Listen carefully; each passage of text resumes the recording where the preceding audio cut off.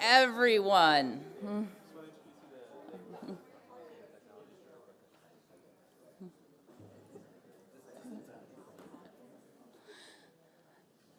Good morning, and thank you for joining us this morning for this very exciting conference. I apologize for the state of 787, but my name is Laura Schultz. I'm Executive Director of Research here at the Rockefeller Institute of Government, and we're very excited to welcome to you today to these interesting and important conversations that we're going to be holding today. After decades of investment and support for research, infrastructure, and workforce development, New York State has emerged as a global leader in the semiconductor manufacturing sector, highlighted by the attraction of the Micron megafab last year. But beyond semiconductors, New York State's efforts have attracted investments from firms in innovative sectors, including clean tech, electronics, agriculture, and biosciences, just all in the past year. So today, Rockefeller Institute of Government is partnering with the New York State Economic Development Council and the New York Association of Training and Employment Professionals to bring together the state, local, and industry leaders who have been instrumental to New York State's success. We believe these conversations will be critical to understanding the policies that have worked to date and those that New York can pursue, New York State and local leaders can pursue in the future to help New York continue to be the innovation state. So before we get started, I have a couple of housekeeping items. Emergency exits are well lit. Follow the exit signs. The restrooms are out to the right, and there is signage that will direct you right to them. I'm going to ask that you please silence your cell phones for these conversations, and also want to let our audience members know that we want you involved and that we will have 10 minutes of Q&A at the end of every panel to engage your questions and have you participate in the conversations. So I'm very excited to kick off this exciting day of conversation, and I would like to welcome Ryan Silva, Executive Director of NYSEDC, to introduce our first keynote speaker. Ryan. Thank you so much. Well, thank you, Laura and the entire team at the Rockefeller Institute of Government, our partners at NYATEP, for working with us to bring together this really exciting day of programming. A little bit about the New York State EDC. We are a membership association that focuses on policy advocacy and education for economic development professionals across New York State, and today's gathering is just an example of the type of work that we do to bring partners together to help advance sound economic development policy, which leads us to our first keynote speaker today. Harry Bronson was first elected to the New York State Assembly in November 2010. The 138th district he represents includes parts of the city of Rochester and the suburban and rural towns of Henrietta, Chilai, and Riga. His passion for social justice, equality, and fairness has defined his public service, legal, and business careers. Before being elected to the State Assembly, he served in the Monroe County Legislature and held leadership positions during his entire tenure there, including minority leader. Having grown up on a farm with 11 siblings, God bless you, I had one and it was just too many. Harry's parents taught him the importance of family, hard work, and community service. Those early lessons had a lifelong impact, and having come from very modest means, Harry learned the value of public education. In 2022, Assemblymember Bronson was selected to chair the Assembly Standing Committee on Economic Development, Job Creation, Commerce, and Industry. As a small business owner, Harry knows that small businesses are the backbone of our economic engine. Harry is a co-owner of Equal Grounds, a coffee house noted as an inclusive public meeting space and eatery in the South Wedge neighborhood of Rochester. He is committed to ensuring our investments in economic development are complemented by investments in workforce development, so our emerging and expanding industries have access to skilled workers and families have more opportunities to succeed. In his first year as chair of the committee, he oversaw the introduction of more than $1.4 billion in new economic development programs and policies. These unprecedented investments will create jobs, train our workforce, attract the industries of the future, and create better opportunities for all New Yorkers. Not too bad for your first year as chair of the committee. More importantly than all those accomplishments for economic and workforce development is that he is a genuinely good person who listens to all sides of an issue and tries to find a productive path forward. While he may claim that he is not an economic developer, his desire to find common ground and find a way to get to yes tells us all otherwise. I am certainly proud to call him my friend. Please help me welcome to the stage Assemblymember Harry Bronson.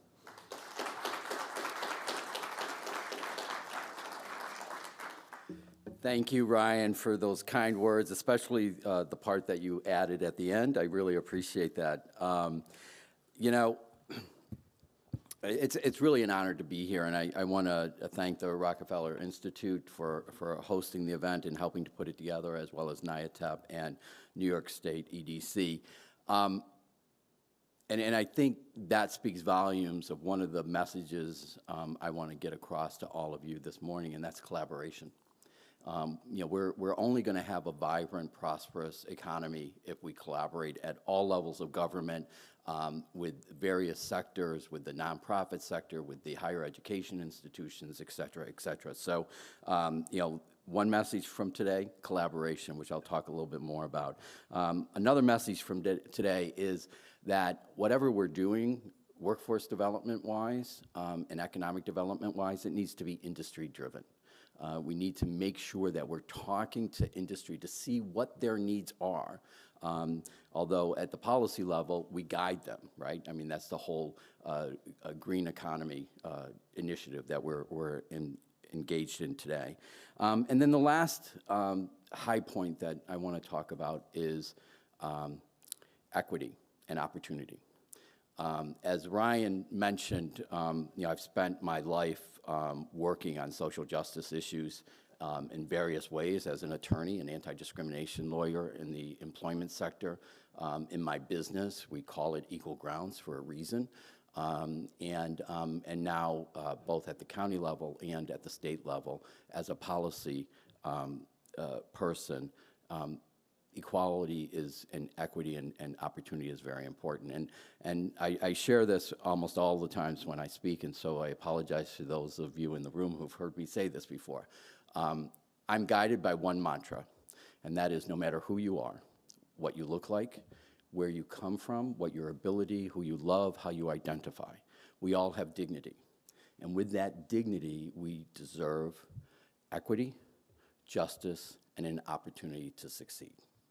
So your role, economic development and workforce development, your role is really creating that opportunity. And, you know, economic development, you know, we can talk about wanting a vibrant, prosperous economy. We can talk about wanting jobs for our families, but it's that latter piece. It is creating the opportunity for people to be successful in whatever way they want to be successful, and in their work career, or just merely providing for their family and making sure their family's taken care of. You know, that is a very important role that you have. So, you know, when you're in your agency, or you're at your SUNY institution or some other higher education institution, and, you know, the day-to-day grind is getting to you, just take a step back and tell yourself and remind yourself that your work is vitally important. And it is important for our entire community.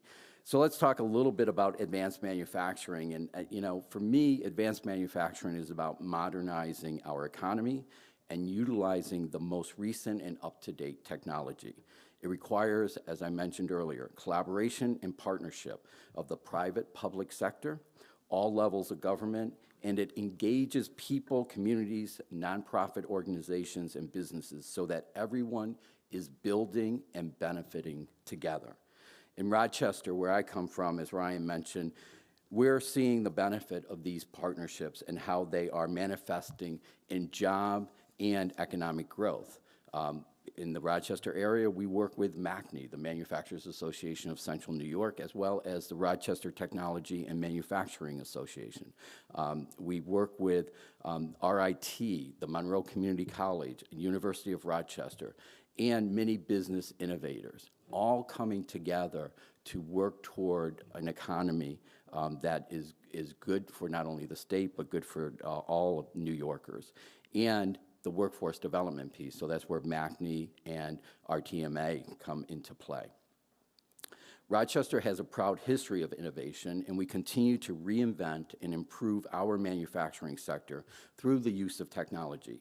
According to the Greater Rochester Enterprise, the organization that helps to recruit businesses and expand businesses in our area, there are more than 1,500 employing more than 60,000 people. That sector represents 12% of our local workforce. Greater Rochester's manufacturing base is primarily in high-tech precision sectors, with its largest employment sectors being computer and electronic products, manufacturing machinery coming in second, fabricated metal products, plastic and rubber products, chemical, printing equipment, and transportation equipment. All of those sectors are advanced manufacturing in one way or another. Similarly, agribusiness is an important sector in our region because we have a lot of rural areas. I represent a lot of farms, and so the agribusiness is key. In food manufacturing in the Rochester area, 6,614 workers are employed regionally, with an additional 2,400 working in the beverage manufacturing, which includes large breweries and small breweries. If any of you have ever had a Jenny Light or one of their specialty brews, craft brews, that's Rochester. And then recently, Fairlife rather, which is owned by Coca-Cola, has announced it's going to locate in Webster, New York, which is in Monroe County, 750,000 square foot facility, bringing with it 250 jobs. This is key agribusiness growth that will help increase our space in agriculture and milk production, helping our farmers while also creating jobs for our area. This facility will be the largest dairy processing plant in the entire Northeast. This is an example of innovation and collaboration because Fairlife ultrafiltration process is state-of-the-art and was developed at Cornell University, the connection with our higher education institutions. Throughout my tenure as an elected representative, I have worked to ensure equality of opportunity and am a passionate proponent of social justice, equity, and fairness. I mentioned that earlier. That commitment, though, to equity and equality of opportunity has also influenced my work in economic development. So when I was asked to take over economic development, and by the way, it wasn't my committee of choice, being a labor lawyer, but it actually has been a great fit. And with my conversations with the speaker, he said, I want to do more than just, in my progressive nature, give millions of dollars to businesses. It's got to be more than that. And so we talked and ultimately developed an overarching objective approach that it has two parts. Economic development with corresponding workforce development, plus making sure that all of our investment decisions, our funding decisions, and our policy decisions are driven through a social racial justice lens, meaning we need to bring people who have been marginalized into our economy, folks who have been on the economic sidelines for far, far too long. That creates a huge opportunity for us and really is what excites me. So since taking office or taking this position, I'm also very thankful that Governor Hochul has that same view in the work that she's done, and that's aligning our workforce development efforts with the needs and priorities of industries and employers, as well as the needs and priorities of workers, to ensure that New Yorkers have the skills needed to seize upon job opportunities, to power our economic growth, and improve their individual and family lives. Fostering a growing and diverse adverse manufacturing sector will play a critical and invaluable role to ensuring our economic success. An equitable economy is not only inclusive of all people, bringing in those marginalized communities which far too long have been on the sidelines, but also an equitable economy acknowledges and promotes the diverse skills and experiences necessary for innovation. Those different experiences, those different frames of reference, those different approaches will help us be innovative. So if we bring in diversity, you're going to have better innovation. So let's talk a little bit about the green chips, because I think we can model a lot of the work you're going to do in other areas of advanced manufacturing from the green chips. So New York is leading the way in renewable manufacturing and green chips. And the $45 million investment we've made this year in the semiconductor industry has positioned our state to develop and implement a national model for industry growth that also supports people and community development. This is going to be transformative. So with this investment, with the Governor's Office of Semiconductor Expansion, Management, and Integration, GoSemi, that what we're going to do is really leverage the $100 billion commitment that Micron has made, leverage that, and be intentional through this office, be intentional on what steps we're going to take. How are we going to make sure that we have all the workforce development programs necessary for the growth that Micron is going to have and all those workers? And that's at all levels. So you have various types of engineers that, the higher education institutions are committed to making sure that those individuals with ending up with those degrees are prepared to go to Micron. And they're actually being intentional with Micron about the educational components of those degrees. And it's not, and so those agreements are with Rochester Institute of Technology, with SUNY University, or Syracuse University rather, and other higher education institutions. But it doesn't stop there. Rochester Institute of Technology has also developed a certification program for workers who will be on the floor actually manufacturing the chips, and specific to Micron. And so linking that higher education opportunity through certification programs as well as a full engineering degree, specific and intentional for Micron, is key. But then it goes beyond that, and this office is going to help us do it. We have to think about what are going to be the supply chain businesses that Micron is going to have in our area and throughout the state to fully perform what they want to do in their production. So again, ongoing discussions right now about how do you train that workforce for those supply chain businesses. So, you can do this in every other sector that you want to do it in. So, just a great example. Workforce development example, I have been working, actually before becoming chair of economic development, I was chair of the Commission on Skills Development and Job Education, and worked with the MACNY, Manufacturers Association of Central New York, and help fund their program so that we could, through the apprenticeship model, which is the best job training model there is. Thank you. Thank you. The beauty of MACNY and their collaboration with RTMA in the Rochester area, the beauty is they are bringing employers together those employers are helping to fund the apprenticeship program, and they're training people for all those employers to pick from. That model is necessary now. You know, back in the day, the Kodaks and the Xerox of the world and the Bosch and Loms of the world in my area were large companies. They could afford to hire a cohort of new employees, and they could wait for whatever, 3 years, say, before those employees are productive. They had that ability. They could absorb that cost. Small advanced manufacturing companies cannot absorb that cost anymore.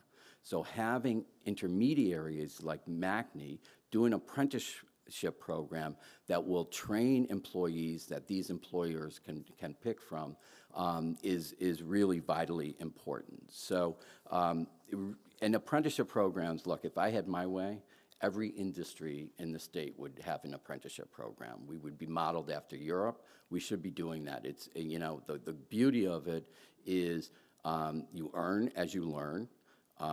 It doesn't require going, not to offend any of my higher education folks here, I think everybody should go to college, but everybody's not going to go to college, nor does everyone need to go to college. So being flexible and having an apprenticeship training program really helps that out.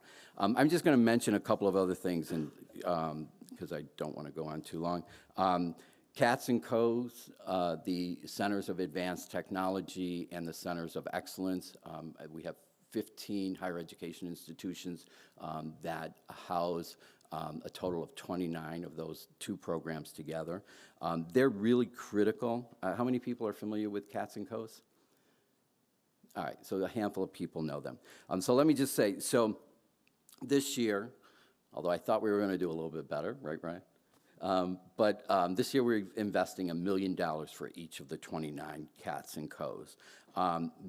Seven of those, by the way, are in the SUNY system. The rest are in the private university system. And what they do is they combine innovation with moving that to commercialization. And they use the applied science to change, to move that to actual innovative jobs. The beauty of this is for every dollar that we have invested in the CATS and COES, we get at least $24 back. So that's pretty significant return on investment. And we're going to continue to push those. Shovel-ready projects, we funded that last year. We were not able to fund it this year. But through that funding, there's been a lot of businesses who have built here throughout New York State. Shovel-ready is funding that really helps local and regional folks better determine where a company is going to be located. So why does that matter? Because they can tie it to infrastructure, they can tie it to utility demands and what supply is there. They can tie it to that equitable equation that I mentioned. So instead of putting, in my area, instead of putting a company that's off from a public transit system and not accessible to people who use public transit, we can actually make sure that that company locates on a public transit system so that we can get people who have been marginalized into the system. And I'll share, one of the things, a good example, Micron could have been on the other side of Rochester, just outside of Rochester at the stamp plant. We were trying to get it there. Instead, it went to Clay, New York, which is east of Rochester. It's still going to impact our economy tremendously. But the reason Micron didn't go to stamp is because the stamp facility couldn't supply the energy that was necessary for the operation. It just didn't have that capacity. So shovel-ready is key because you can actually get locations ready, infrastructure and otherwise, when you're trying to recruit companies to come in. So, that's really key. So let's just talk a little bit about the Office of Strategic Workforce Development, and I'm so thankful the governor decided to do this. A $350 million investment It helps employers identify their needs, develop tailored regional training strategies, and support programs to train New Yorkers in the skills necessary to succeed in in-demand fields such as advanced manufacturing. Just at the end of April, their first report came out, and it set forth that they have established a $115 million pay for performance and the $35 million workforce development capital grants programs. It has launched a $150 million grant program and awarded over $13 million thus far.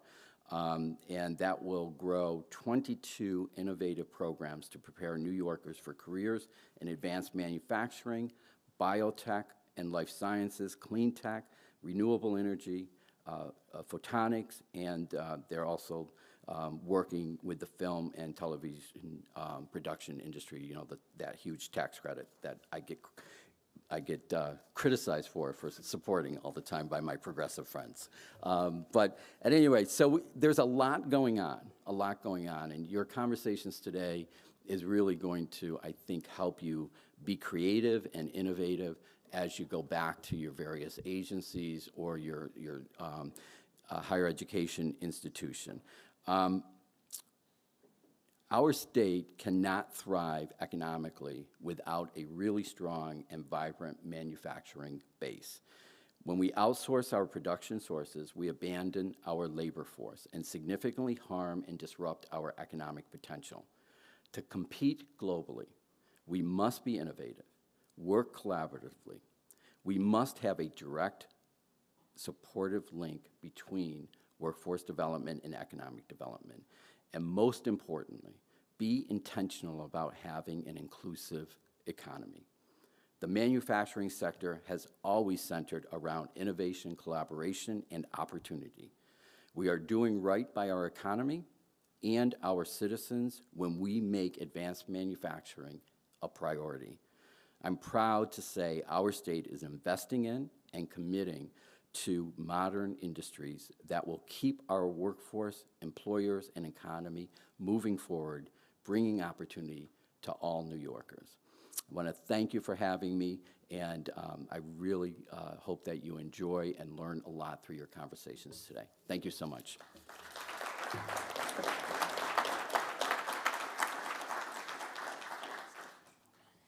Thank you, Assemblymember Bronson, for your great remarks. We are going to take a few minutes to bring the first panel up, and then we'll get started with the program.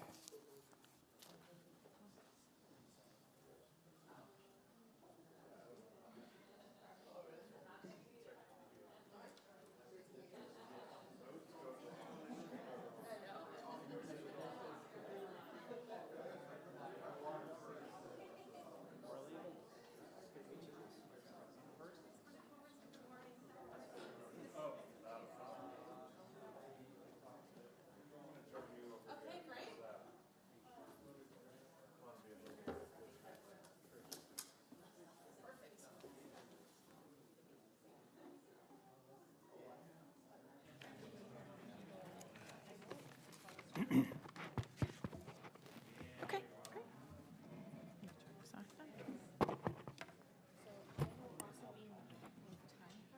Okay. For every 10 minutes until we get down to. Okay. You are so organized. Sometimes these things fly too, you know. Fly by. Great. Water? Housekeeping? So Anybody? it's push to, oh, it's just all on? Okay. Picking up everything you're saying now, so be careful. Can hear it a mile away. My share of hot mic moments. What? With all this work from home, wet at home. Oh, Definitely I have had always my do. share of, did you just hear me say that? I tend to err on the side of, you're muted, Harold. That's double muted, right? That's right, sorry. We were talking about bringing it onto, but yeah. Okay. And then we had Tony Hines, who I reached out to. Do you know Precision Valve Automation? Yes, I do remember that you had a company I had a few. that manufactures. asked Scott Radeski. I mean, just honestly, everyone was traveling. You know, Scott. I know because he was CFO when he was at Global.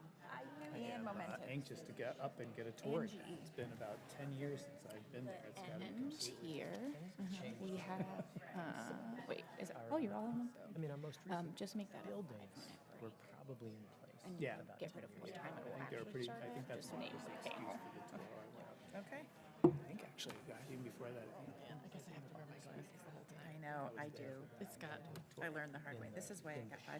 Of our most recent. So I yeah, can see the room and then look. yeah, I'm the definitely progressives. there since then, though. I got to give him the tour. Oh, did you really? How cool is that? We were walking around in the clean rooms while everybody was filling. I did a workout yesterday. Rode in the motorcade, which was Serving biceps. ridiculous because it My was a right 40-car bicep. motorcade that was literally like Go around the loop yeah. in the parking lot. But still, that's cool. All day. Oh, jeez. So stingy. It's really funny. I remember just I being tried to lay talking about off the of rank and the file guy. rowing machine. The line, the Actually, queue not to get laying through off of the it. It's Yeah, just no, different movement. and then it was standing room only. Yeah. I find them Actually, really, and it kind of stuff an now, exhausting and day. I thought think I was that on I my feet had for about 5 or 6 playing golf hours and I straight. loved it. I didn't see that part of it because we were already pre-vetted and everything, but I was surprised that when we handed out the physical sort of tickets for entry, they were blank. They didn't have a name. Really? Right. So that sort of makes sense that so much Yeah. of that needed to be done in real time. It was like a a Disney World queue of wanting to. But it was cool. I mean, he says, and I think the remarks were fairly benign, but still, it's an opportunity to see that and be a part of that. But that's good. You walk around. How long was the tour? Shoulder. So it was supposed to be about, Ended up just having well, to do the tour in total was about 20 minutes. Okay.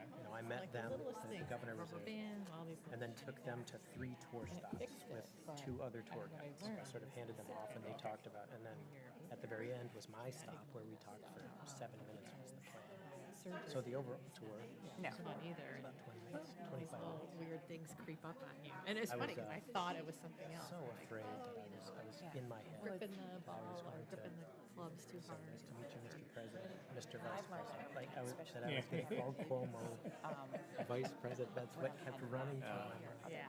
Yeah. It's usually But it was great. I mean, he was great. muscle The staff was great.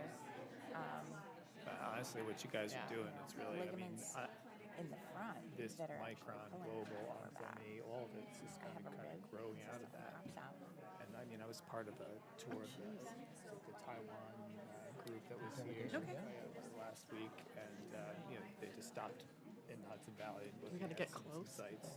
And that To was this part of microphone. I'm on the regional development council down in the Hudson Valley. That's why I was invited. Okay, it looks like we're going to get started in a couple minutes, so if you'd like to filter in and grab a seat. Ooh, sensitive microphone.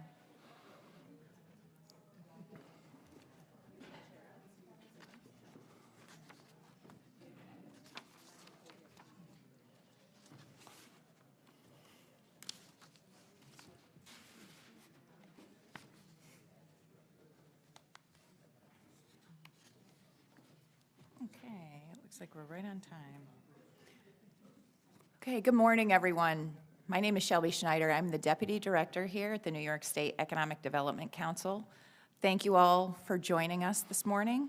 And I'd also like to thank Rockefeller Institute of Government and the New York State Association of Training and Workforce Development for their continued partnership and collaboration. This panel is Emerging Trends in Advanced Manufacturing.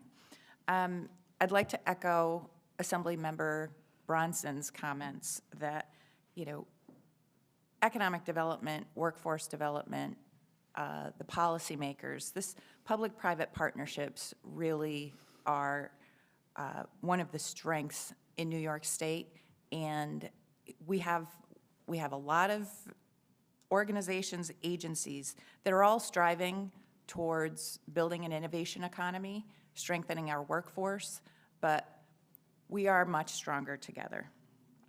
Manufacturing really is the backbone of the New York State economy, and I would actually argue that all manufacturing has a component of advanced manufacturing to it. My personal background is prior to coming to the New York State Economic Development Council just under 2 years ago, I spent nearly 21 years as an economic developer and had an opportunity to see firsthand the manufacturing environment and how important it was to a local and regional economy.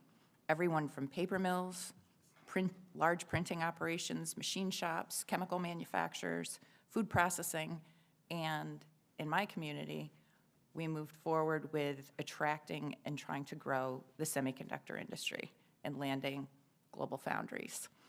And with that experience, I've learned a lot about the broad innovation ecosystem that we have in New York State. And with us today, we have some panelists that represent different portions of that.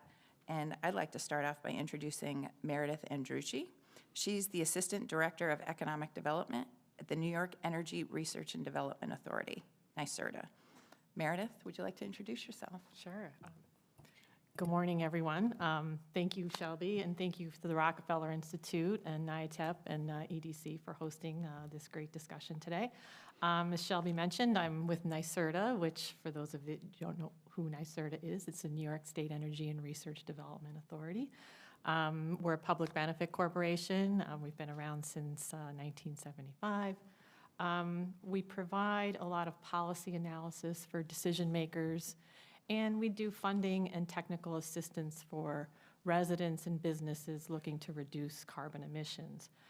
We do that through programs, and we provide technical expertise. We help companies save money, and generally it's about reducing the reliance on fossil fuels. The outcomes of our work is really simple. It's about protecting the environment and creating family-sustaining and inclusive clean energy jobs. I joined NYSERDA about late October, so I'm fairly new there. And it's really an exciting chapter to be joining the state in its journey toward a clean energy future. Part of my role is a new office was created within NYSERDA, focusing on growing the clean energy supply chain. So that's basically companies that manufacture clean energy equipment, clean energy technologies, and their related supply chain. This office was set up, and we work side by side with economic development partners like Empire State Development and a lot of community economic development partners. And we do three things, is really helping businesses access programs. NYSERDA, being a short timer there, we have a lot of programs and a lot of resources, so helping companies kind of navigate those things and be that kind of concierge, if you will. We offer a variety of programs, workforce development, financing, carbon neutral buildings. There's just a never-ending portfolio of programs. And we also market the state. And as Shelby knows, we go to strategic events and promote the state as a place to do business to decision makers and site location consultants. And finally, our role is going to, as part of discussions like this today, is inform future policy and program development around making sure that we can continue to grow these kinds of jobs and investments in New York State. So with that, I'll turn it back to you. Thank you so much, Merideth. And next, I'd like to introduce our next panelist, Chris Borst, who is the Vice President for the 300 millimeter Technology and Operations at New York Creates, based right here in Albany. Chris? Great, thank you, Shelby. I'd also like to express my thanks to the sponsors for being invited to speak today. New York Creates, for those of you that are not familiar with the name, it's a recent rebranding within the past 5 years of the industry-involved and related interactions that happen at the Albany Nanotech site, our Albany Nanotech complex that exists adjacent to SUNY Albany and has had strong association with SUNY Poly for the past several years. So in my role as VP for 300 millimeter Technology and Operations, I manage the operations team that operates those clean rooms 24/7 towards manufacturing advanced computer chip prototypes.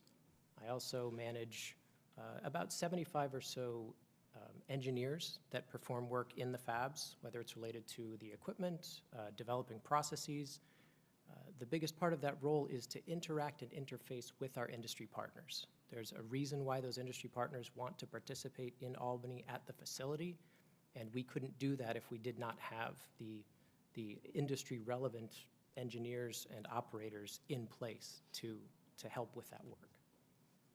I've been there for the past 17 years.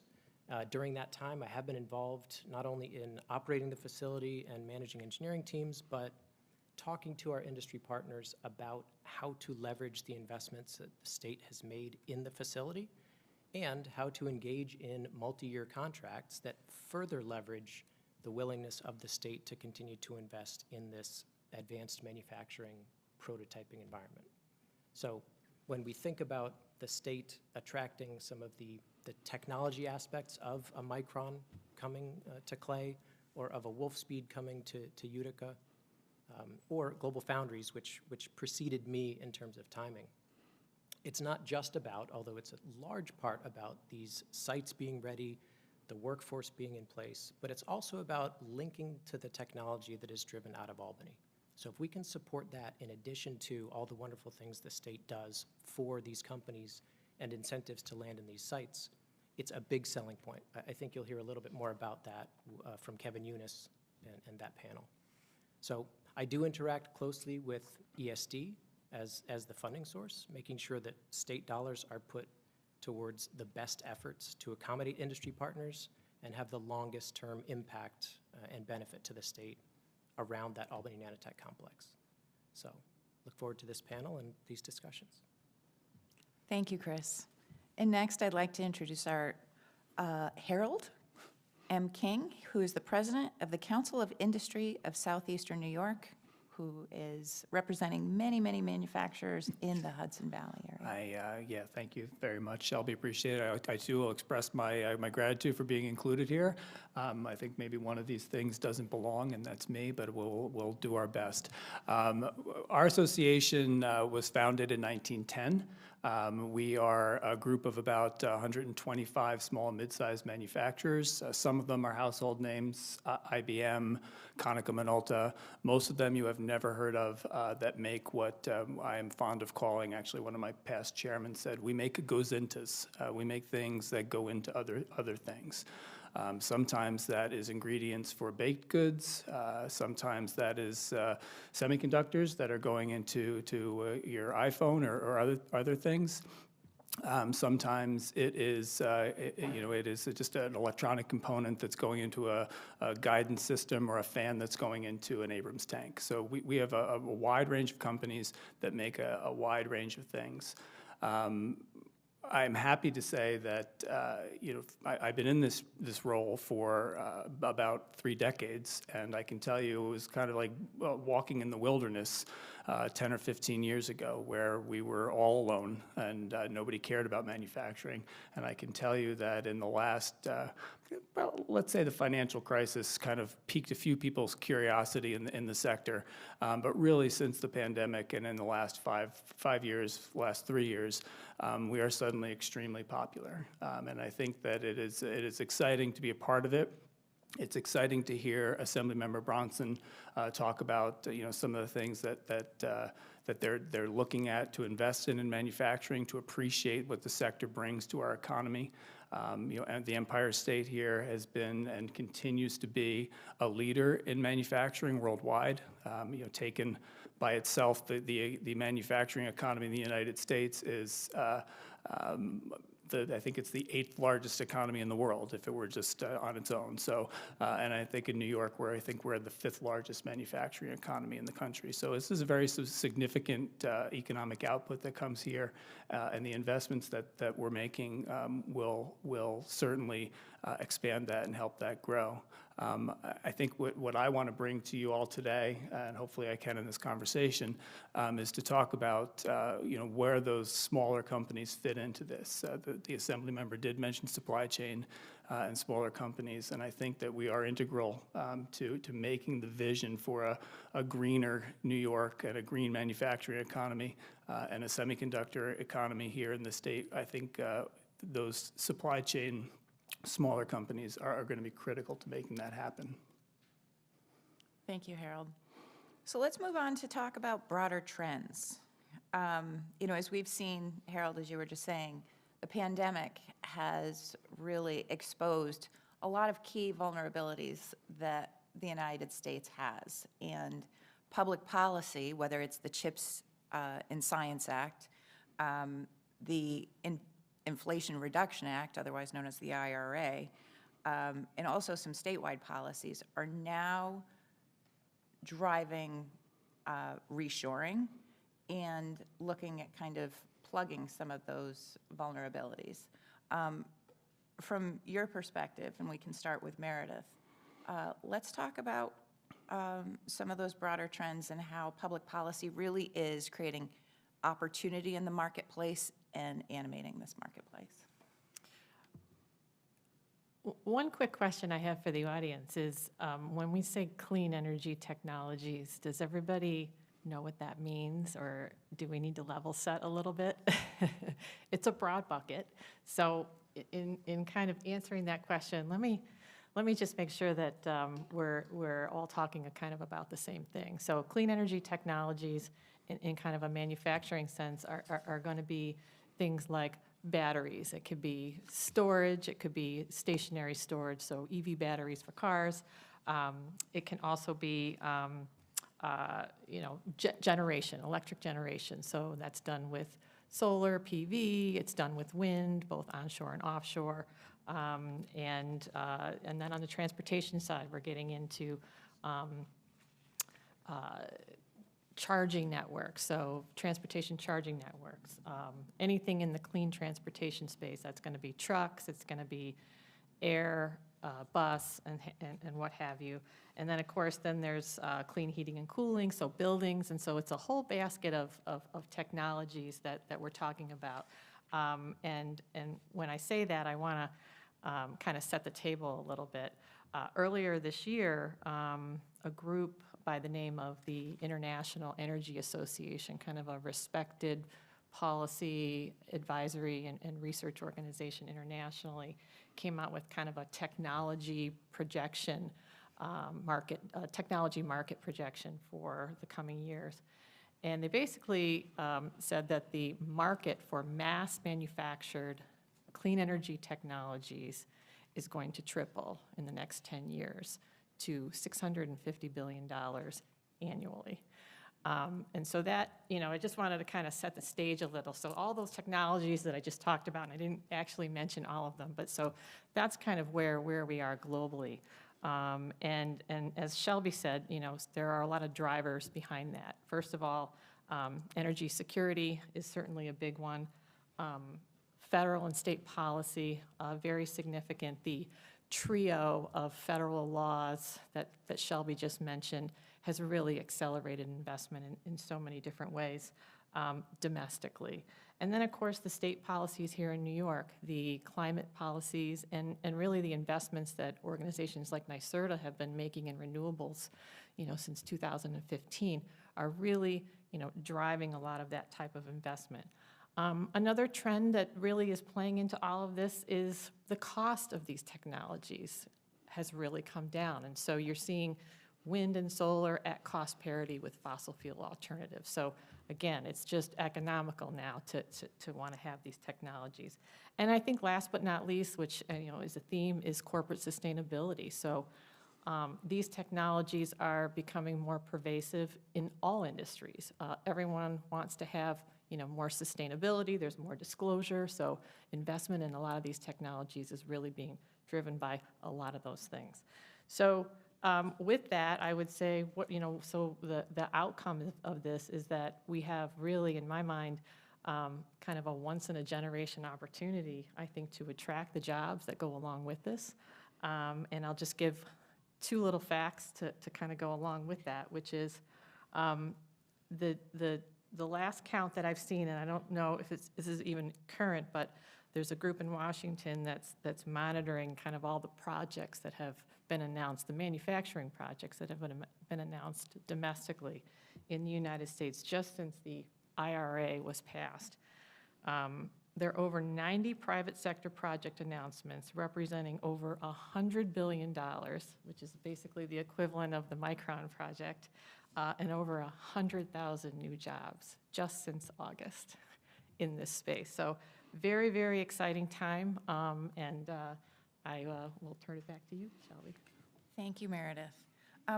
Chris, before I let you talk about market trends, would you mind giving us a brief history lesson of how New York State has invested in the semiconductor industry?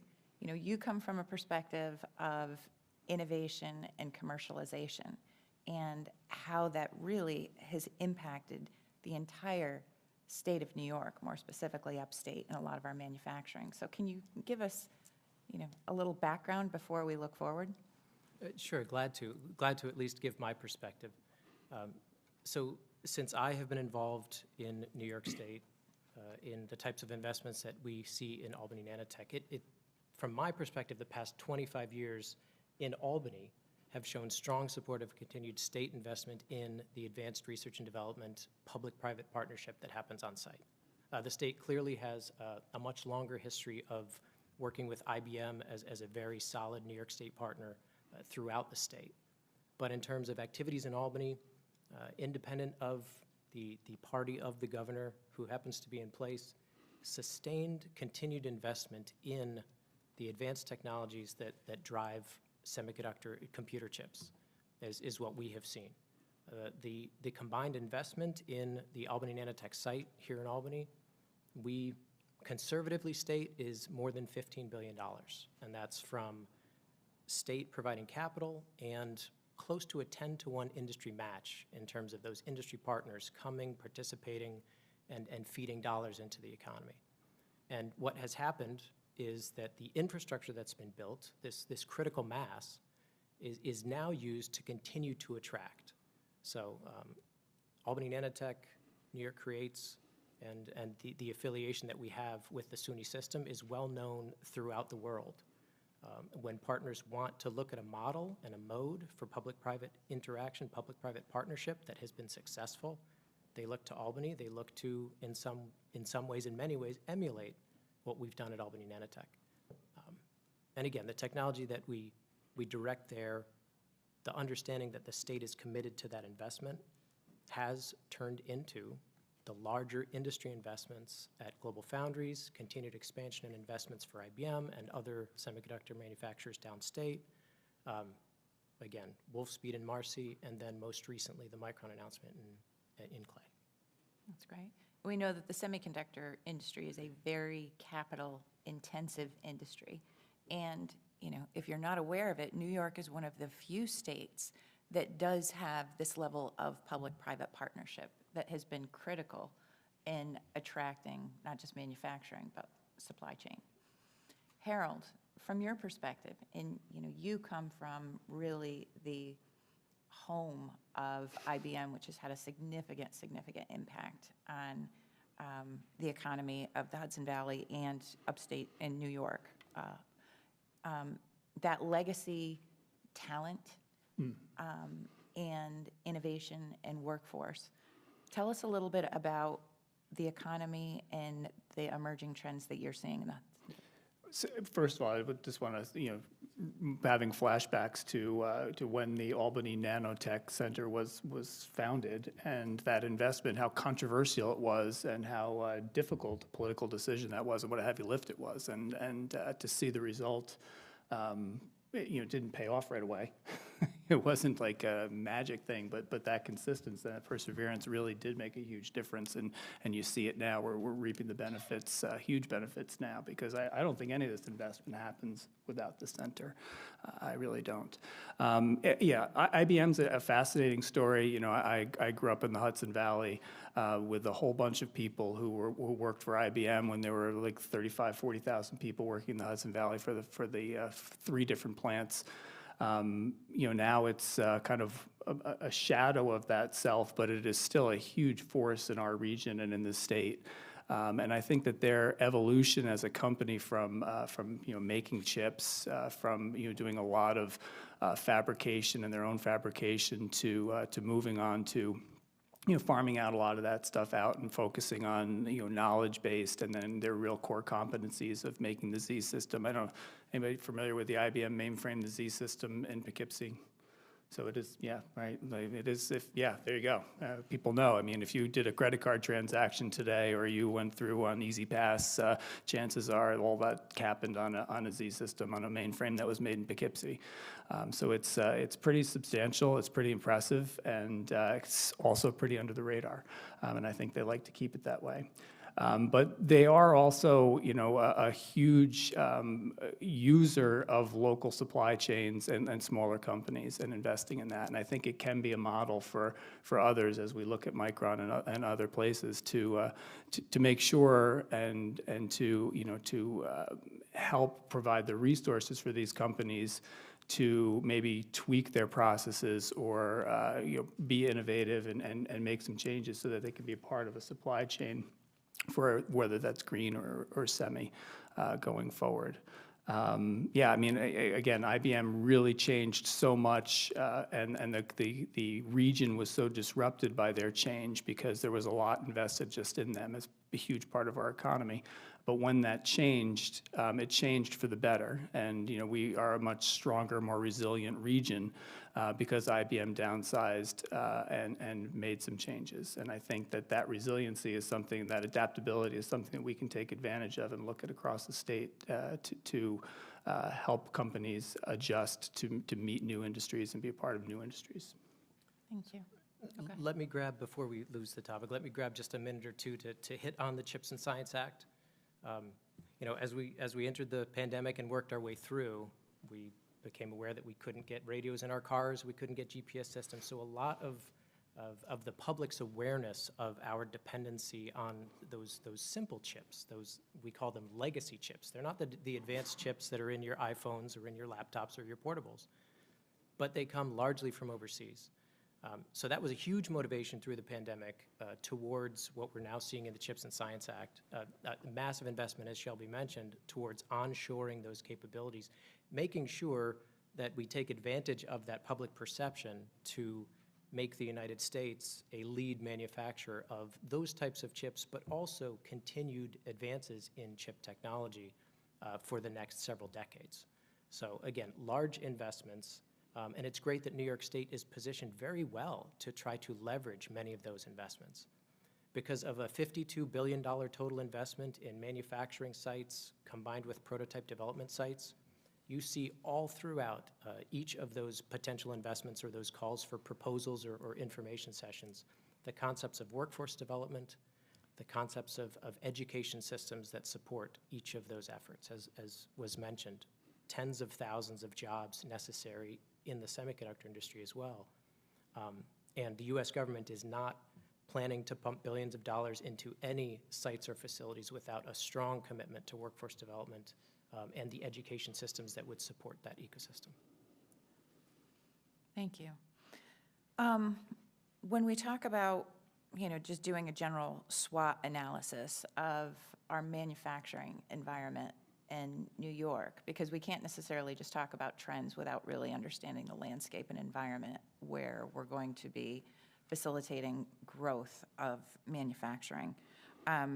We know that we've known for decades that we were going to be facing challenges with the workforce, and having, you know, workforce development we're dealing with a demographic cliff, essentially, with the baby boomer generation aging out of the workforce, leaving behind a significant skills gap. You know, I don't mean to point to Chris again, but can you talk a little bit about Industry 4.0 and some of the innovations that are going on at New York Creates that could be providing solutions for our manufacturers? So sure. One of the great things about being involved in this technology area is that simply by doing our jobs and simply by progressing the technology, we can claim that we make other areas more efficient. It's this wonderful circle that if we continue to invest and we make smaller, faster chips, then those are more capable in computers, and then we can use those computers to design and make and produce or improve automation to make smaller, faster chips, right? So in terms of the continued advances of the industry and some of the capabilities, we're not only enabling some additional automation, much better mining of large amounts of data, but we also continue to generate more and more amounts of data in these high-tech, most advanced manufacturing facilities. I mean, it is amazing. Every piece of equipment in a fab has the capability of sending thousands of data records every sub-second. You know, the position of a valve, how well bearings are working, the frictions, the temperatures, the pressures. So we generate a lot of information in creating the chips that then enable automation improvements and more intelligent analysis of that data. And I think that is presenting challenges, but it's also creating many opportunities that didn't exist prior in the field. So that would be sort of an advanced application area that's going to be required for manufacturing. On the other side of the spectrum, as was mentioned, getting people trained, getting people interested in participating physically in the fab, making this hardware. Lots of people now, lots of students, they want to make apps, right? You want to program your killer app, you get in the app store, all of a sudden, a millionaire overnight. Maybe the perception, software. There's a lot of hardware that still needs to be built, and one of our challenges that we see is sort of ingraining that interest in the education and sort of the workforce of tomorrow, that being in the fab, being in the factory, physically producing these chips is as exciting or can be as exciting as developing that killer app using the software on the software platforms that are enabled by and run on those chips. Meredith, when it comes to the clean energy economy, we know that this is not just limited to companies that build generation components, whether it's offshore wind, solar, et cetera, and the supply chain. We know that there are many, many companies that have sustainability goals. How is New York State participating in assisting in creating opportunity with the Climate Leadership and Climate Protection Act? How does New York become a beacon of opportunity? So a lot of, as I mentioned earlier, a lot of corporations are kind of internally driven by their customers' corporate disclosure to make kind of investments in these areas. And, for a long time, NYSERDA has been a resource to companies that want to, better understand their emissions. They want to reduce emissions through energy efficiency, maybe changing out systems from gas power to electrified power. So that type of resource has kind of always been kind of in NYSERDA's DNA, and I think you'll probably see those types of resources, continue to grow and support companies who are not only trying to kind of understand what that looks like, but perhaps optimize and get a better understanding of what makes the most sense.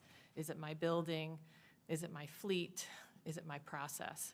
So there's a lot of different things that I think companies are looking at. And frankly, like I said, NYSERDA has been assisting companies along the way. I think what's changing is everything that we've been talking about is people are more focused on it, and so I think that's going to continue to grow. And in the long term, for sure. Yeah. Well, and to stick with that topic, we know that, the Green Chips Act, which Assemblymember Bronson discussed, and there is a very large clean energy and sustainability component into that investment package that, believe it or not, Micron saw that is a very, very attractive part of locating in New York State. Can you talk briefly about? Sure. Shelby, you and I were at a conference, I'm trying to think, were you at the Site Selection Consultant Conference? No, you weren't. Some of her colleagues were there.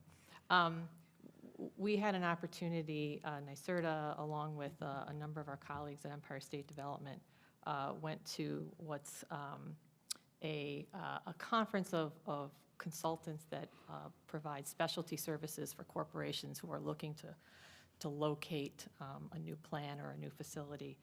And I had never been to one of these before, and it was my first time listening, and I know you've been to these many times before.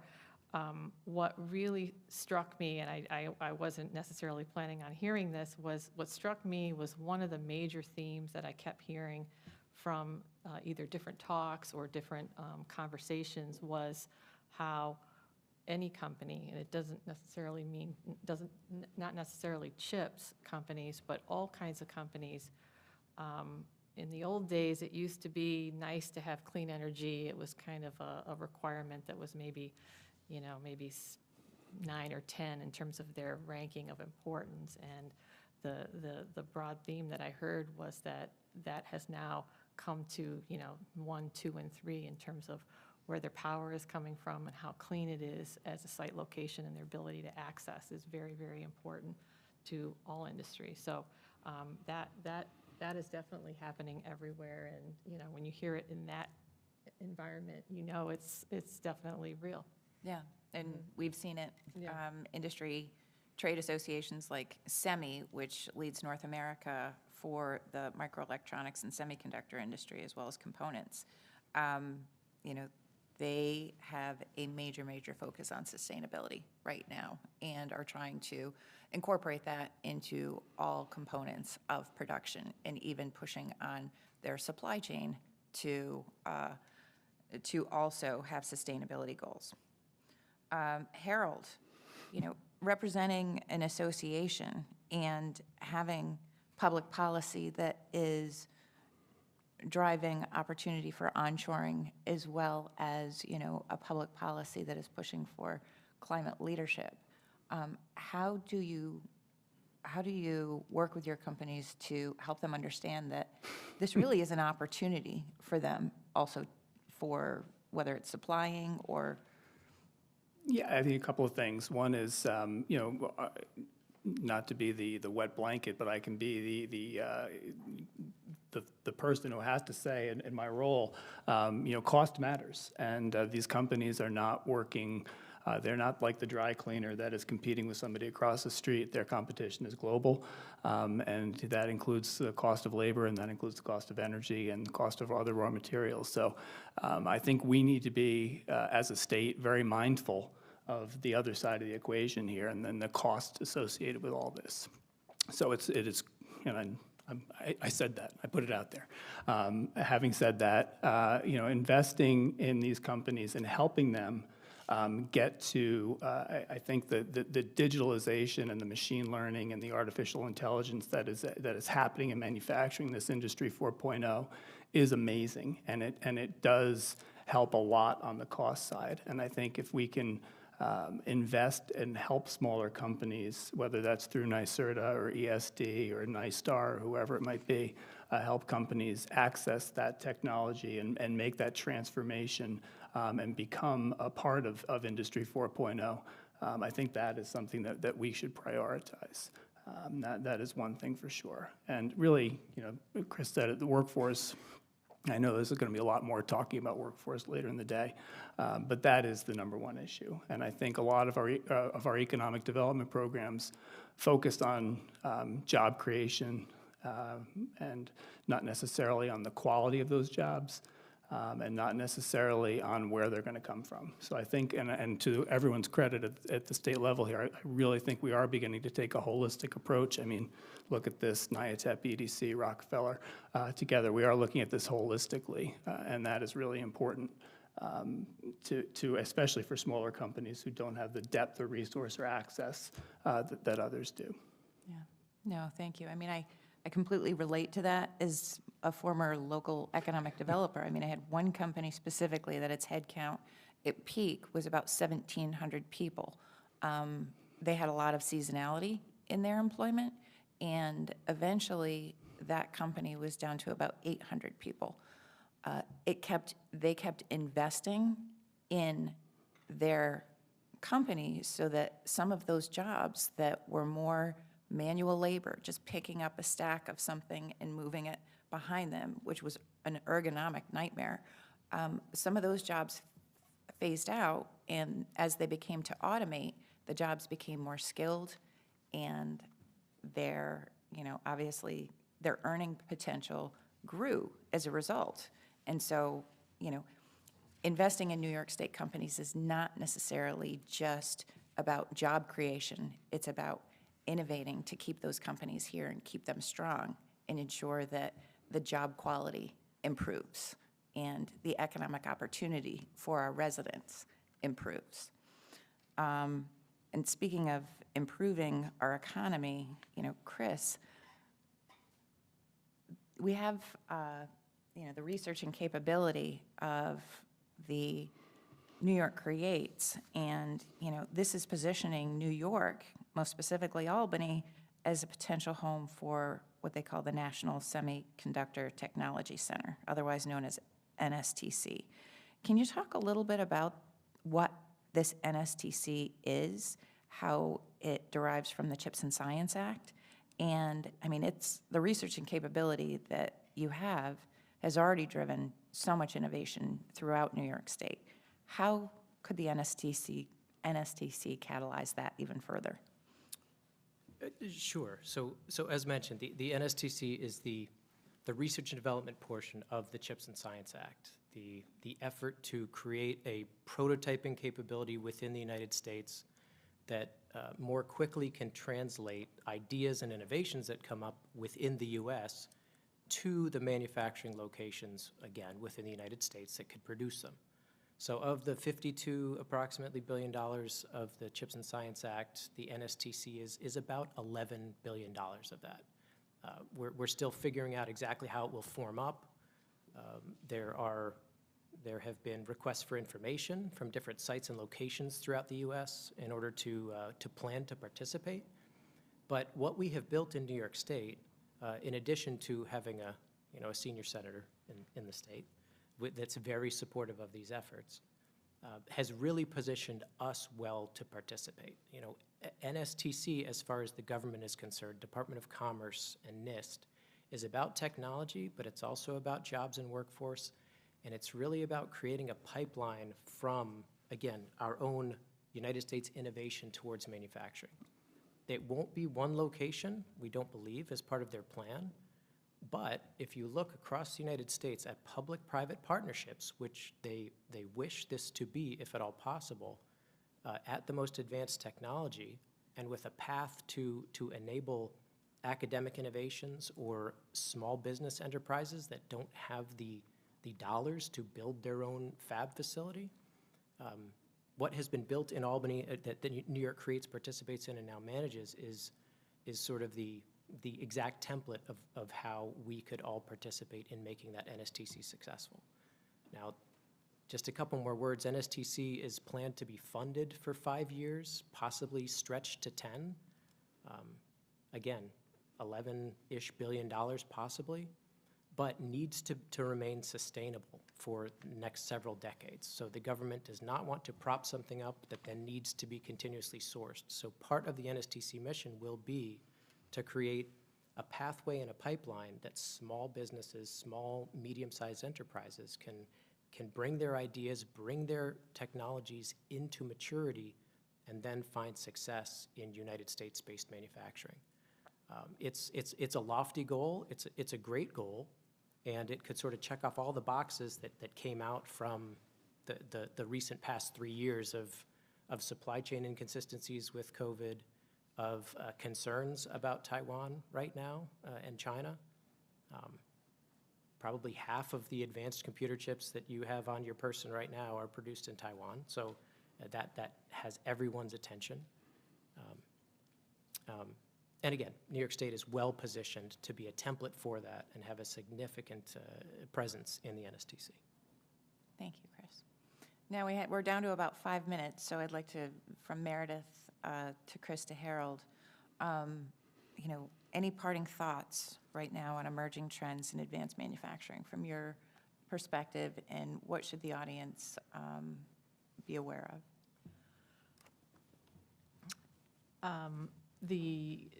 In terms of the clean energy manufacturing needs and requirements, kind of ripping a page out of the playbook of SEMI, each of the sectors has their own needs because they're different technologies. So I don't want to say that semi is all the same, but in the case of the different clean energy technologies, you really got to kind of look within each to kind of determine what their manufacturing needs are going to be. So, for example, in capital investment, for instance, buildings, equipment, sites, ports, vessels, those industries, some of them, like EV batteries, solar cell production, and wind components, they require lots of buildings. In the case of offshore wind, they need ports, they need vessels. So, when you look at all of the different sectors, you're going to see different types of needs in the capital space. But those are the EVs, the wind, and solar cell production are the most capital intensive. Not as capital intensive as chips, but they're up there. Then you kind of get into the infrastructure part. What do each of them need? And again, the narrative here is it's all different. Some of them require, again, the ones that I just talked about. Some of them require very large sites, similar to semi. And some of them have very huge power consumption needs, others do not. So again, and many of them all want clean power. And the supply chain for each of them, again, very, very different. They all have very unique needs in terms of the materials that they source. Some require steel, some require critical materials. And then all the different subcomponents and subassemblies that go in all these technologies. Same in semi. Many of them are sourced overseas largely. And so the federal government, one of the Department of Energy labs has done kind of, I encourage anybody to take a look at that. If you are looking at development of the supply chain, is take a look at the work that the National Energy Renewable Lab has done. They've really done a fabulous job. I think it was last year they published a report that basically just did a deep dive on all of the clean energy supply chains, kind of looking at where the U.S. is, where there are gaps, where we need to build capacity. So again, in each of those areas, it's very different, and a lot of the sub-level stuff comes from overseas.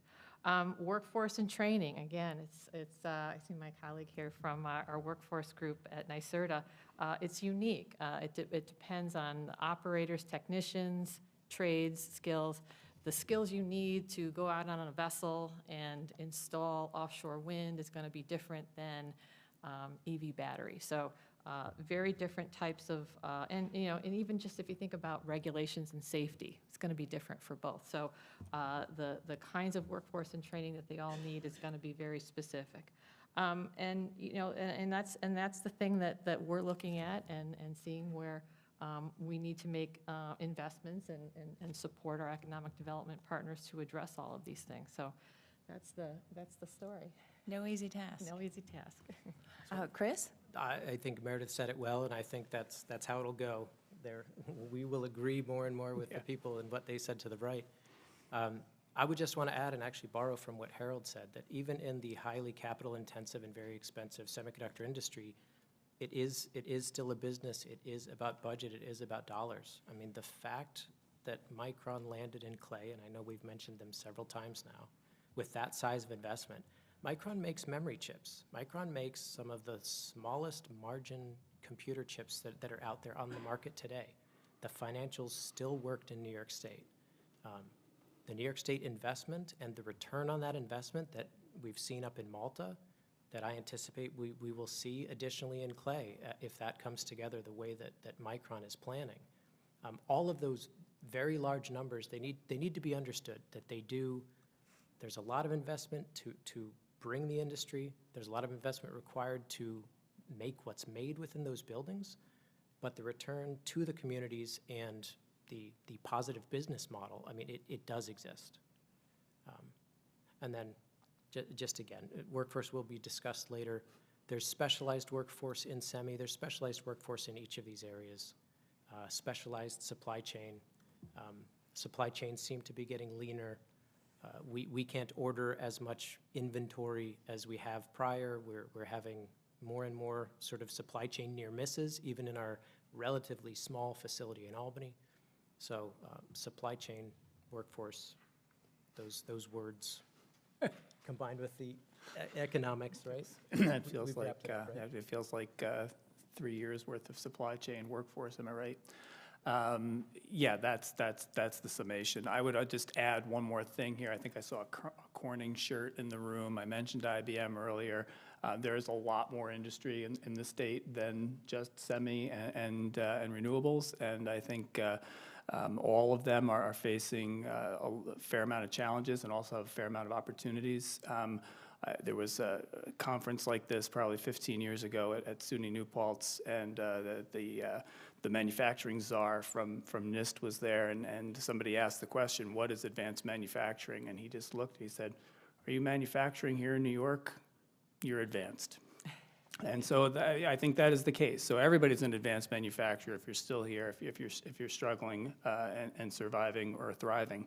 And I think that there is lots of opportunities for us to invest in those companies. And I think the state is doing, in my tenure here, they're doing the best job and have the best overall approach at trying to solve those problems. Thank you so much. Let's have a little hand for our panelists. And again, thank you all for joining. Does anyone have any questions? We actually have about 3 minutes of any of our panelists. Yes, please. I have a question actually for Harold. It's relevant though to most of the conversation. I'm sorry. My name is Scott Lee, and I have a question.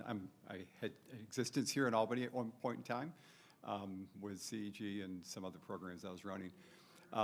In any case, Harold, as much as you put a disclaimer out at the beginning saying you're not as relevant as others sitting at the table, I'm tuned into the wind farm programs down on off from Long Island right now, and obviously I'm tuned into everything going on with the chips world. I guess I want to get your perspective on planting the seeds sooner than later, since you have put together a very effective program in the Hudson Valley for how do we get those small manufacturers, those people who are making those maybe period as unimportant components that are critical components, All critical. to move forward. What are you seeing as the challenges for New York in us extending that and making sure we don't get pushed out, as we know can happen? It's going to be a battle across the country for those opportunities for all these small manufacturers. And we know we're not the strongest manufacturing state in the world right now when it comes to those mid-market private investments. So I'd love to hear your Yeah. perspective on how do we best advance this so we don't lose out on huge opportunities. Yeah, I mean, I think so. There's a couple of things. One is be mindful of the cost. I think I said that. I think we need to continue to say that. And Matt's here from MACNY and then the Manufacturing Alliance. We have, the Assemblymember Bronson mentioned the Manufacturing Association of Central New York. That's where Matt's from. But that's part of a bigger group, Manufacturing Alliance, the Council of Industries, CEG, RTMA, BNMA, Ignite Long Island, and others, I'm sure. MAST, I think, is one I'm missing. So we have, we're trying to give a voice to that, to remind people that these are great ideas, and we are moving forward, and we recognize that the world needs to change. But we don't want to throw the baby out with the bathwater. So we do need to be mindful of the costs. And that is energy costs, and that is labor costs, and the death by 1,000 cuts that sometimes people feel doing business in New York State.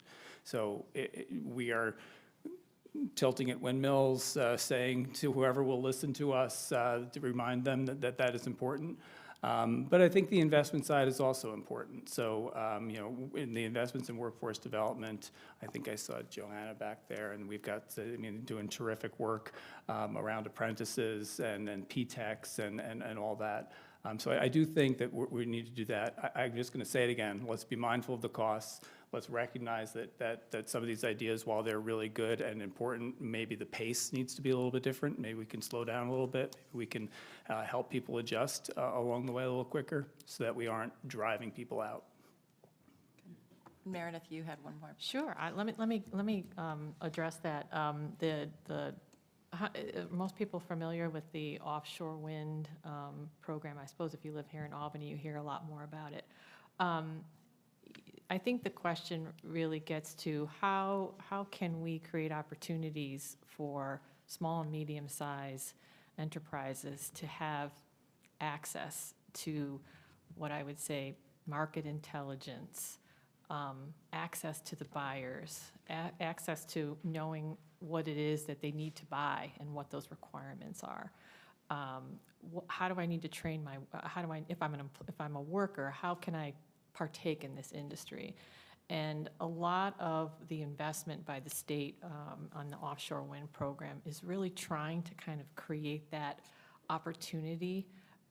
Supply chain forums go on here, they go on Long Island, there was one in Buffalo, and they'll continue, so that we can kind of create transparency for existing firms to see, you know, I make this, but actually my equipment can probably make that too. But they need that market intelligence, they need the access to the buyers, they need resources such as, you know, MEPs for, you know, if that's where you were at CG, you know, they need those types of, you know, how do I engage in this? So that's an example that, you know, I look to and see how we can kind of replicate that in other areas. So I think that's going to be really, really important in the future for helping the existing firms kind of pivot and get engaged. Okay, well, we're 2 minutes over, so we're going to take about a 3-minute break before the next panel will be back, which is the panel on infrastructure and innovation at 11:45. Thank you so much.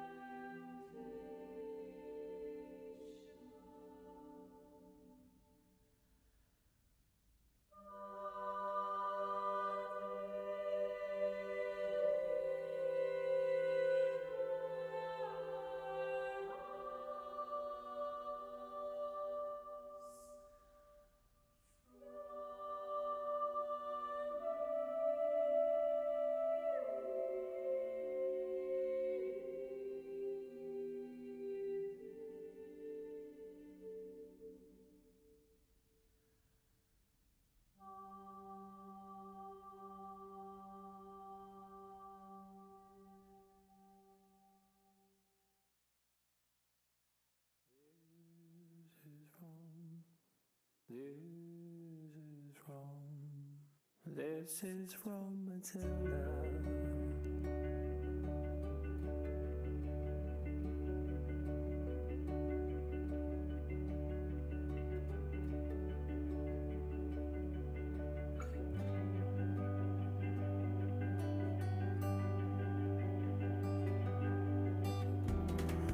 Just like Johnny Lynn said, the breath I've taken and the one I must to go on.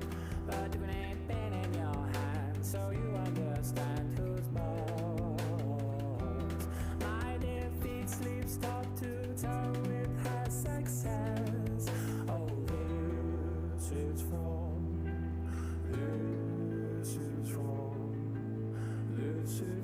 Matilda.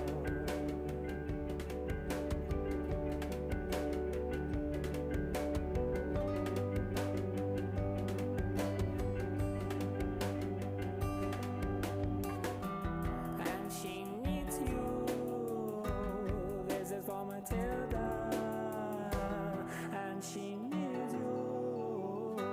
This is for Matilda.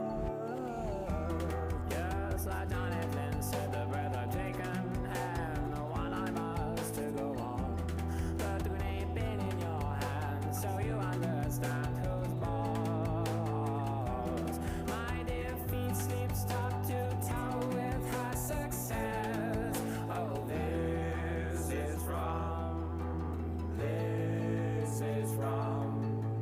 This is from Matilda.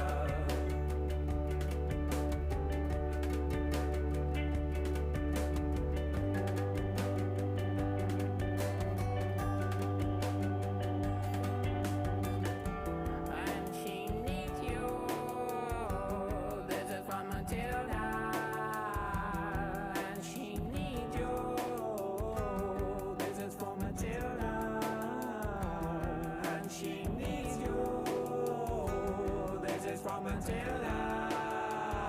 Elle a besoin de toi. C'est la fin de Matilda. And she needs you. This is from Matilda. And she needs you. This is from Matilda. And she needs you.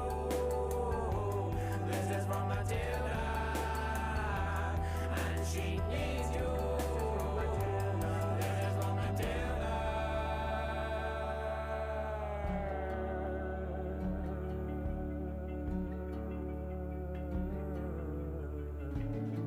This is from Matilda. This is from Matilda.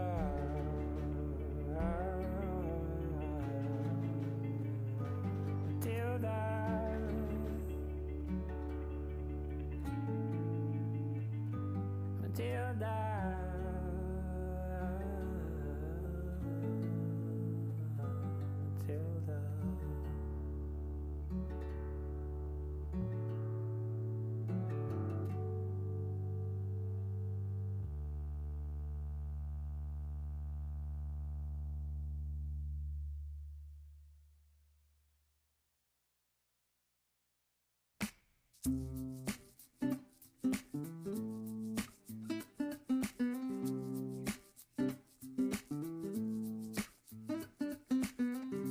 Life decides to come through the front door and make a switch. We'd shown respect before, though I don't have much of a choice.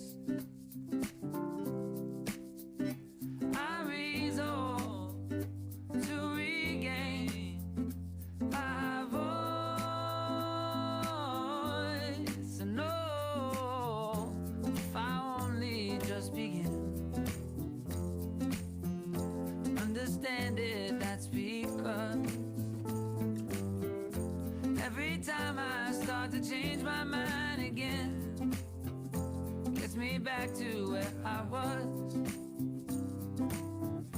Gets me back to where I was. sides. We never had a clue. The two of us deciding what to do. Throw my hands, oh, but tied.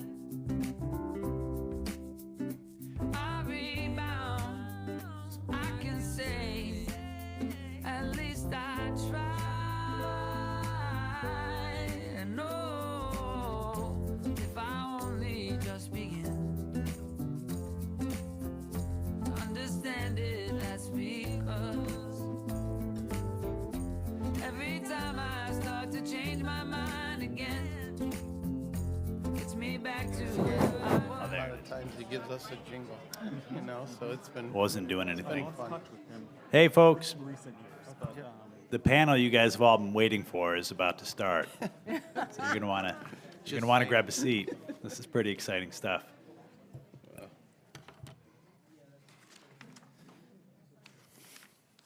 Yes, EDC, that means you too.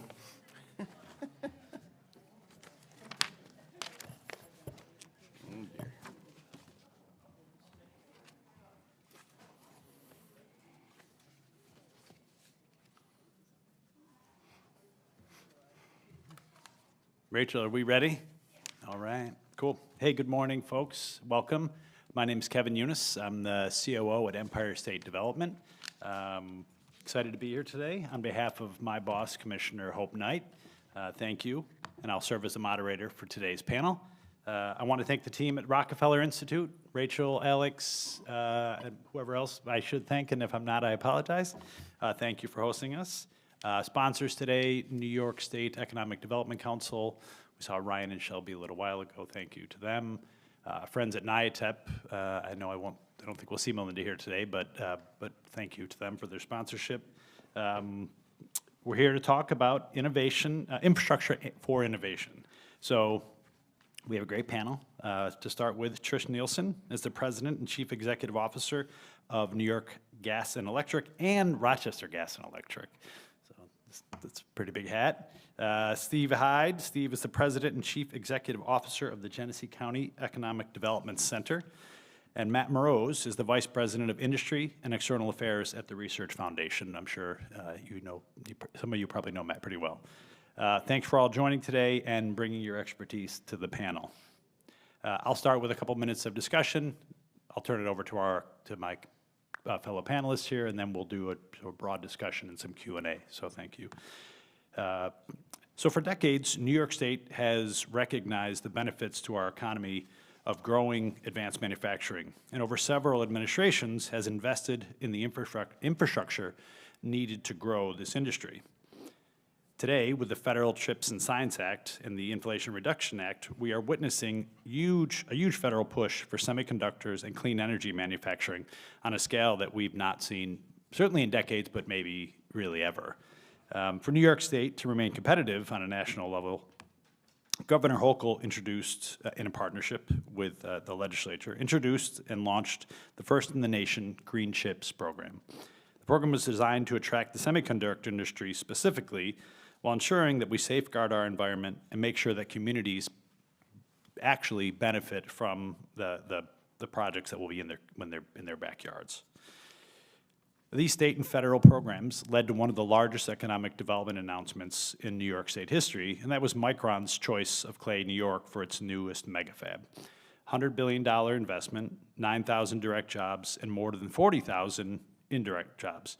The project has the potential to be truly transformational for upstate's economy. But why did Micron choose, or for that matter, Edwards Vacuum or Fairlife, choose New York State for their projects? I'll use Micron as sort of an example to tell this story a little bit. So, as Steve will know, site matters, right? For Micron, Onondaga County Executive Ryan McMahon assembled a premier industrial site of approximately 1,500 acres. Without that, Micron's not coming to New York, right? They're just not. They needed a huge space. They needed it to be relatively flat, relatively not a ton of wetlands, but they needed a site, and without that site, they're not coming to New York. And as Trish knows, power really matters, right?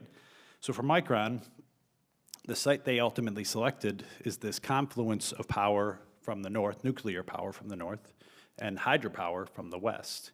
That power is dependable, plentiful, affordable, and frankly, substantially carbon-free, right?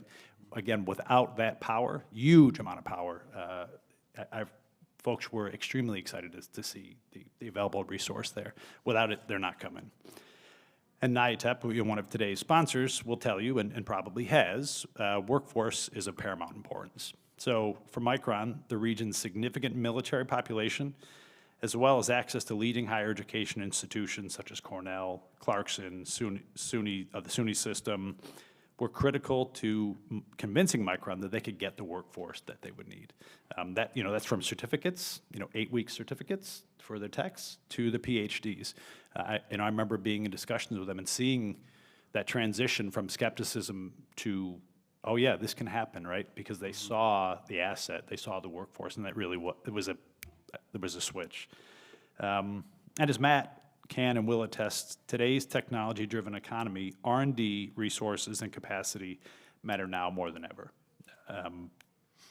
Towards the end of negotiations with Micron, when I was pretty much certain it was happening, I asked one of their executives why New York? And he specifically said, the Albany Nanotech Complex, right? The work that happens out there, the research investments that the state has made over the course of generations will allow them to advance their technology. Without the constant advancement of their technology, they're done. They compete at such a global scale with competitors that have access to resources, unbelievable resources. And so that was one of the key attributes of New York that made the difference for them. I will say incentives certainly mattered, right? That's not infrastructure. Incentives certainly mattered, but without the infrastructure, without the water, without the power, without the land, without the workforce, without the R&D capacity that we built in New York over the last 30 years, projects like Fairlife, projects like Edwards Vacuum, projects like Micron, they don't happen. They just don't. So, but I also say, in addition to infrastructure, partnerships are critically important, right? Because it's a team sport. Economic development is a team sport. We've got to have everybody aligned, and that's from our local communities to our power generators, our power producers, our power suppliers, our federal partners. It's really critical. They say if you want to go fast, go alone, right? But if you want to go far, go together. And so, that's why the governor created what we call the GO Semi. This office, it's the governor's office I always have to read it because I never remember the acronym. The governor's office of even though I created the acronym. Governor's Office of Semiconductor Expansion, Management, and Integration. This office will coordinate all state agencies in support of capitalizing on this historic opportunity that is presented by the Federal CHIPS Act and the real significant investment in the semiconductor industry. But it will also coordinate our local, our federal, and frankly our private sector partners to ensure that we go far and fast. Partnerships and collaboration on every level will be critical to the growth of advanced manufacturing in New York. With that, I want to ask our panelists to say a few words, and then we'll jump into the discussion, and we'll leave some time at the end for questions. Trish. Great. Thank you, Kevin. So,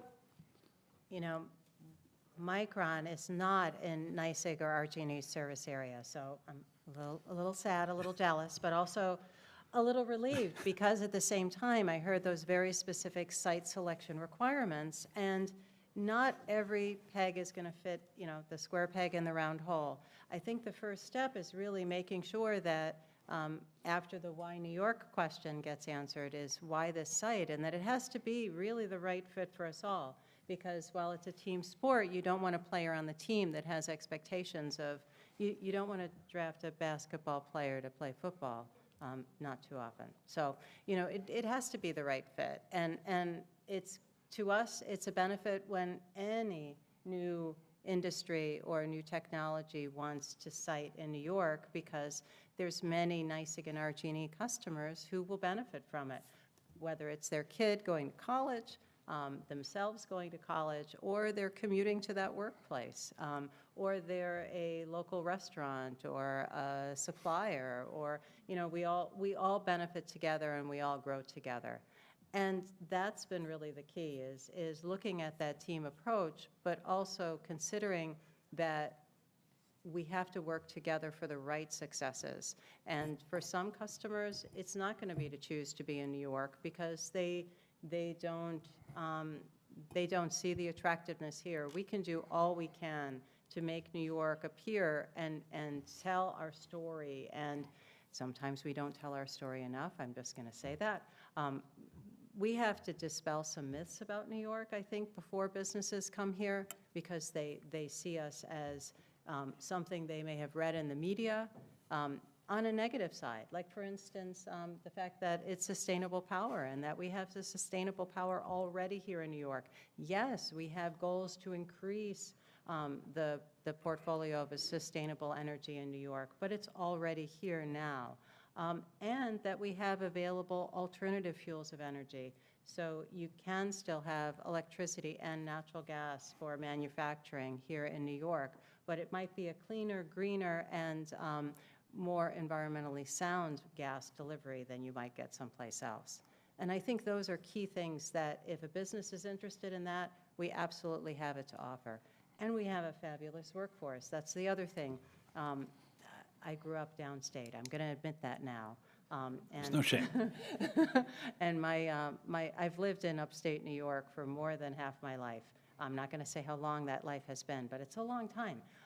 But my family, I had family members that when I relocated to upstate New York, thought they could come and visit me and that they could drive for an hour and go to Niagara Falls, and then they could drive an hour and they could go to Albany, and then they could drive an hour and go to Ithaca, and it will all be an hour from my house. So upstate New York is a very special place, and for us, it's really been a place of opportunity. And we have the sites, and we have the demographics, and we have the educational institutions that are right in everybody's backyard. It's really an amazing thing, but a lot of people don't know that until they really start looking deeply into New York. They might read about the stuff if they watch certain news programs. They might read about things that make them seem anti-New York, but I can say from our economic development team's perspective, once we start the conversation, I can see that the eyes light up, and it's more about how quickly can we get here than can we get here. It's how quickly. And that's where the amazing work has to happen. And so with Fairlife, I think as an example, it really was a team approach. And as you know, it is a roller coaster ride. There's the concern about what hurdle do you have to come, where's the up, where's the down. But for us, one of the big things was the site was great, but how quickly can we get it done? And guess what? We're coming out of a pandemic. And as you all know, some of the keys are that once a location is selected and once a business is interested, they seem to think that, like, the elves are going to come out overnight and they're just going to magically build this building, and that they're going to, the capacity on the infrastructure for electricity and natural gas is just going to be suddenly there, and those transformers are going to appear like magic. You just put little You're stealing our discussion. For, the little for transformer later. dust is just going to be, sprinkled down. We add a little water and it just grows. And that was really the key to Fairlife, was actually reaching well beyond New York. And for us, it was working with our parent company and actually partnering from a procurement perspective to go to a global approach and taking one of our sister companies places in line to get a transformer. So our Brazilian counterpart said, you can have our spot in line and we'll let you take the space. But it was also really years of planning. So as we were getting out of the pandemic and recognizing that supply chain was becoming an issue, even in the midst of the pandemic, it was getting task teams ready to anticipate the growth and opportunity that would come.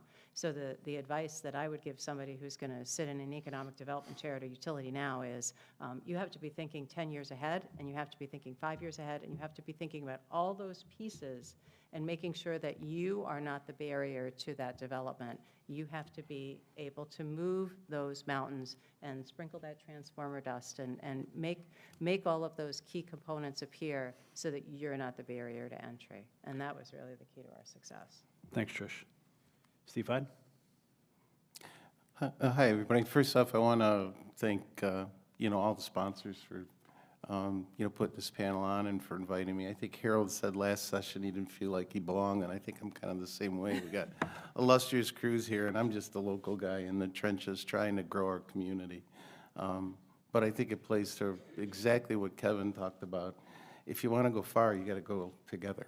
And, that's been nothing short of what the state has been. We had a goal because really location advantage. I lead the local economic development organization, industrial development agency in Genesee County, which is Batavia, but happens locationally sit between New York's second and third largest metro areas. And within a 30-mile run, you have 2.1 million people and 1.1 million in the workforce, which makes it competitive. So our strategy, when I started this 20 years ago, was to plug in and try to bring manufacturing back, be a piece of that puzzle to bring manufacturing back to upstate New York. It was like Assemblymember Bronson, talked about in his discussion. Manufacturing just does so much for an economy. It creates so much for families and children and provides life-sustaining wages. So that was our goal, was how do we plug into that? How do we develop opportunities to bring manufacturing back to create better lives for our residents and our families? And that was really how we really got into the site development business that way.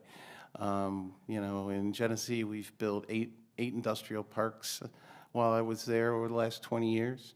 Our most ambitious one is this site that has been mentioned called Stamp, which is a 1,250-acre mega site, which, we did see Micron as well, and we saw Intel, and we danced for over a year with Samsung. But those are competitive actions, and honestly, the market has grown today with the CHIPS Act and with this need to compete with international, especially Asia, where 80% of the chips are coming from effectively today. They really they've come up into a model where they want to build 4 to 6 to 8 fabs on a campus, which means you've got to have 1,200 flat acres that are totally buildable, and more. And so when we developed our 1,250-acre mega site a decade ago, and Merideth's smiling because, when we needed time for land and funding, her and her boss used to have a joke about me that hides on suicide watch again, the options are about to expire. And that's kind of the early part of some of the craziness you go through, but your partners doing this together join with you, and you find a way to move forward. Now, the beauty is our site still can handle medium-sized fabs or one fab. So, it's only the 1% projects that we're not in the game for. But the beauty is, all of our industrial parks, including a big food park, 80% full right now. And then the Stamp site has actually landed 2 of the targeted sectors when we did that. We do have Edwards Semiconductor, which is one of the big supply chain players. It's like Harold said last time. They do some very important gazintas that go into semiconductor fabs. About 6,500 of their vacuum pump and abatement products go into each fab across the world. And so when they looked around, they said, man, New York's really doing an enormous job building out the ecosystem and the supply chain. And we want to sit here, and sitting between Buffalo and Rochester in Genesee County makes so much sense, because I'm within 6 hours of Columbus and the new Intel mega site. I'm within 2 hours of Micron, in their big mega site. I'm not far from Wolfspeed and Marcy Utica. I'm not far from Global Foundries and here in the Capital District, and I'm even not that far from ON Semiconductor and IBM in the Hudson Valley. So, it's been a journey. It's been rewarding and enjoyable. We also have a big renewable energy manufacturer. Those, honestly, it's amazing that the federal government has came out with two major funding programs. One is the CHIPS and Science Act, and the other is the Inflation Reduction Act, which focuses on renewables. Those are the two sectors 15 years ago we said we were going after. I think, sometimes it's better to be lucky than good, and I think we focused on those ones. And we also have Plug Power building North America's largest green hydrogen facility because of the infrastructure and the power capacity at our site. So Let's kick it with over that- here to Matt. Yep. Thanks, Steve. Thanks. Sure. Thank you, Kevin, and thank you to the organizers of today's event. So for those of you who are not familiar with the Research Foundation for SUNY, I like to characterize us as SUNY's silent partner in managing and administering SUNY's $1.4 billion research portfolio. Also, my division in the Industry and External Affairs Unit is all focused on figuring out the best ways to partner and market the research outputs that are the intellectual property assets and the expertise that is in support of the administration of that $1.4 billion research enterprise. So kind of in context to today's panel, in trying to be part of the attraction mechanism to bring new industry and partners to SUNY, we play a huge role in being able to market all of the assets, not only the patentable assets within SUNY, but all the unique expertise, access to students, access to graduate students that we hope that industry can leverage in support of its unique challenges and opportunities. So a couple of kind of recent opportunities that we're focused on, kind of carrying on Kevin, Trish, and Stephen's comments, are leveraging a lot of the federal opportunities that are more focused on use-inspired and translational research. So there's many opportunities that are encouraging universities to partner with government agencies, industry, to build consortiums to support bringing new industries to specific regions within their geographic area. And SUNY is at the forefront of leading and partnering with many well-known players in the industry, particularly in the semiconductor industry, but we're also pivoting and focusing on the biotech industry as well to bring those opportunities to New York to support more manufacturing and increase economic development here in New York State. All right. Thanks, Matt. So let's maybe start with power. Every project that we've heard from, that power is a major issue. Trish, Steve, as we think about power, what are the major challenges? What are the biggest? What's the thing you're hearing the most consistently, and what's the biggest challenge in meeting that demand? There's a couple of them. I hear a lot of them. And I think, when we talk about advanced manufacturing and businesses like Micron, you think that every manufacturer is somebody that's doing some sort of high-tech thing. And what we're hearing is that basically every manufacturer is using equipment that is so sensitive that they need perfect power. So power quality is really a key. Access to power. Being able to, both from a capacity standpoint on the local, the transmission system, the distribution system, there has to be the appropriate amount of generation sources available, and it has to be consistent. Some of our neighboring states are in positions where they do not have access to power that can get them through winter peaking loads, that if there's significant temperature impacts, they may actually go into a rolling blackout situation. New York is in a much different state there. Trish, when you say quality power, maybe for the folks here, what does that mean? Basically, power that has no spikes, sags, swells, or flickers. So it has to be perfect, and it's an expectation that really that gets into the partnership, because there's a certain amount that the utility can do. There's a certain amount that the industry itself can do, and by working together, we can find funding for that so that it's not all being borne by the developer, that there are opportunities to look into power quality, and that there's also a tremendous industry just out there studying power quality for a utility to come up with custom solutions. Steve, what's the biggest challenge you're hearing, and how are you addressing it?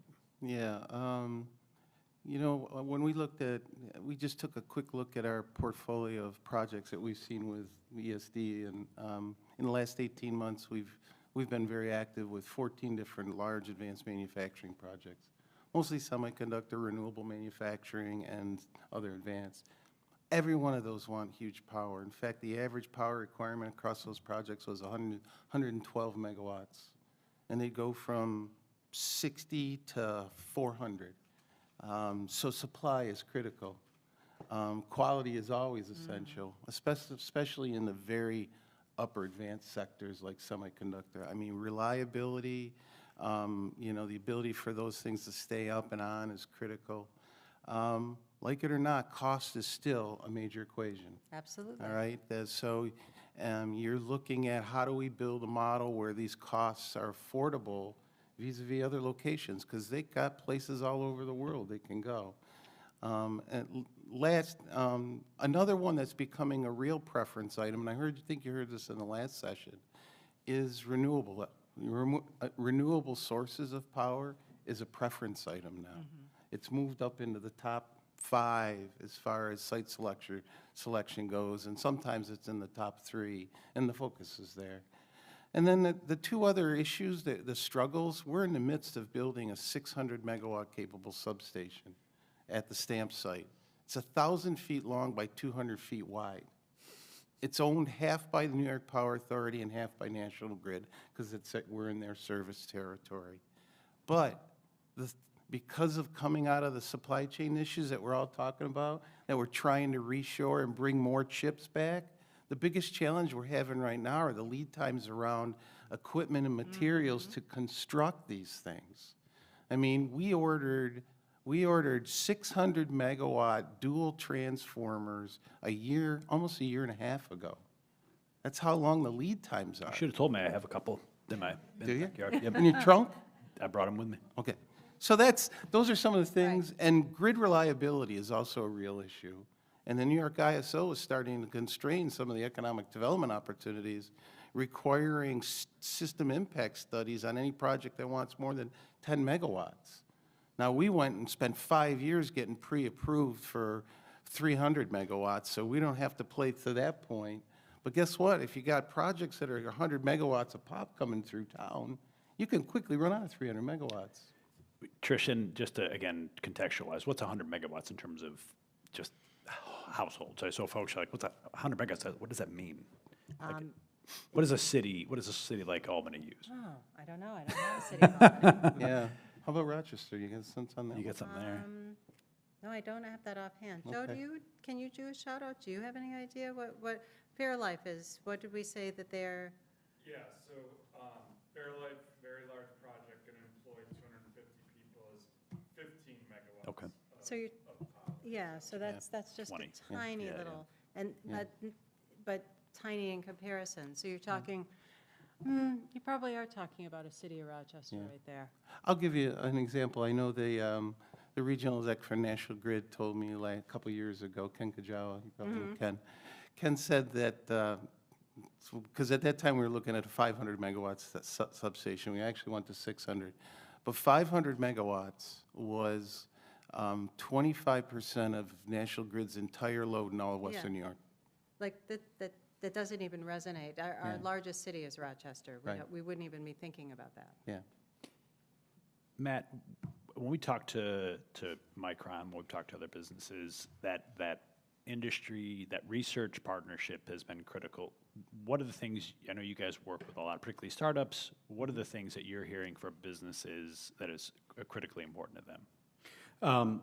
Well, one of the biggest challenges in coming from an academic environment and working collaboratively with industry is moving at the pace of industry, and helping our researchers understand that the culture is a little bit different than within the academic, just a smidge. within the academic environment versus the industry environment. And it's not so much researching for academic curiosity, but it's conducting research and being able to deliver deliverables that are meaningful to our industry partners. So once that partnership is established, it's very important to make sure that that partnership is curated responsibly. There are constant communication and open channels of communication with research teams and kind of their peers on the other side in industry. Some of the comments that I've received from my peers in the industry sector is, at least for SUNY, the size of SUNY, it's very difficult for somebody to know how to navigate through the SUNY system and navigate through our infrastructure. So having somebody that they can rely on that can be the dot connector to individual locations and campuses is very, is seen as very favorable in the eyes of industry. So being able to be that conduit is also a role that we play at Research Foundation, to know that we have our hands and eyes on various research programs across the enterprise. Yep. And when we get a call from an industry partner looking for a potential solution to a problem they have, we know exactly who to reach out to, and we can help curate that relationship. Great. Steve, you mentioned your top three things that you hear in the power, or clean power is in there, moved up. Where's workforce on that list? And maybe just tell us a little bit about the workforce demands and the workforce challenges. Sure. Workforce, honestly, especially because of the constraints we're seeing everywhere, you can't get enough people to work in a restaurant, right? I mean, restaurants are only open 4 or 5 days a week right now. That's pervasive everywhere, including advanced manufacturing. They just don't have enough. So workforce has critically become number one. It is, no matter where you go, site selection, community, corporate real estate folks. Is number one a new title? I mean, It is. Yeah. In about the last 5 years. So, and really, what we have going on is this subtle graying and retirement of the baby boomers. That's really stressing wrong the with graying? system. I got it myself, man. And in fact, mine's disappearing. So that's past gray. Me too. But yeah, that's the big challenge. All right. Are you seeing the same thing even in your workplace, Trish? Like your employees, you haven't. Yeah. Absolutely. We saw it during the pandemic. Our call centers, for example, were usually a seasoned group of personnel. When I started, the average turnover rate was about 5 to 7% in those environments. Now I have 60% of my employees are a year or less. It's well over 20 to 30% at times. And the other aspect of this was the pandemic, because when, a lot of people made choices during the pandemic, and a lot of people had choices made for them during the pandemic, where, if you were a person in an office or in a field location and your kids were home, you had to be home too. So it's availability of workforce. And I think that that's also created some gun shyness about investing in new businesses, because they're concerned about, well, what will happen to this workforce? How does this work? The other issue is transportation, and how will the workforce get to us? And we do have those brutal winters. So even some of the industries we work with have to consider how they can continue to get material to them and think ahead of time. I have a large facility that has an emergency plan about getting raw material to them, that they truck in extra supplies given based on the forecasts, because they're concerned, because they cannot stop their production for anything. So. Yeah, I know I keep on coming back to Micron, but I think one of the big attractions for them was Fort Drum. Yeah. And so there's so the military graduates, so folks timing out at Fort Drum, about 300 a month or so. Yeah. And they find that veterans are amazing for their techs, right? That they really look to that source for employment. I think they were obviously very excited about. I think there's some cool stuff that we're doing in New York in terms of disadvantaged populations. So really trying to find opportunities for everybody in tech, because tech in particular can be very segregating, right? It can make the rich much richer and the poor much poorer. And so being very conscious, and frankly, Micron was very conscious of that and trying to be focused on that. Rachel, I thought was going to be telling us timing-wise, but I haven't seen her, so I don't know what we're doing for time. We got 10 minutes left. But was that 10 minutes for discussion? Oh, 10 minutes for discussion, not for Q&A. I need Rachel too. Yeah. 10 more minutes for discussion. 10 more minutes for discussion. Thank you. Okay. All right. I guess with that in mind, Steve, the challenge, you're out in Genesee County. As I know, more and more folks are talking about sustainability and opportunities for disadvantaged populations. How do you given your relatively rural geography, how do you face that challenge, and how do you think about that? Yeah, I think the advantage we have, I mean, it could be a disadvantage. We're, 30 minutes each way from Buffalo and Rochester, but the power of those two markets together, working together, has allowed us to get the site selector community and the companies over that hurdle. We're all facing major labor shortages, so it isn't that different in today's climate. And there's unique programs. We've been focusing in on the K through 12 level with mechatronics and things like that to start seeding and getting more kids in your community interested in the careers in demand. And so we have very active, we spent $1 million with our local BOCES and put mobile mechatronics systems. What's mechatronics? Mechatronics is really the core of what semiconductor techs and really any tech and any advanced manufacturing. It's really the marriage of it's really mechanical engineering concepts with electrical engineering concepts with information technology skills. So these folks are measuring Yeah. the performance of Right. the equipment, the performance That's of right. the output. So they're the ones that become process techs in semiconductor fabs, where they're measuring the process as the integrated circuits are built. They're the ones that are doing and maintaining the equipment, make sure 100% uptime. So we've worked with, the Forward Center at Monroe Community College, Genesee Community College, the Northland Workforce Center in Buffalo. I know those guys. Yeah, and it was those unique investments that the state has made, and we're plugging in the K-12 models into that. And now Edwards is building their own system on top of that framework that's been put in place. And they're talking with unique programs in Rochester. This gentleman named Tyrone Reeves, who built the foundation for underprivileged individuals and trains them up to be technicians and CNC operators. It's a program called NYATEP. Well, Edwards is talking with them about those programs. So how can we be inclusive? How can we plug into our inner city capabilities and then build a framework, because they got to hire 600 people over the next 5 years and bring them out to our stamp location. Yeah. So it's the benefit of the state type of infrastructure in workforce that makes us unique and is one of the major reasons why we compete well right now. I'm sorry, Tricia. I just want to say that that's really key, because when we talk about partnerships, you think about the partnerships that you're at the table doing the negotiation. Right. But it really goes so much deeper than that. And we're talking to some of the same people, just also from the standpoint of how do we build interest in these different fields that either are emerging fields and also traditional fields that may be alternatives to college for, sorry, I'm saying this at SUNY, but alternatives for people who want to be in a trade. Right. The fact that you can be somebody in a line school and become a line mechanic working on either overhead or underground infrastructure, it's a six-figure job. Right.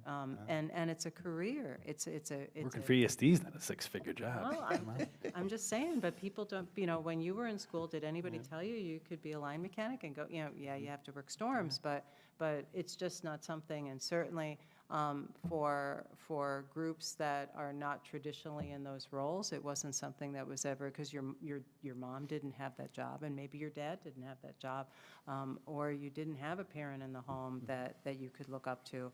Those are the people we have to reach out to, but that's that partnership, and it has to happen in a variety of ways in order to build the critical mass to be successful. Yeah. It's interesting. I think you've all, so I think one thing we're hearing over and over again, and to call it out maybe specifically, is it's a long game, right? It is not hey, they're coming tomorrow, let's get this done. And frankly, Merideth and I worked together 15 years ago, and if you had said to me we'd be talking about childcare, I would have told you you're crazy, right? I mean, the fact is, we at ESD, we're talking about everything. Workforce at a very fundamental level, right? Opportunities for disadvantaged populations at a very, very fundamental level. And so it's it's a long game. And what's interesting is, and Steve, you know this better, and you make investments without a tenant, right? But you got to do it, because if you don't make those investments in the workforce and frankly the infrastructure, you're done, right? You never get them. I mean, they have options, you know. If you don't make those investments, the more and more you can make your site ready with infrastructure to go after the innovation economy, the better off you're going to be in landing it. And the less you're ready, the less success you have. And part of that, Kevin, is a good point you made. It's the workforce stuff. I mean, my VP of sales, everyone knows him, they call him Coach Swaz. He spends half of his time in workforce. He goes into high schools and middle schools in a sweatsuit and a baseball hat and a whistle like a coach, and he plays career coach. We're bringing back the soapbox derbies in our community. And that because the kids get together and start grabbing tools and learning how to build things. And so we're down at 7, 6, 7, 8. We have any hills where you are? Yeah. Oh, yes, we do. One. So those are the things, though, that because of the state also and those partnerships, you get a little creative and you start touching kids and influencing them. But it's all about planting seeds, and you don't necessarily know which all of them are going to yield. Tricia, interesting, you're where you are. If you're going to make an investment, you've got to justify that to ratepayers, right? But at the same time, you've got to be thinking about the things that are coming. How do you find that balance? Well, and that's a good point, because, yes, we're an investor-owned utility, and we are a monopoly, and because of that, we are highly, highly regulated. So it's something we have to think about very, very carefully. It's also something that, we have the benefit of being able to offer economic development programs. So we think very carefully, and we are in a rate negotiation now of what programs do we feel are aligned with the state's goals? What programs are aligned with federal goals? So we think about those things, and then also we look at the potential for growth. So what's the available capacity, and we do short and long-term and very long-term system planning, and that system planning really informs where we think the investment opportunities are, but it's also looking at the greater picture of what does this community have to offer. And I think, going back to Fairlife, we have tremendous dairy production. So doesn't it make sense, if you're going to be a dairy production facility, that you'd want to be located here? So you have to look at what's the personality of the area, but what's the capacity, what's the system planning, and what is the available generation that's out there. Not every site's going to work at every location. Yeah. Matt, how does SUNY's research investment think about the future? Sure. I was just going to carry on to a point that Steve was making, but we find ourselves inserting ourselves earlier on in academics. So we go to high schools and work with some faculty members that have students that are kind of the same demographic maybe, or look the same as individuals and students in K through 12 classes, so they could see themselves in those students that are now working on an NSF-funded research project and are pursuing a PhD in medicinal chemistry, but also those students that don't find or pursuing a PhD career is not appealing to them. There are also stories that we can share and introduce those students with potential mentors in the research community, so those students have some sort of partnership with those individuals across the SUNY research enterprise that can kind of support them and mentor them through their academic career and all the way through college. Also, speaking for myself, I never knew there was a career in intellectual property management or tech transfer until I was introduced to... Nobody came to your school with a little demo? No. So I know how important it is to be able to see yourself and have good mentors helping you through your academic career. And that's what I had at Stony Brook University, actually, and that's why I'm here today. It's really neat. All right.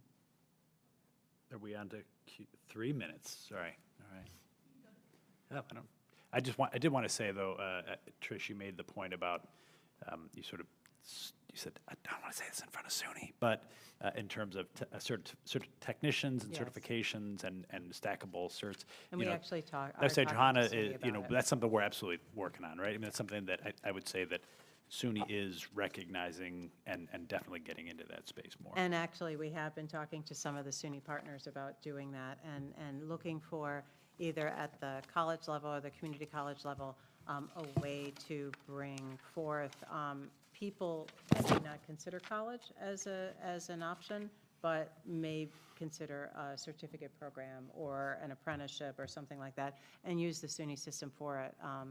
But it is a matter of getting to them early and getting to them often. We've been working with a charter school in Rochester that's a all-female school, and we participated and sponsored a program called Cool Women, Hot Jobs, where it was, and to your point, Matt, it was showing them women in positions in career paths that they hadn't considered. And then the other piece that a bunch of people went to do volunteering at is helping these same young women make their college decisions, because they were getting offers, and it was basically doing an in-day mentorship with them. But it's that stuff that you have to do.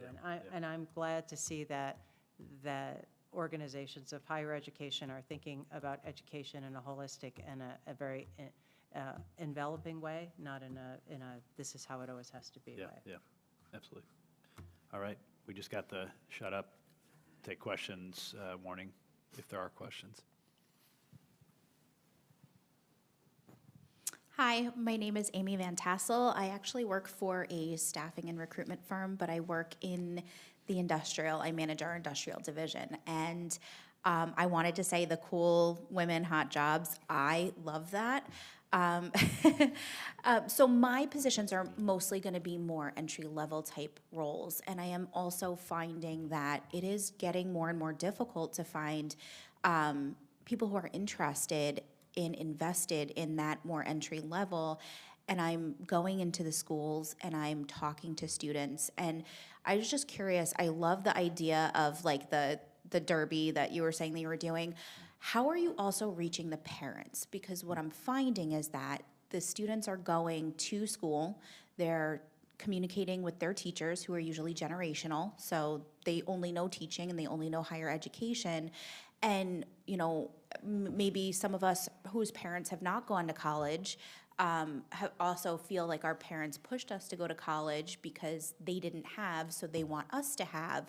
But it's also, and again, the SUNY thing, so I'm sorry for this, but, you know, these students can do these apprenticeships, they can get into more entry-level type roles and be making the kind of money that somebody who graduated was making and have this skill or more, much more, 6 figures in some cases. So how are you in your areas trying to reach the parents to modify that mind frame as well? Because I can tell you, if I wanted to go straight into the workforce, my mother would not have not have approved of that at all. So just curious. So a great question, and you heard it sort of over and again. What we're finding is trusted voices matter, right? And so at the K-12, we need to have folks who look more like the students, and we need them to be more excited about their jobs, right? And about getting the kids prepared for careers, particularly in STEM and tech, right? Because that is the future. And so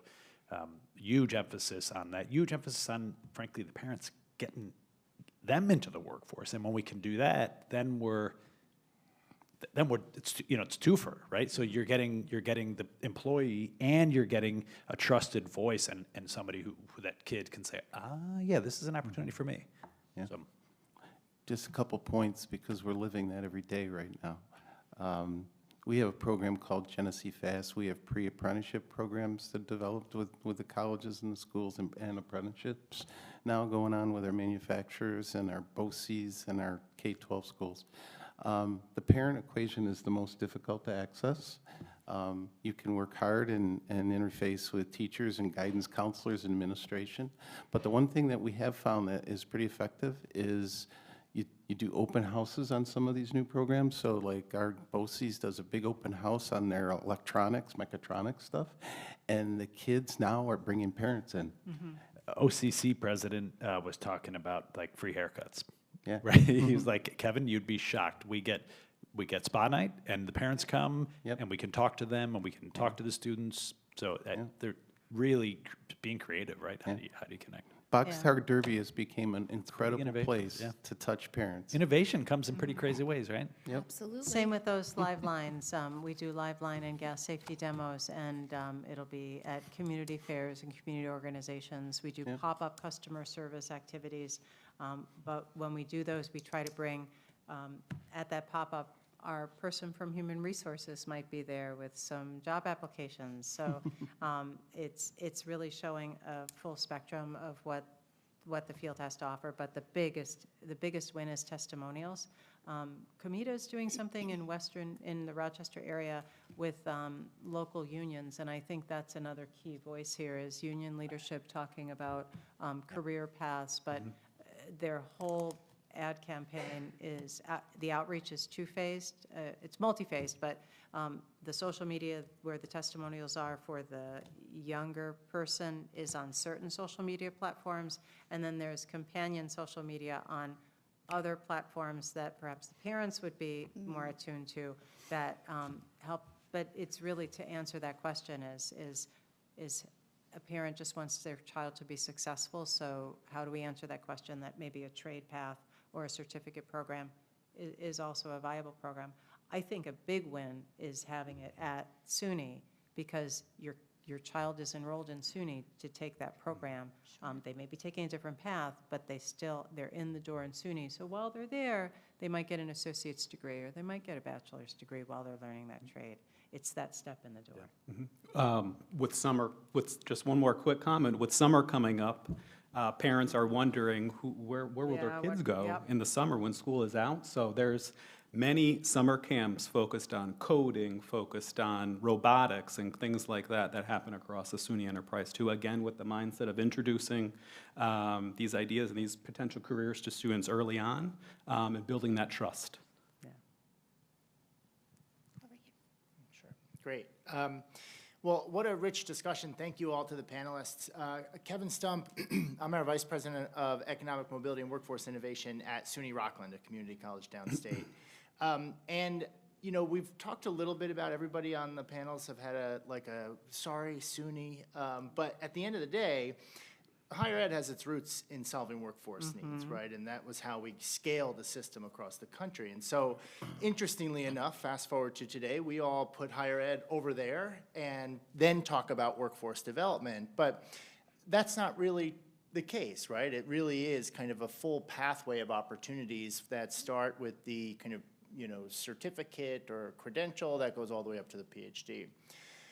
Given those, some of the cultural perception reinforced by some of the comments here on sorry SUNY for separating out higher ed and workforce, given this moment that we're in, we're referencing kind of the demographic cliff in advanced manufacturing, same is true for higher ed. We're seeing enrollment changes, our budgets are changing, people are looking at higher ed differently. My question is to this panel is, what should higher ed look like in 10 years? And be specific and talk about SUNY's future. You know, this should be a very different system in 10 years. And that's not just New York, it's across the country. And so curious the panel's thoughts on the future of higher ed 10 years from now. Mobile, stackable, transferable, right? I mean, we've got to be able to start someplace and have an opportunity to go someplace else quickly. And so I think, stackable is critical. You need to build and be able to build. That's my perspective. Inclusive, I would say, very much inclusive, solving problems. I think it has to think beyond getting that student in the door, but how do we get them there? What's the child care program? How do we get them transportation? How do we get them a mentor so that they have somebody to talk through? I was the first member of my household to go to college. It was scary. And keeping them enrolled through. Sustaining it. I would say follow the economic trends that you're seeing going on in New York. So there's a whole advanced manufacturing pathway that's being carved out on the strategy and economic side. innovation and information. I would say you embrace that and you position yourself for that. And it's all about getting our kids ready to work in that environment. So that means don't sit back in your chair and say, I got associate's degrees for you. Get proactive and reach out into your K-12 and develop programs to get them. One-year certificates are more important than associate's degrees in many respects in these advanced manufacturing industries. And they create great wealth for your kids and your community and your families. And I think also that, like, be hand in glove with business, right? Because I found, particularly over the last decade, 5 years in particular, businesses are so much more interested in being right there and investing themselves in workforce, but partnering with workforce, right? They want to be there, and they're going to tell you exactly what they need. That's going to lead to a real opportunity for somebody. And so listening to businesses, hearing businesses, you'll succeed for sure.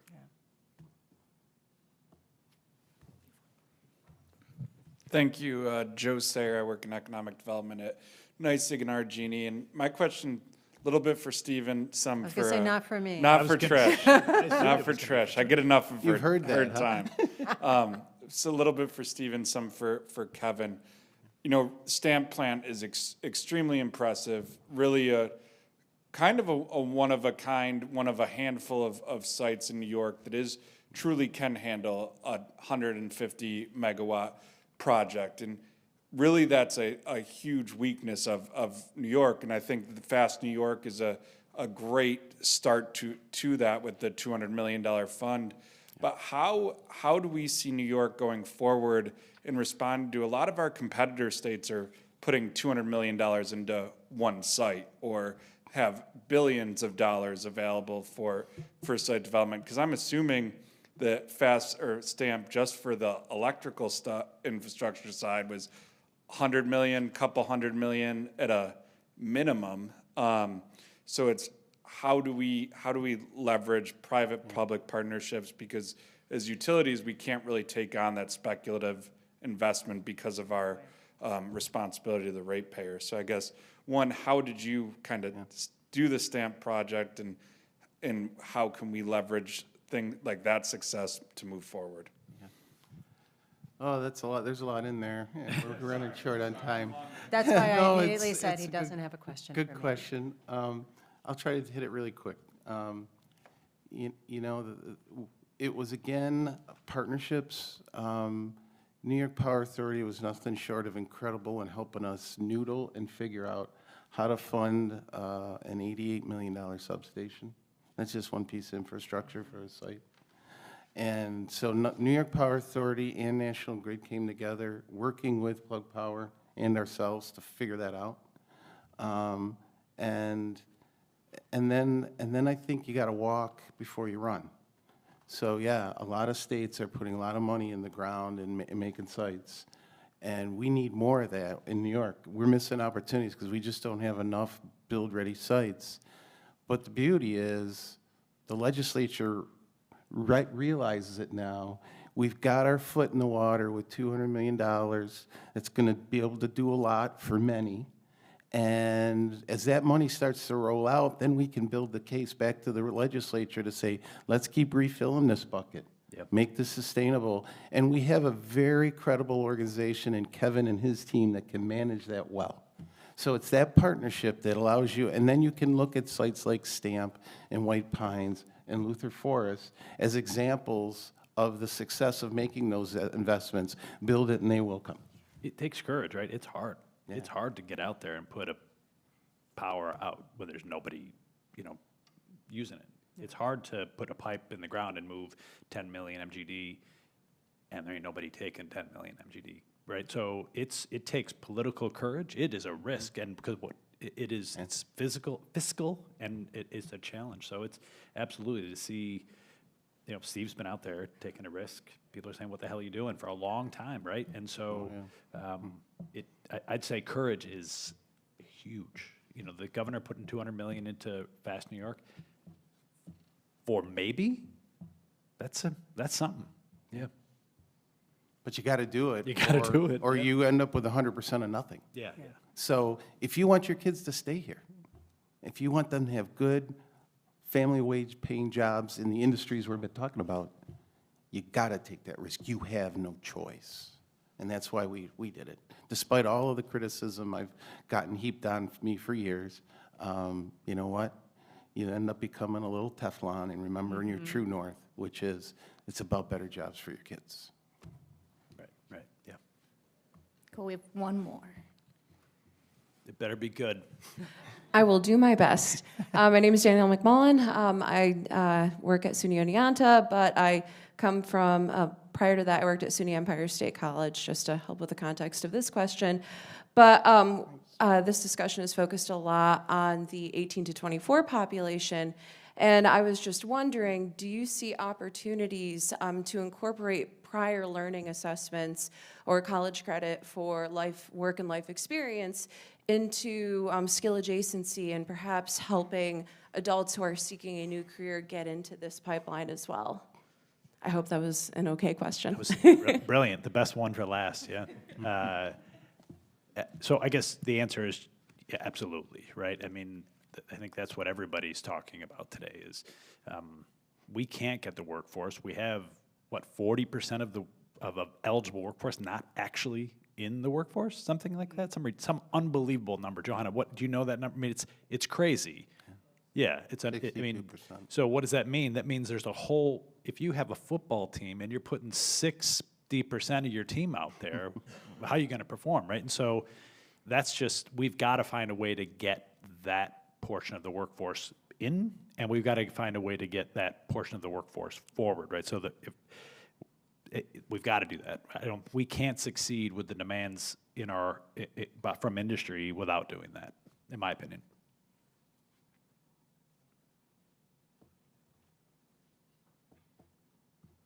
Okay, we can drop the mic. Done. Yeah. Well, I will say that I actually thought I was going to be a college professor, but I liked the older returning students, so I became a corporate trainer because I think that there is a value to, and that's where, you know, going back to your question earlier about higher education, that's where inclusive also comes in, is that we have to find a way to measure and value life experience as part of what we recognize, and you know, I don't know how it works in terms of an educational transfer, but from our experience in the workforce, it is that person who's going to progress and be able to be offered new opportunities at our organization, because it's not just, you know, that you've got certificates and degrees. You're going to be successful when you've brought your life experience to the table and you leverage it. That has to be an important part of it. So I don't know that I have a simple answer to it, except that it is something that we factor into our workforce, and it's something that it's a double-edged sword, because when you do have all of the academic pieces, but you don't have that life experience, you're not really a ready workforce yet, so you have to be able to balance both and give credit to both. Yeah, the federal money there's a ton of federal money, and it requires those types of considerations, right? Yeah. For sure. The time is up. Thank you, Trish, Steve, Matt. Thanks for you all for hosting us. Thanks to Rockefeller. You guys have a break for lunch, and then Chancellor King is here for a speech or a discussion, or both. But thank you. Thank you.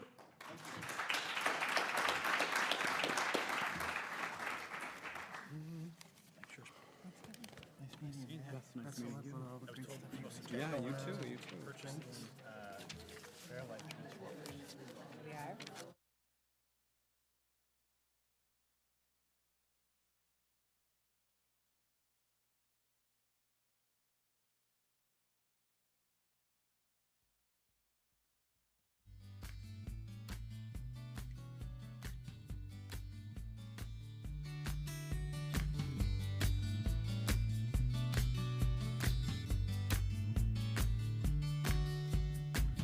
Call me crazy if you got it in you, but these people don't seem to mind.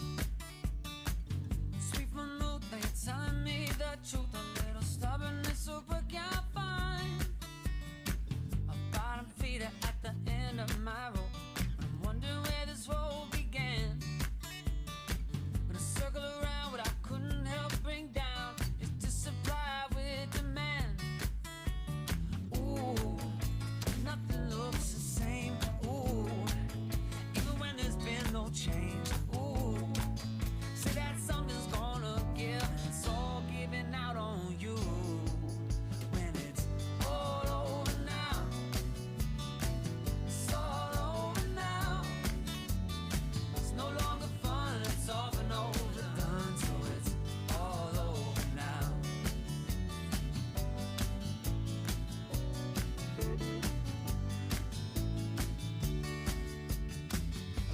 pickup truck with a little cargo tote gets from Baker's to the laundromat.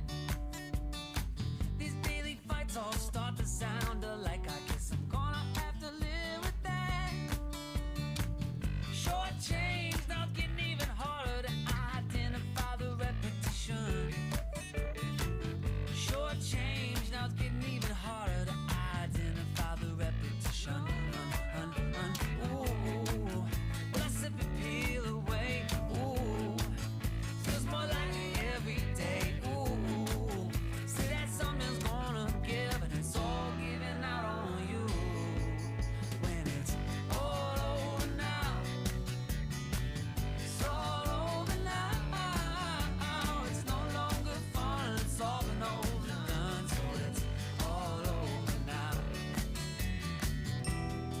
And if you came here to tell me that you're sorry for the pain you couldn't cause, then save your breath and use it just to regain what you have lost. Oh, and look at the cost. It's all over now. It's all over now. It's no longer fun. It's all been overdone. So it's all over now. It's all over now. It's all over now. It's no longer fun. It's all been overdone. So it's all over now. It's all over now. It's all over now.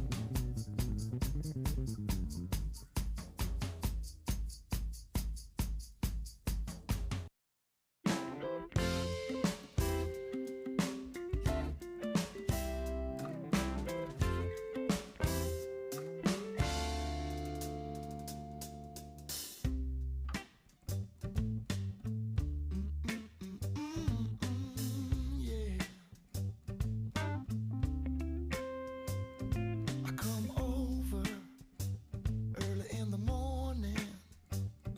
I'm like a heat wave without warning. And when I touch you, my heart begins to flutter. 'Cause you're smooth and creamy, like peanut butter. Oh, girl, I wanna lay you down.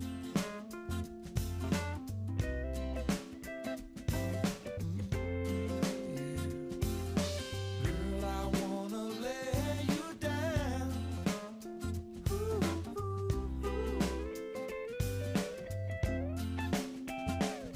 I'm gonna flood you like a love river. Ah, baby, the postman is about to deliver. I'll cook you up some dinner, a little pasta. I'll listen to some music, a little Rasta. Yeah, I said, girl, I wanna lay you down. All right. Girl, I wanna lay you down. Girl, I wanna lay you down. Baby, baby, don't you know I need your love? Don't you?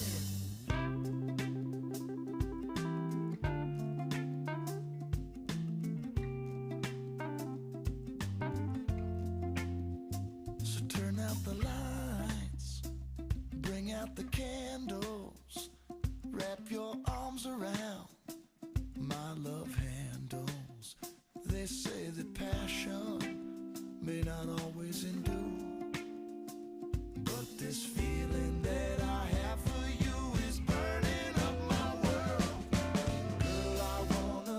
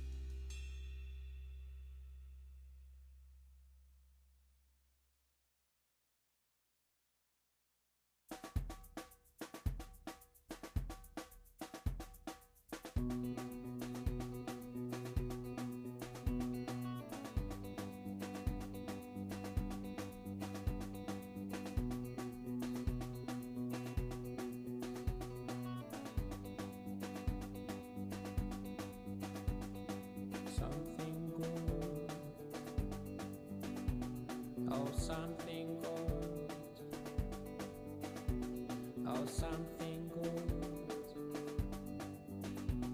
Oh, something good tonight. Make me forget about you for now.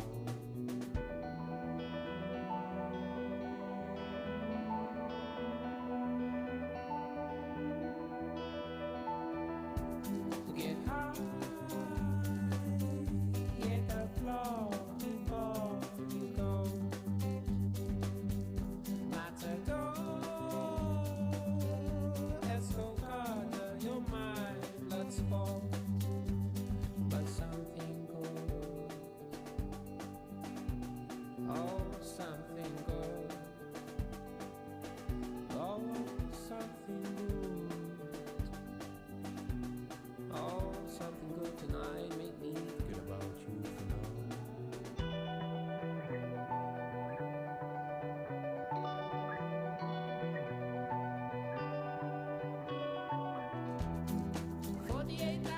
Seats, beats, and rolls, my memories of you. Now that I'm fully clean, the matadors no more distract from view.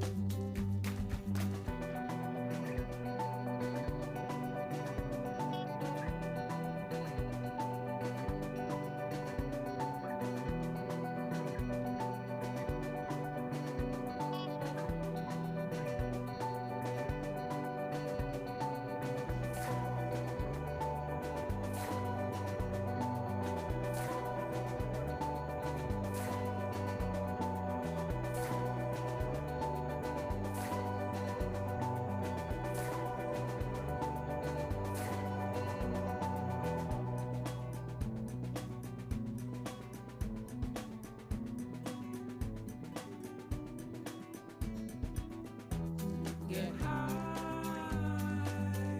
hit the floor before you go.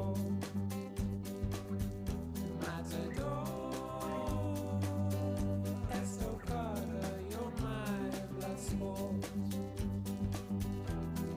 48,000 seats, bleeds and rolls, my memories of you. Now that I am clean, matador is no more distract from view. But something good, oh, something good, oh, something good, oh, something good tonight, make me forget about you for now.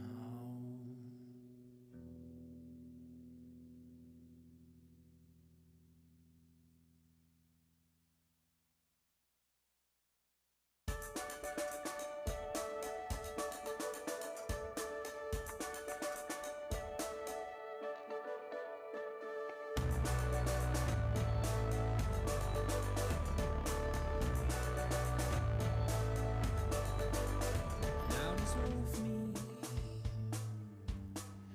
2 tabs on your tongue.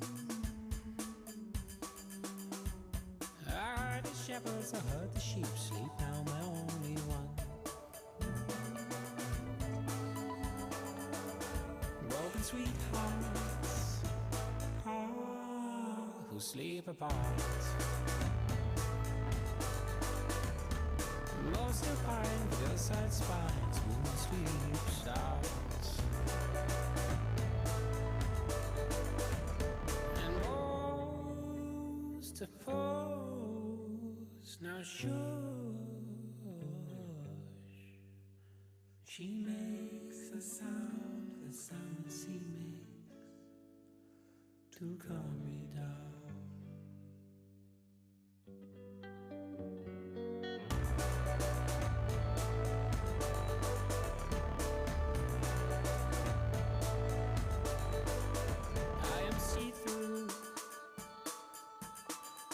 So slowly, you're so thin. As I begin rubbing others out, your state lessens on my skin. And gold,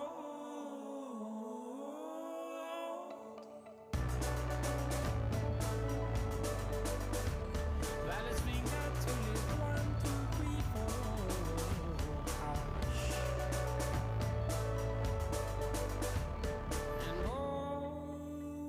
Juxtaposed, now shush. She makes the sound she makes to calm me down. She makes the sounds he makes. I'm tired now.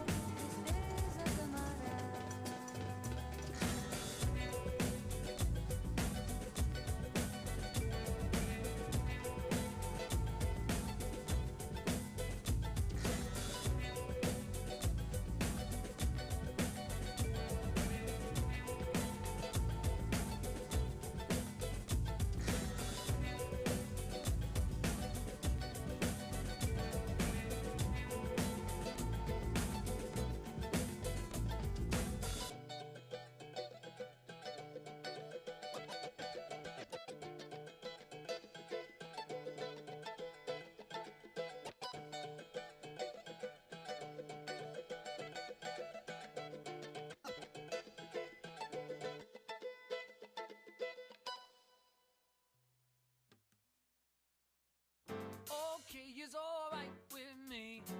Some things are just meant to be. It never comes easily, and when it does, I'm already gone.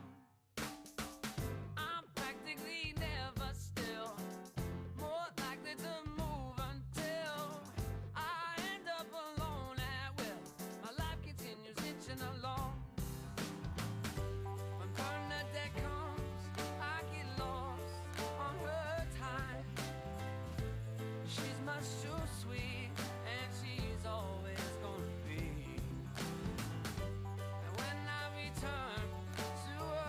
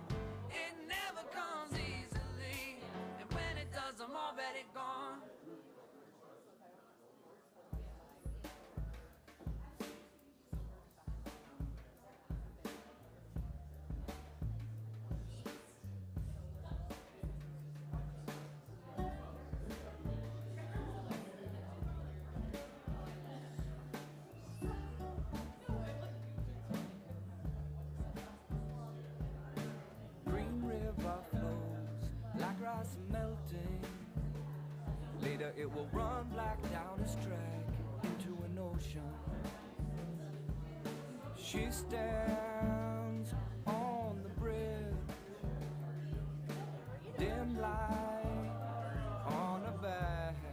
Someday I will carry you. I will carry you. I will carry you. I will carry you.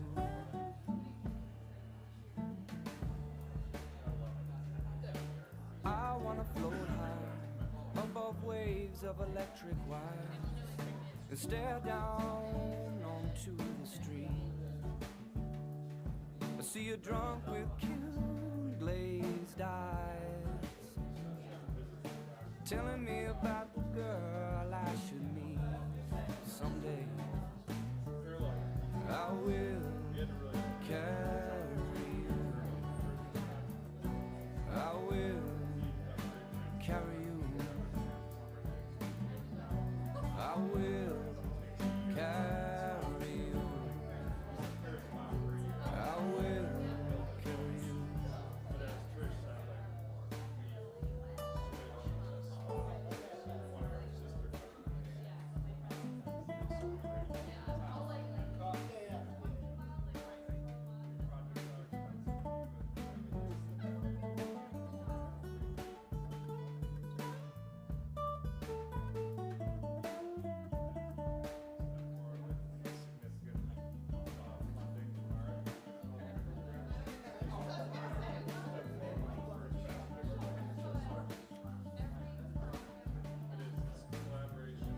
I will carry you.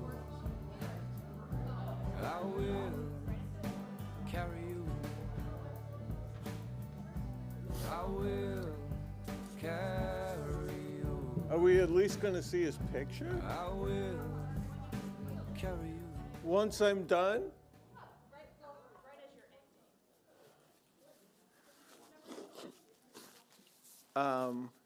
I guess folks want to get going again, and I'm here to proudly introduce the Chancellor. Now, it would have gone more smoothly had I not walked up to Rockefeller before. I realized it wasn't at Rockefeller, but down here. So excuse me if I'm panting or perspiring up here. Look, it's really a pleasure to have this group here. I think the first time this was kind of pitched to me a few months ago, it sounded like a great idea. To bring this kind of group together, especially with an association with higher education, which I think is critical. But you didn't come here to hear me talk about it. So I would like to introduce the Chancellor, John King, who I've had the pleasure now to have known for a significant amount of time. The first time I got to know the Chancellor just a little bit, he had a different job. He was the head of the state education department in New York State, the P through 12. And he did a great job at that, I think, and I think he would tell you he still has some war wounds that he wears from that period in his career when I first got to know him. But I can tell you, as a person who's had an association with SUNY now for a long time, that when I heard that he was accepting the job as Chancellor of the SUNY system, I was both happy and breathed a sigh of relief at the same time. I think SUNY has been it's been a little bit of a tumultuous period during COVID and during that whole COVID period. And getting someone of the caliber of John King to come back and offer his talents to the SUNY system is just a tremendous gain and comparative advantage for New York State. And I'm going to tell him, I even wore my nice sneakers today because I thought he was going to be here. But it's a pleasure for me to introduce him on the video. So I don't know what magic is supposed to happen, but the Chancellor is with us now, John King. Thanks so much, Bob. Can everyone see me and hear me okay? We can see you. Excellent. Great. And you can hear me? Perfect. Well, thanks, Bob, for the warm introduction. It's good to see you standing behind the Rockefeller Institute podium.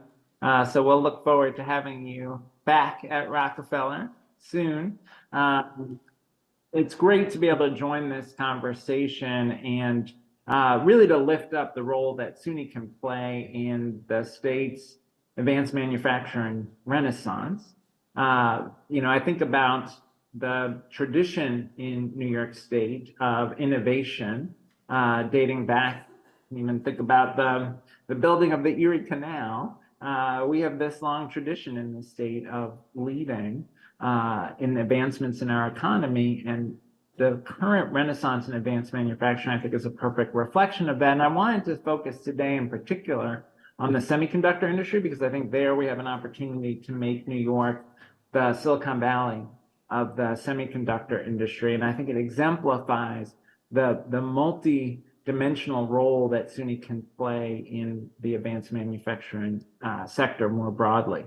Certainly, we can be very grateful to Senator Schumer for his leadership around the semiconductor industry. The CHIPS and Science Act at the federal level is going to bring a lot of resources potentially to New York to support building on work that we've already done to advance the semiconductor industry here. And then certainly Governor Hochul signing the Green Chips Bill and a longstanding commitment from the governor and legislature to the growth of the semiconductor industry have really laid the foundation for tremendous expansion. It's really years of investment over time, and certainly grateful to the partnership of ESD and DOL in the work to advance this sector.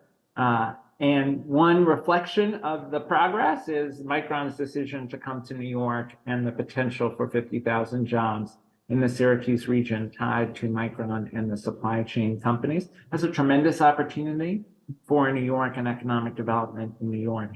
And one of the things that's most exciting about Micron's approach to coming to New York is that they have been committed from the outset to really investing in workforce development and partnering with SUNY. We've been very grateful for that. I was in Syracuse a few weeks ago with more than 20 universities from across the state, all committing to be a part of a Northeast network that will work to prepare folks for the semiconductor industry workforce, particularly for Micron. So we're excited about the role that SUNY can play in that effort.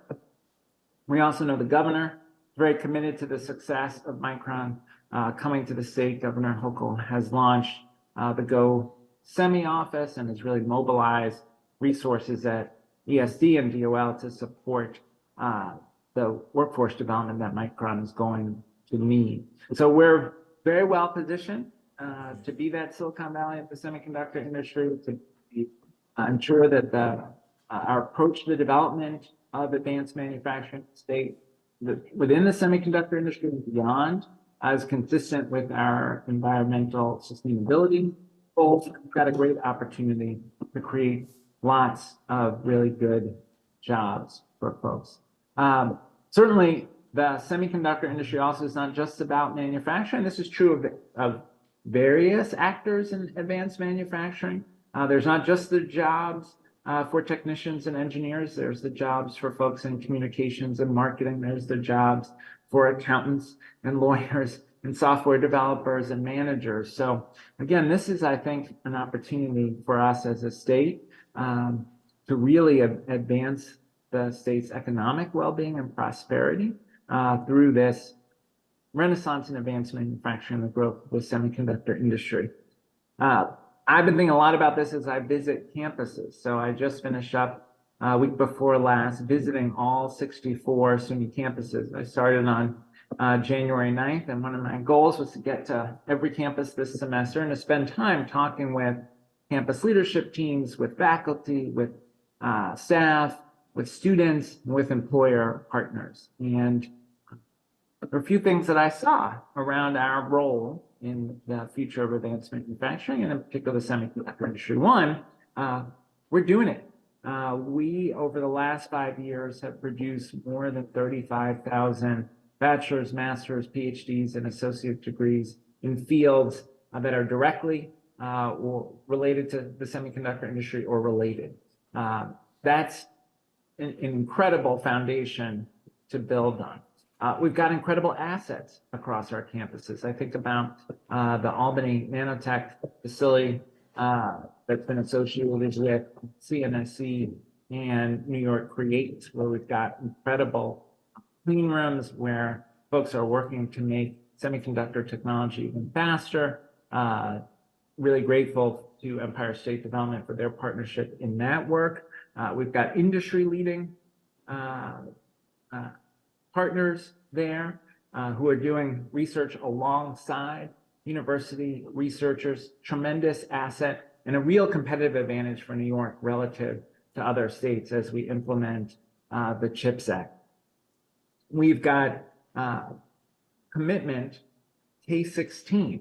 We just had a summit at that Albany facility a few weeks ago, bringing together folks in K-12 and higher ed to talk about how we partner. Whether it's at the BOCES or various P-TECH programs across the state, we've got K-12 educators working to prepare young people for a future in the semiconductor industry and again, advanced manufacturing more broadly. We've got a tremendous asset in SUNY Poly, which is a pipeline of future engineers. Secretary Raimondo, the Secretary of Commerce, has talked about the need to triple or more the number of engineers in the country in order to meet the moment around the semiconductor industry and renewable energy. SUNY Poly is going to be a key player in that. They were built for this moment. SUNY Poly also has a tremendous partnership with Wolfspeed and a great chip lab located right next to the campus. They're able to provide students with internships, which I think is essential to our success in preparing folks for semiconductor industry and advanced manufacturing. We've got great research happening at our university centers. I think about the work at University at Buffalo in partnership with the Department of Defense to work on new approaches to precision testing of semiconductor chips. I think about the AI supercomputing initiative at UAlbany that's working on high-speed computational power to test the latest generation of microchips. They are also working on new AI algorithms and machine learning systems. So great work happening at the U centers, at Poly, but also great work happening in our community colleges that are really perfectly situated to prepare the technician workforce that we will need. Hudson Valley Community College offers an associate's degree in electrical technology, semiconductor manufacturing, as well as a certificate program in semiconductor technology. They have a long-standing partnership with Global Foundries that we can leverage, and they have learnings from their work over the last few years that can be applied in other community colleges. At Erie Community College in Buffalo and Onondaga Community College, we've got functioning clean rooms on site where students can do exactly the kind of work in their clean rooms that they would be doing with an employer partner.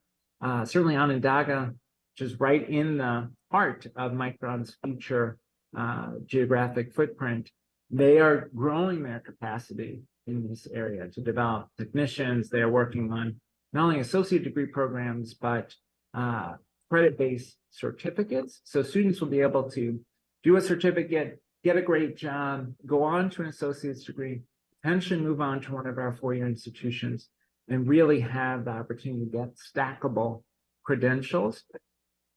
Onondaga is also leaning into the K-12 partnership side with a PTech initiative.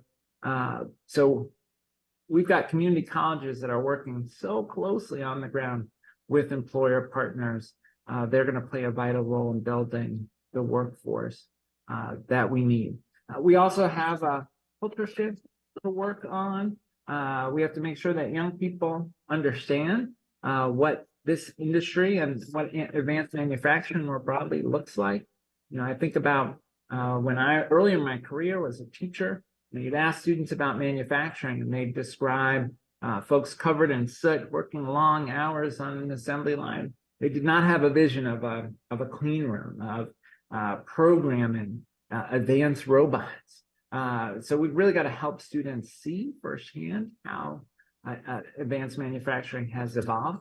We've got to help them see how relevant it is to their daily lives, whether it's what's inside of their smartphone or what makes their PlayStation 5 work, or why it is that their refrigerator is able to connect to Wi-Fi, or how life-saving medical equipment in our hospitals is driven through this same technology. So we've got to help students, K-12 and in higher ed, see that vision of what advanced manufacturing really is today, and what the semiconductor industry in particular means for our economy and our daily lives.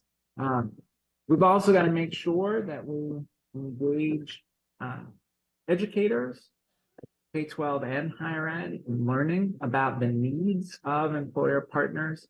We have a lot of evidence that the best, most effective career-focused programs are designed in partnership. Folks are sitting down with employer partners to think through the learning goals, sitting down with employer partners to think about the learning experiences that students need to have, including, where possible, internship, apprenticeship, job shadow experiences. They're thinking about the learning outcomes and how they'll be assessed. They're thinking about how the courses fit together into certificate and degree programs, again, in close partnership with employer partners. And I know that's been a topic throughout the day, and I think it's an important part of how we move forward. We've got to do it together. We also need to work to address some of the stigma around whether it's career-focused education or community colleges, to help students understand, and their families, the great jobs that are available. And folks know the income and quality of life that you can have in the advanced manufacturing sector really can change their mindset about the educational programming that they need to pursue. We've got to make sure that parents understand deeply what advanced manufacturing is, what it looks like, what it can mean for their students. And we've got to make sure that as we experience this advanced manufacturing renaissance as a state, that it's a diverse community of New Yorkers who have the full benefit of this renaissance.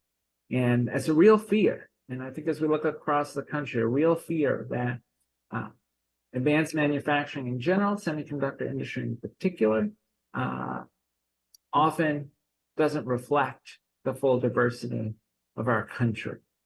We have to make it different here in New York, and that's going to require intentionality.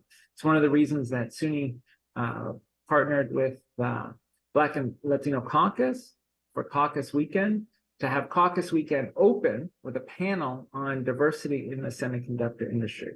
And we had the Onondaga president there, we had the vice president for research at UAlbany there, we had Global Foundries, we had Micron, legislative leaders, all in conversation about how do we ensure diversity in this field. That's making sure that we recruit diverse candidates to our programs at our 2- and 4-year institutions, making sure we recruit diverse candidates to the workforce in these advanced manufacturing employers, particularly in the semiconductor industry. We have to do that if we want to maintain a healthy, diverse democracy. Ultimately, I think we have a tremendous leadership opportunity here in New York. We know that SUNY has a vital role to play at every level, from advanced research to the training of engineers, to the training of technicians, to the training of folks in all of the related fields. I'm excited that we have a good cross-section of allies and partners in this room. Honored to have the opportunity to join you and looking forward to the work ahead, including making sure that we maximize those CHIPS Act dollars coming to our higher ed institutions and our employers in the state. Thanks so much for the opportunity to join.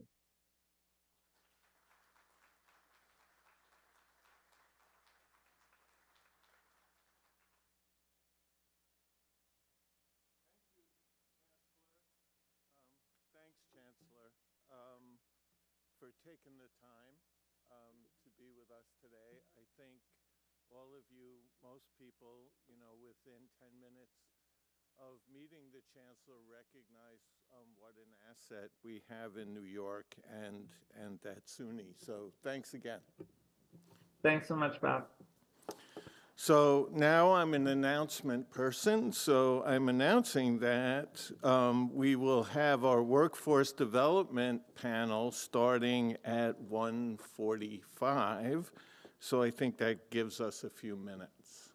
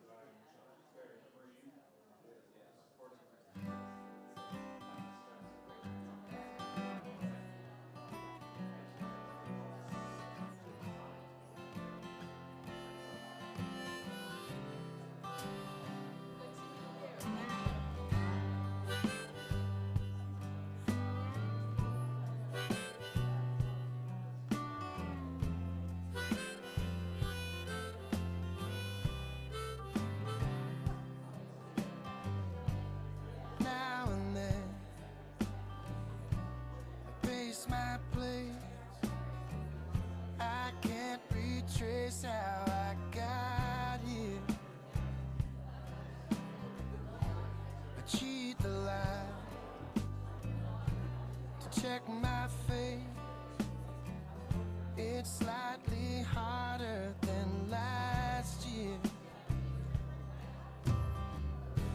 Then all at once it gets hard to take, it gets hard to fake what I won't be. 'Cause one of these days I'll be born and raised, and it's such a waste to grow up lonely.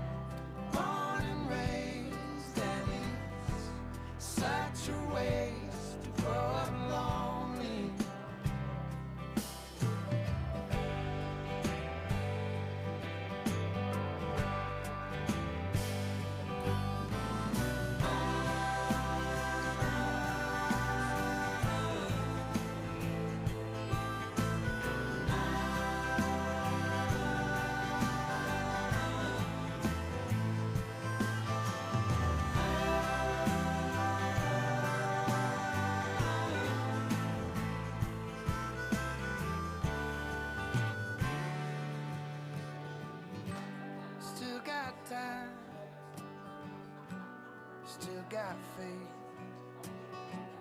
I call on both of my brothers. Got a mile, gotta die, but they do not have each other. So line on up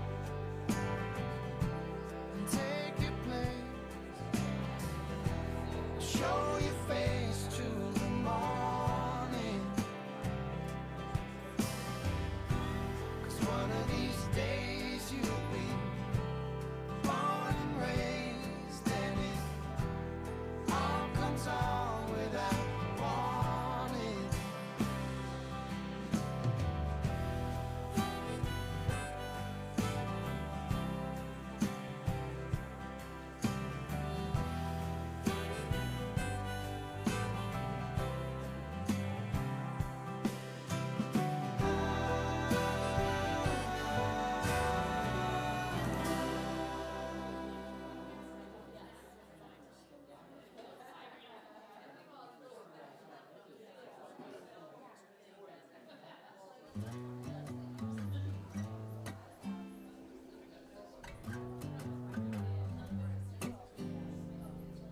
Well, can't you see that it's just raining?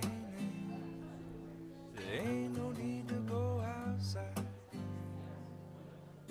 But baby, you hardly even notice when I try to show you. Song is meant to keep you doing what you're supposed to. Waking up too early, maybe we could sleep.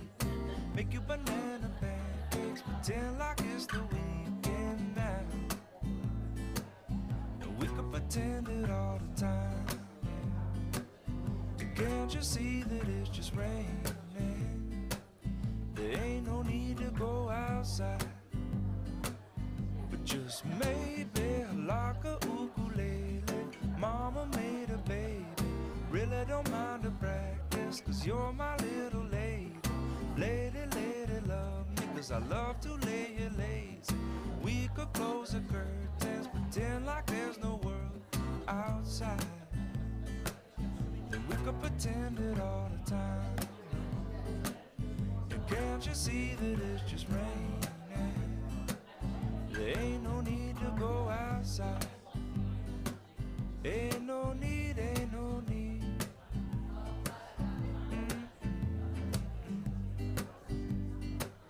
Can't you see, can't you see? Rain all day and I don't mind. But the telephone singing, ringing, it's too early, don't pick it up. We don't need to, we got everything we need right here, and everything we need is enough. Just so easy when the whole world fits inside of your arms. Do I really need to pay attention to the alarm? Wake up slow, wake up slow. But baby, you hardly even notice when I try to show you this song is meant to keep you from doing what you're supposed to. Waking up too early, maybe we could sleep. Make you banana pancakes, pretend like it's the weekend now. And we could pretend it all the time.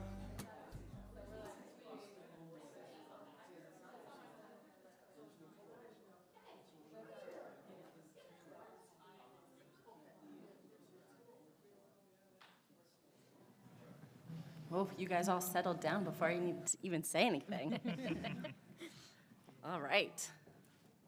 So we're on our third and final panel today for, last but not least, and most important, is the Workforce Development Panel. At least that's my opinion. But I wanted to first say thank you to the Rockefeller Institute and our partners at New York State EDC to help put this together. My name is Molly Tosin. I am the Chief of Staff at NYATEP. We are a workforce association. We are the workforce association for New York State with over 190 member organizations who serve over 1.5 million New Yorkers.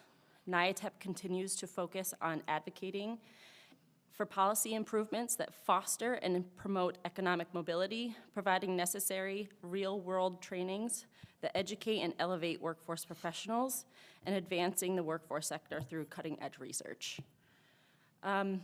Today, we've heard a lot from our partners in advanced manufacturing, and what we want to kind of concentrate now is the collaboration aspect of it that we've heard from the start. From Assemblymember Bronson really paved the way into this conversation about collaboration. We put together a group that is indicative of collaboration. We have Northland Workforce Training Center, Monroe Community College, Monroe County Community College, NAM Trans, North Country Chamber of Commerce, and Beta Technologies to really get into the weeds about employee recruitment and retention, training partnerships, and innovative programs that are paving a new path in our communities. We want to make sure our partners are building those pathways for the New Yorkers who are living in the communities that they are serving, so that our New Yorkers gain meaningful access to trainings and will in turn be hired and build a better and happier future for themselves, their families, and the communities they live in. On that note, I'm going to pass it down the line, and we're going to introduce ourselves. Good afternoon. My name is Asantwa Holly. I am the Director of Operations of Northland Workforce Training Center. We are a training center located in West New York, specifically on the east side of Buffalo. We are, and tried ourselves to be the premier model of private and public partnership. And so Northland Workforce Training Center is a non-for-profit. However, we partner with two SUNY Erie schools, which is SUNY Erie and Alfred State College, and our programs are industry-driven. And so we have a lot of partnerships with employers and employer housing on site as well to make sure that the students are not only coming in, graduating with an AOS degree or certificate, but also job placement at that time as well. Thanks, Molly. My name's Kristen Seinkins. I'm the Chief of Staff and Director of Marketing for the Economic and Workforce Development and Career Tech Education Division of Monroe Community College. I'm very happy to be here today on the panel. Our Division of Economic Development and Workforce was developed about maybe 11 years ago now. So we're the newest division of the college. And we were really, I came in right as the division was forming. And it was really focused on, from the start, labor market information and really understanding our market, our employer needs, and basing programs on that information specifically. One of the things that we've done recently is launched the Finger Lakes Workforce Development Center, which we also call the Forward Center. And the focus of that center is to serve as a regional resource and with partners from SUNY and all over the Monroe County region, and also outside organizations. The Forward Center delivers primarily non-credit Industry 4.0 related programming, and they all lead to a living wage. So that is a huge focus of MCC right now, is making sure that we are providing programs that will help students obtain living wage jobs upon graduation or completion of whatever type of program that they're doing. The college, MCC, is also now a part of a network called Unlocking Opportunity, and that is really the crux of the living wage standard, if you will.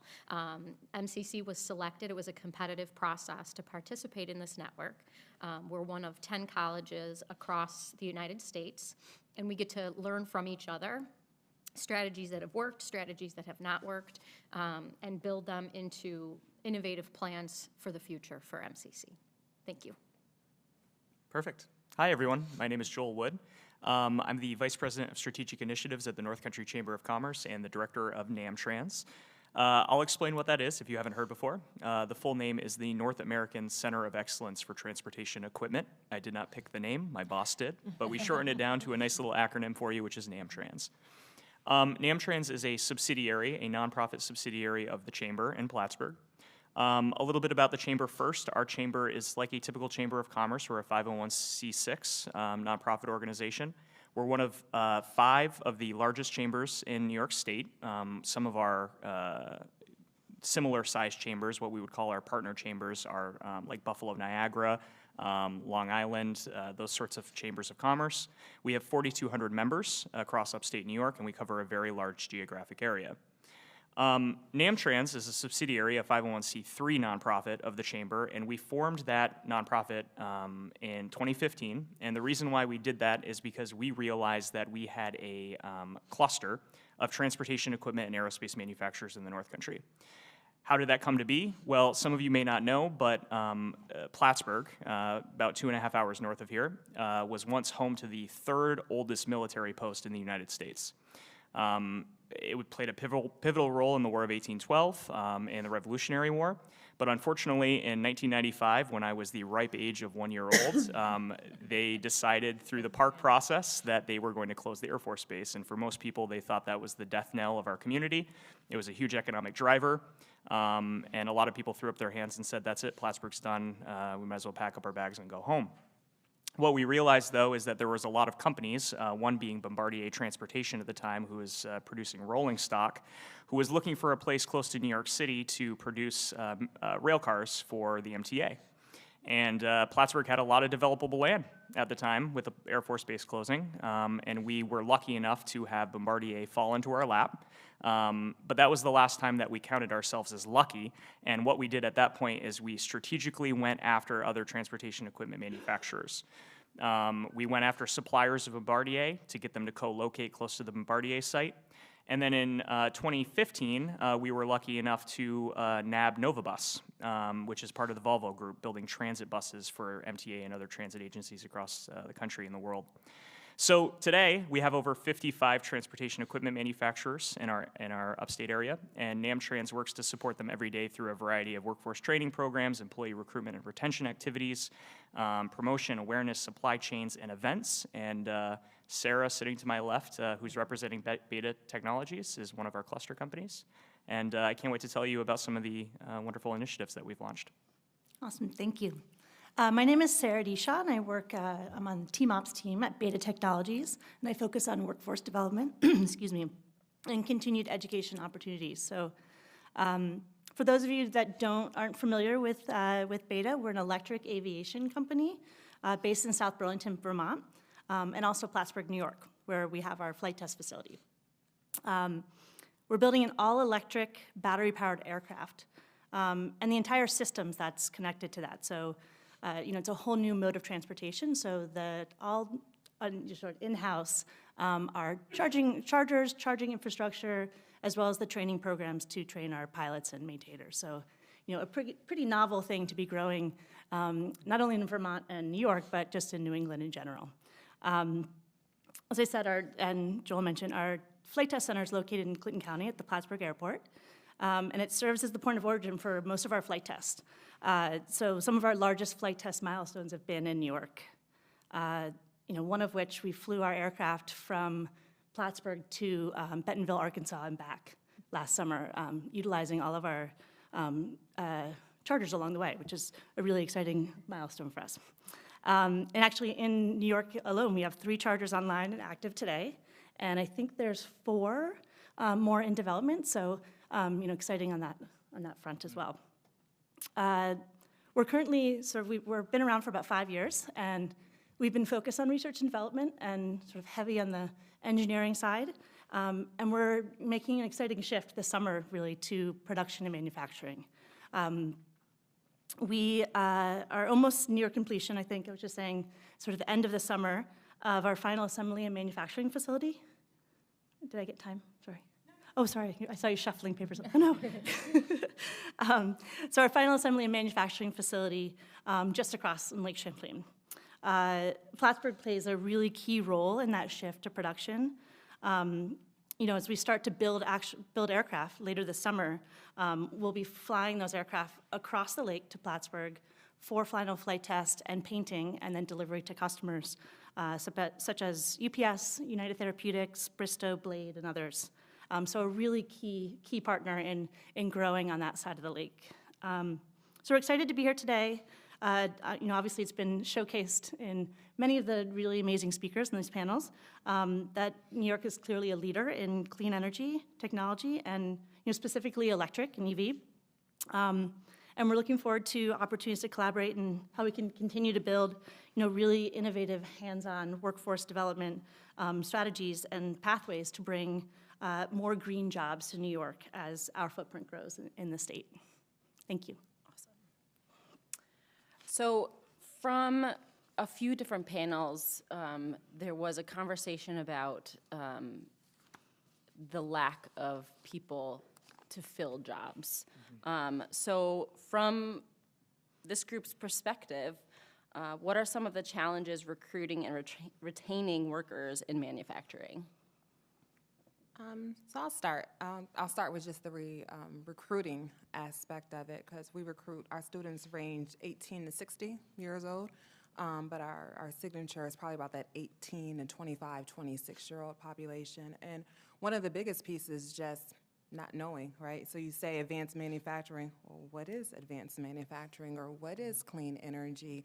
And I heard that throughout the theme of the panels today and also from Chancellor King. And so there's an obligation to educate on what advanced manufacturing is and what those jobs are, and then also limit the stigmatization that comes with that, right? Because there was this, well, if you don't go to college, you can do this type of thing. And why is that such a secondary type of job? If people really had an understanding of making medical devices and what these operation jobs are and the technology that are used in them, and quite frankly, the type of money that comes from these types of jobs and employment, you would see that heavy more recruitment that's coming from that. I'll hop in too, and what I see quite often, we have a board of advisors, an advisory board for my organization, and it's made up of some of the largest manufacturers that we have in the cluster. And I remember one of my earliest advisory board meetings when I was still getting to know who the manufacturers were and what their challenges were almost 3.5 years ago. One of my board members, who's a GM of one of the plants, said that he was driving by his facility one day with his son in the backseat, and his son was 5 years old at the time, and his son said, "Dad, what do they do there?" And his dad was like, "Well, that's where I work." And he said, "Yeah, but what do you do?"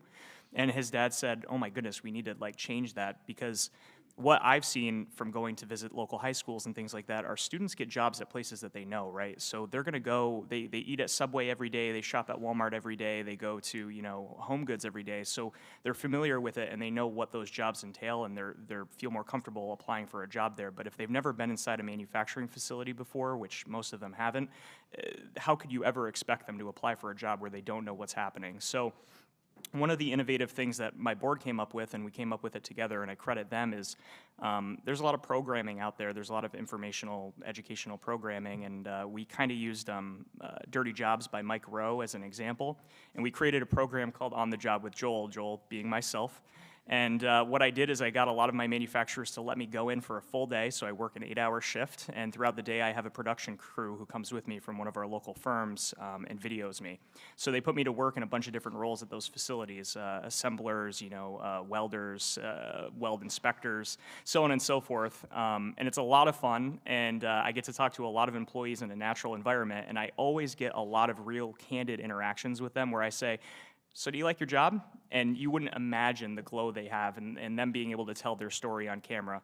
So it gives people an idea. In a lot of our videos on YouTube, we haven't put a lot of money behind them, maybe $500, $1,000. It's not a big reach in terms of money, and we get upwards of 25 to 50,000 views on our YouTube channel. We send them to our website where we have all the open career positions, and we see that a lot of those clicks result in new job applications. So we're really proud of that, and we actually get to go to beta pretty soon. Oh, fun. I was So going to say, when are you coming to beta? yeah, we have one lined up actually for Okay. June. So yep, Oh, next month fantastic. we'll be at your facility. Awesome. Which is a lot of fun. So that's one way we're trying to change the stigma around manufacturing.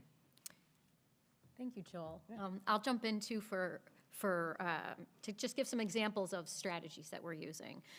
So MCC the office where the Forward Center is located and our non-credit programming is located right in the heart of the city of Rochester. The city of Rochester has a poverty level that's one of the highest in the whole nation. So we are really focused on lifting people up and getting them into living wage jobs. And in order to make that happen, a lot of these individuals require social supports, things like gas cards, groceries. We provide emergency grants. So let's say a student has a broken car and it's going to prevent them from participating or attending class. We can do emergency grants to help them go get that car fixed, and things of that nature. So that has certainly helped in the recruitment area. Much to my colleague's point earlier about understanding what the advanced manufacturing looks like, what the work site looks like. The Forward Center, because it's non-credit too, it allows us to be a bit more flexible. It was designed to look like a manufacturing floor. So one of our biggest areas is a lab that is smart automation. So it's factory automation, and it looks just like what a local manufacturer might have within their organization. And the way the lab is set up is around the edges of the lab, you get pieces and parts, mechatronics, hydraulics, operating robotic arms, cobots, and then kind of the culmination of putting that all together in the center of the room is a full smart factory automation setup. And we can program faults so that they can fix them and whatnot. So that has helped too from an exposure standpoint. But a strategy that's worked really well for us in terms of recruitment is with our close relationships with local employers. You know, they're always looking for folks. If we have partnered with employers to create jumpstart programs, all sorts of entry-level custom programming, and these employers participate by helping us to get somebody in the door. So they will literally hire somebody off the street or bring somebody from within to upskill, and they get put through the training process while they're also getting some hands-on experience at the organization. And upon successful completion, they'll have a job. So with an employer having a little bit of skin in the game, if you will, that certainly helps, and it makes a big difference for the student to earn, you know, some money while they're doing the school training. So I'll speak to just a sort of a common theme on visibility about, you know, these types of jobs. One of the, I think, our, you know, huge success in sort of getting kids excited. Not only, I mean, it's exciting for students to come on site to our facility and see airplanes and fly our simulator, and, you know, you can see a spark.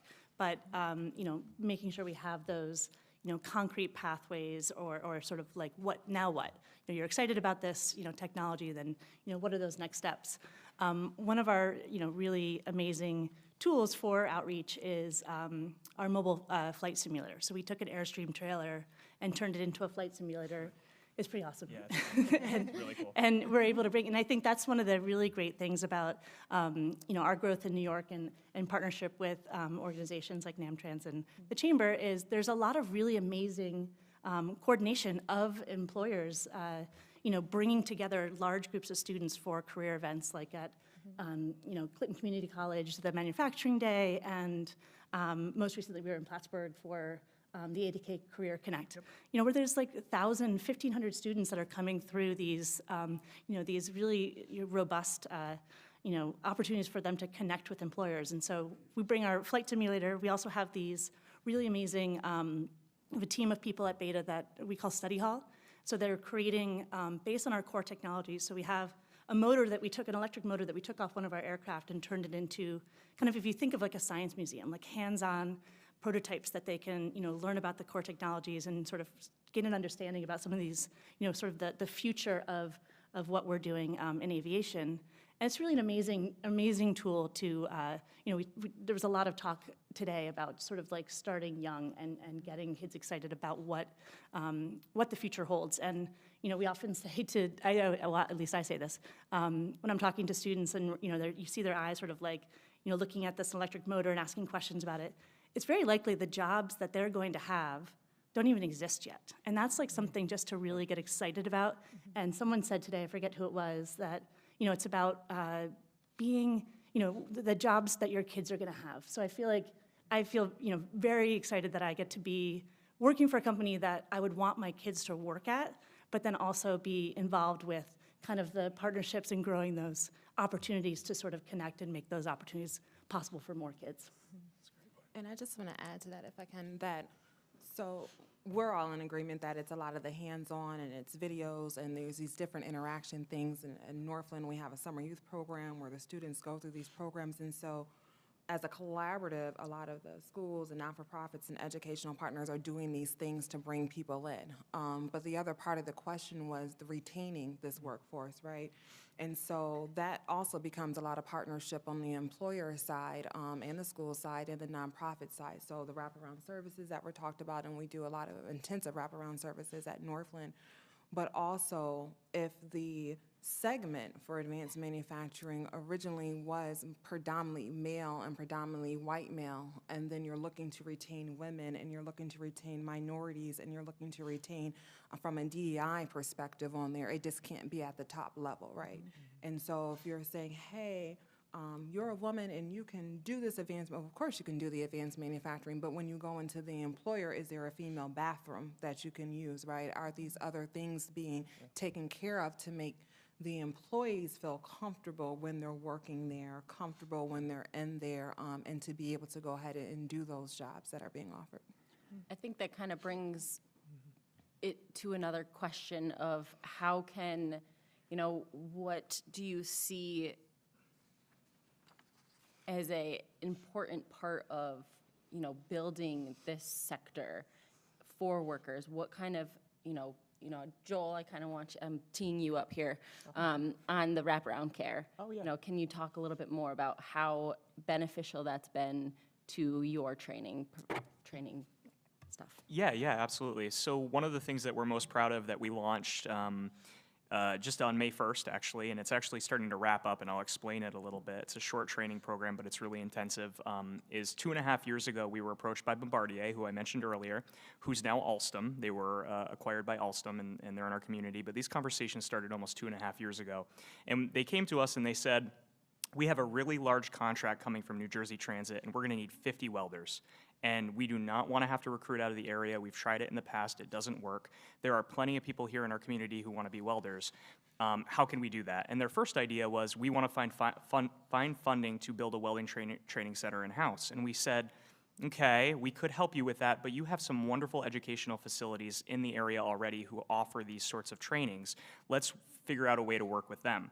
So what we did is we went to our local vocational school, and what we found out was we heard a lot of people who were not naysayers per se, but they were saying, well, this is already here in the community. If people aren't taking it up, that's their problem. But what we found was, and after talking and having some in-depth conversations with the manufacturers, was they have a phenomenal program at our BOCES, but it's teaching stick welding primarily. And that wasn't what was required by a lot of our manufacturers. They needed MIG and flux core.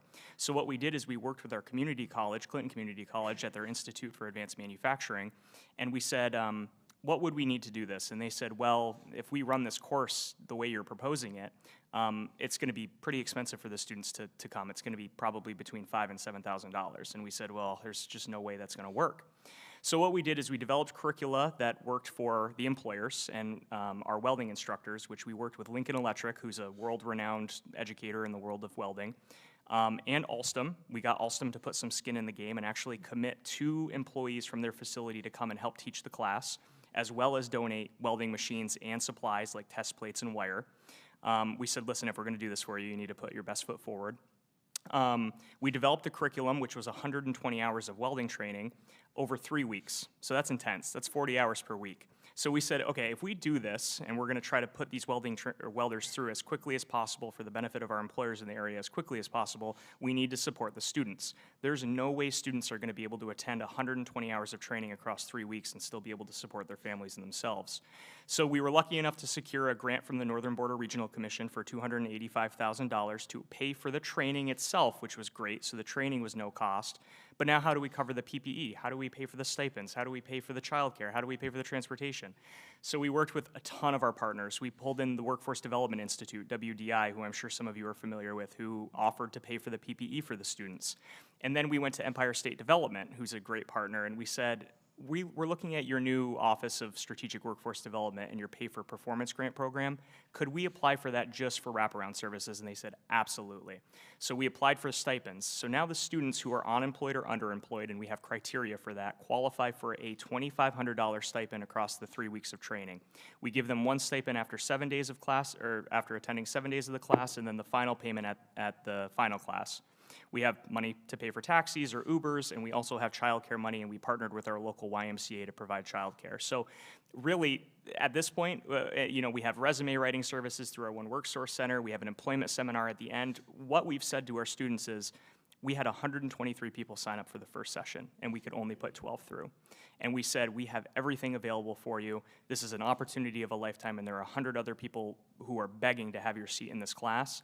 Don't give up because you feel like you're not supported. We have everything you need, and a lot of the students are taking advantage of it. And as of today, Friday is going to be their last day of class. Every student has perfect attendance. No one's missed a day of class. We're really, really proud of them. So we're going to host another session in the fall and then 2 more next year, and we're hoping to train the 50 welders that our community needs. That's awesome. From start to finish, the partnership. Yes, it was huge. That you would not have been able to get from A to Z without the buy-in from every single partner in the community. Our college, Lincoln Electric, WDI, our employers who put a lot of skin in the game in terms of curriculum development, donating supplies and materials, sending their employees for the training, because we could do incumbent worker training as long as they weren't already a welder. So we put a lot of entry-level assemblers through the first cohort, so that way they could upskill and open up those positions for people who, in the community didn't require as much training. So yeah, it's been the partnerships were key. We could not have done that alone. I was just going to add to that, and it's possible, like you said, with the colleges, like we're a non-for-profit, but we're an extension campus for the 2 SUNY area schools that are there. And then we also are industry-driven, right? And so our employers let us know, like, here's the skills that we need. We have 30,000 jobs to fill. This is the skill set that we need. And then you're talking to SUNY Erie or Alfred State and saying, this is what they really need to know, right, to be ready for the jobs. And then as a training center, we're the wraparound services. So it's not individual pieces that are on here. And so for the students, like you said, with the wraparound service, it's important. They're not just a number when they come in. So like Northland Workforce Training Center, we have our own pre-enrollment or outreach specialists who go out and recruit. We have our own financial aid and admissions team. So it's not, hey, just go do your FAFSA and you can apply for school. Like there's somebody who's there, who's doing the FAFSA, who's talking to parents, who are making sure that that piece is done properly and correctly so they can get all the information that's needed. And then you have the educational piece where they're graduating with their degrees, which are AOS degrees or certificates that are stackable, but it is a complete partnership. And I just got to say it's successful because a lot of times people say when we go out, like, how do you guys do it? Like we have over a 60% graduation rate for an area, for a community college. That's triple the average in our area, double the national average, and 80% of the students are placed in industry, in advanced manufacturing or clean energy. Like the numbers speak for themselves, and how we do it is strictly through our partnership and wraparound services. Yeah, I'll just add to that too. Again, if it's not already abundantly clear, the partnerships are essential. One example at MCC would be our optical technologies program. Rochester, New York is the center of optics, really, for the nation. And our program, our degree program, was actually the first in the world for technician-specific training. And so we are actually working with other institutions around the country to help implement and offer this program to others, because the need for optical technicians is actually like a defense crisis. Our national security depends on people who do that kind of work. So we're producing them across the country.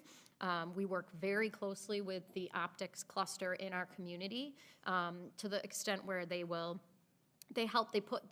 put money up. I mean, they offer scholarships, they offer internships, they will pay for programming or staffing or whatever our needs are. They're very supportive. In fact, a number of those organizations, their CEOs came out of our optical technicians program, 25 years ago or whatever.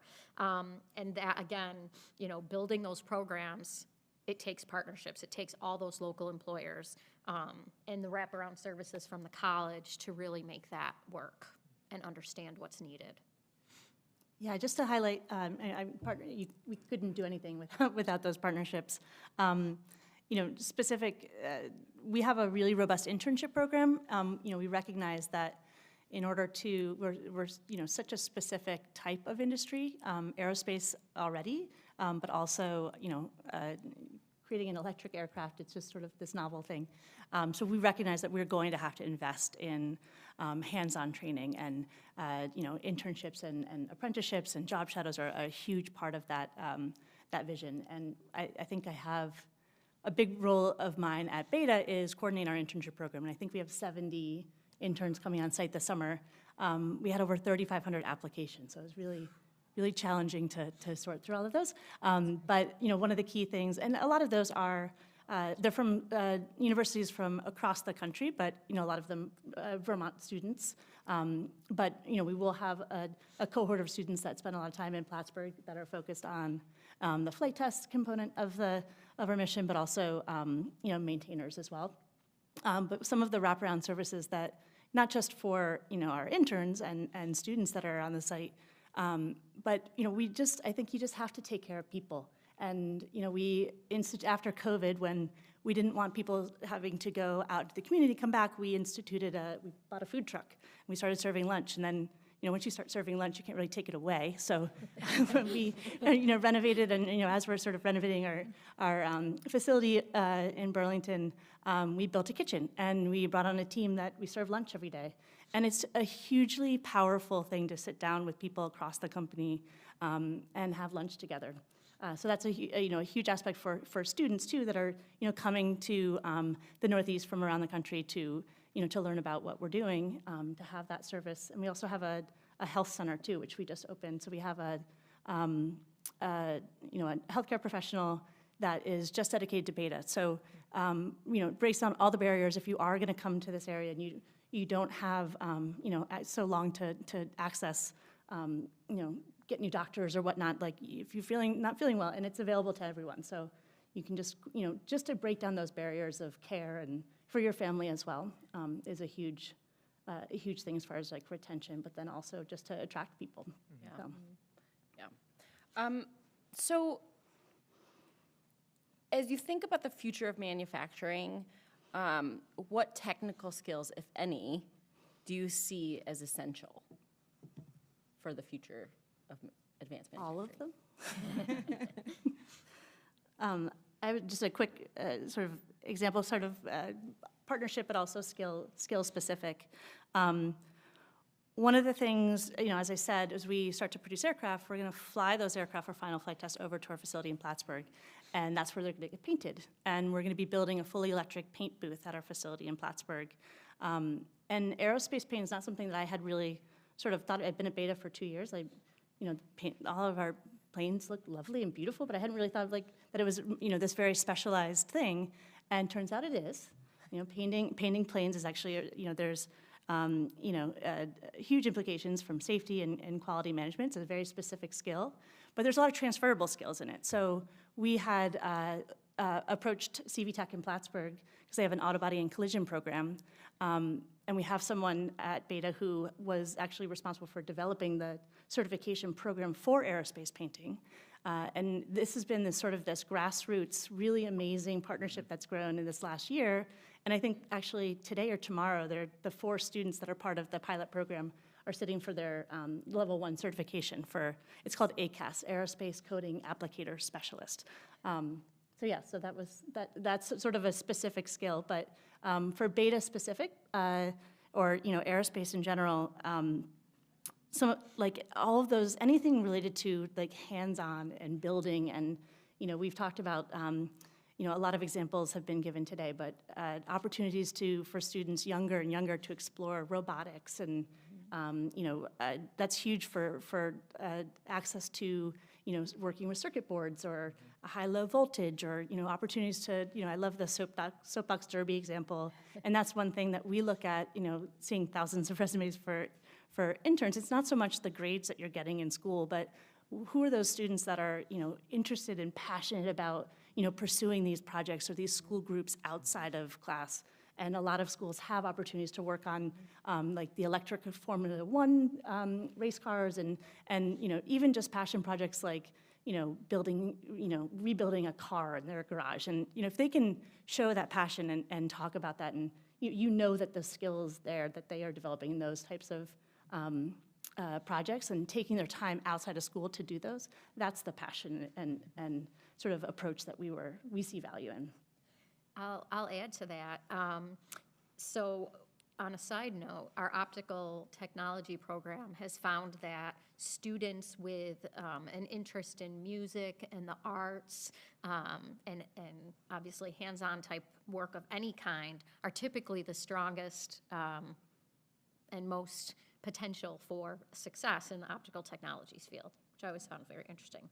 But aside from that, MCC has developed a tool online, mcclmi.com, where we measure labor market data and specific to things that workforce and economic developers, practitioners look at and need that information in developing programs. And one of the panels, if you will, on the dashboard for an aggregate of advanced manufacturing organizations in the New York Finger Lakes region is top skills. And the top skills data comes from online job postings. And so what's interesting is, yes, we are increasing technology levels in these areas. However, some of the most basic skills are still what's most in demand. The top 10 skills, I'll read to you a couple of them. Troubleshooting. Again, that's not anything new. It may be new technologies that they have to learn how to do and use, but troubleshooting is one of the top skills. Communication skills, physical ability, preventative maintenance. So that hasn't really changed. It's just the type of technology that we're using. And then with that too, it would be, and I know there's a new technical term, and forgive me, I don't know for soft skills right now, but soft skills are still needed right now in that advanced manufacturing field, or really any field, but since we're speaking directly about advanced manufacturing, that's super important. And so I know, Joel, you talked about your group goes through it. Our students have to go through soft skills training in order to be on track for graduation. And it's just an important skill set that's still needed and is overlooked quite often. And then when you're talking about workforce development and getting people in jobs, well, you need soft skills to actually interview and get the job. So super important that we have that as well. I'll add to that. We have found, of course, the same thing. But another component of that that's also really important is making sure employers really understand the DEI reasons why people aren't sometimes successful. They have to understand what it means to have an accepting culture and understanding cultural differences and where people are coming from, why they may approach work differently, and have to be understanding and be prepared to deal with those things in an effective and professional way instead of just firing people. Absolutely. Yeah, I mean, we've heard a lot about how these big organizations have taken a lot of New York area, right? They've taken up a lot of acreage in New York State. How are they benefiting the communities that they are now in? How are they making those pathways to the neighbors that are right down the street that are impacted by the traffic? How are they benefiting from this new opportunity that they have? What pathways are they providing? What atmosphere within their organization are they changing and updating to fit into the communities that they are now in? The technology is, this is the last question. Technology is impacting industry in leaps and bounds. What type of tech do you anticipate having the biggest impact? Definitely AI. I mean, it's here. The training center, we have a contract manufacturing, which is located within Northland Workforce Training Center, where our students can do like hands-on work and get paid while they're working, because we do B2B work for businesses that are in the area. And we already have a robot that we're using in there as well. We're looking at the virtual reality for training. So we've been testing some virtual reality for teaching and different things like that. So technology is definitely in both aspects, so on the employer aspect and on the teaching side as well. So it's like you cannot say like, hey, we're not going to be like, you're going to be part of it. It's coming. It's here. I'll piggyback off from that. I think some of the things that I see on a daily basis, automation, robotics, VR, and AI. So I would echo a lot of that. And I think one of the things that we implemented right away with our welding training program was a VR welder. So before we even put the students in the booth to get hands-on with a welder, we're going to put them in a virtual reality. It's like a VR tech welder. And allow them to practice, so that way we don't have wasted materials. And a lot of our employers are starting to actually purchase these units for their own facilities to have their folks train on new weld techniques or new materials or things of that nature. So it's been really important. Automation's another one, and what we've actually been talking about on a larger scale in our community is the impacts of automation on the number of jobs available. So we've heard a lot of folks in our community. We have some larger manufacturers who are automating large portions of their plants, and we've heard the community, stand up and say, how is this going to impact the number of jobs at the facility? And it's having a real conversation with them that the jobs may change, the types of jobs and the pay of the jobs and the skills required for the jobs, but that the total employment numbers aren't being impacted. So we're having larger community conversations around automation and what that means for our community. And then AI, we've been getting a lot of questions from our employers about programs like ChatGPT, which I'm sure a lot of you have heard of, and how does this impact us, and how can we best utilize this for our operations? So we're working on that. It's definitely hard to find people who can come and do lunch and learns, but we're trying. But yeah, those are I think the four biggest that I've seen in the world of technology. And as in a support of my friends here on the panel, we conducted a workforce consortium in the fall of 2019, where we gathered more than 80 regional businesses to talk about the technician of the future. What does the future technician workforce need to look like in order for your organizations to thrive? We had 22 focus groups, and we focused on 4 key sectors, one of them being advanced manufacturing. And what we found, just in summary, one of the top 4 technologies that were identified as vitally important: automation, augmented reality, cybersecurity tools, and machine learning and AI, which these guys certainly are backing up that as well. So the information that we did collect in that study was used to inform the Forward Center programming, and again, help us to build that technician of the future.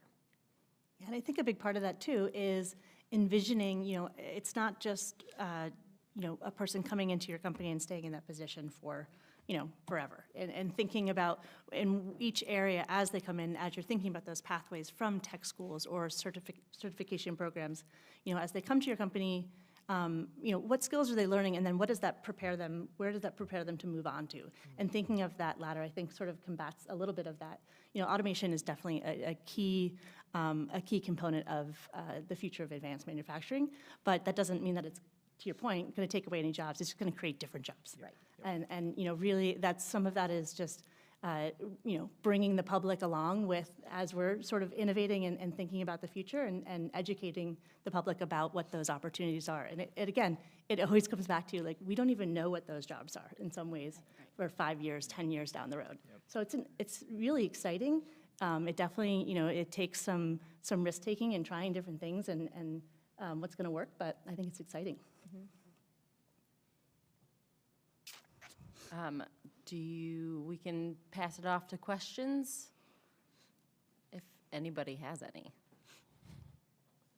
You questioned out. I know, it's post-lunch. Yeah.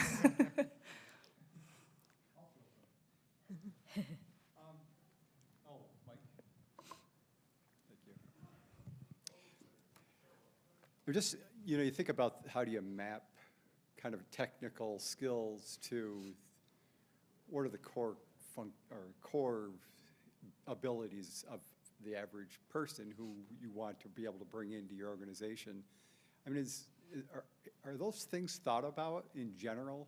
Meaning, you know, not everyone's going to run a high-tech piece of equipment, but we need people to run pieces of equipment that can make even the most basic components without belittling their role in the organization, right? I guess I just always think about it from, I have an engineering background from my early life. You know, we have certain core things you had to be reasonable at to be effective at troubleshooting, and I'm sorry, that's sorry. You had to have some reasonable skills at to be able to be successful at isolating and solving problems, right, in that kind of world. Is that something that gets thought about in your world, in the work you guys do, to think about those core skills that we don't have to differentiate people based on whatever their academic life was in schools or what, high school or whatever it might have been? Anyway, Yeah. I'm leaving it at that one. Yeah, I mean, I think 100%, you know, we look at so much of what we're looking at is the strength of tech, you know, specifically tech schools.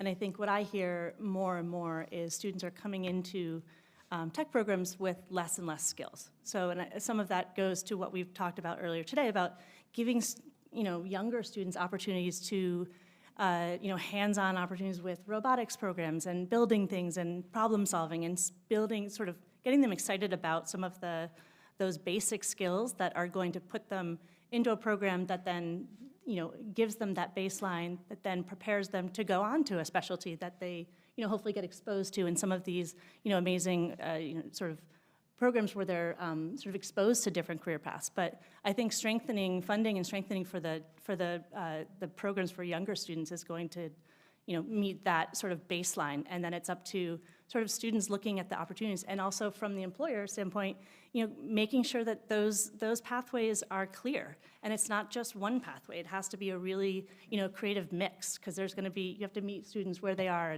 and you know, make sure that you're, you know, providing this opportunity and equity to these opportunities. Yeah, I'll add to that. It's really incumbent upon the institution. I can speak for MCC in terms of understanding who our audiences are and providing them with access in a number of different ways. So I'll give you an example. So we have programs that, you know, start at certificates, maybe micro-credentials, move up to maybe a credit certificate rather than a non-credit certificate, to associate's degrees that are maybe then have transfer paths to four-year institutions. That allows a student to get into a job quickly. So maybe that first certificate was designed because the labor market told us that they would be able to get employment at a living wage just with that certificate. So if they need to work, if they're in a situation where they have to work, go for that certificate, go to work. And coming in and out of the education pathway is really something that's beneficial to a lot of students, and it works very well.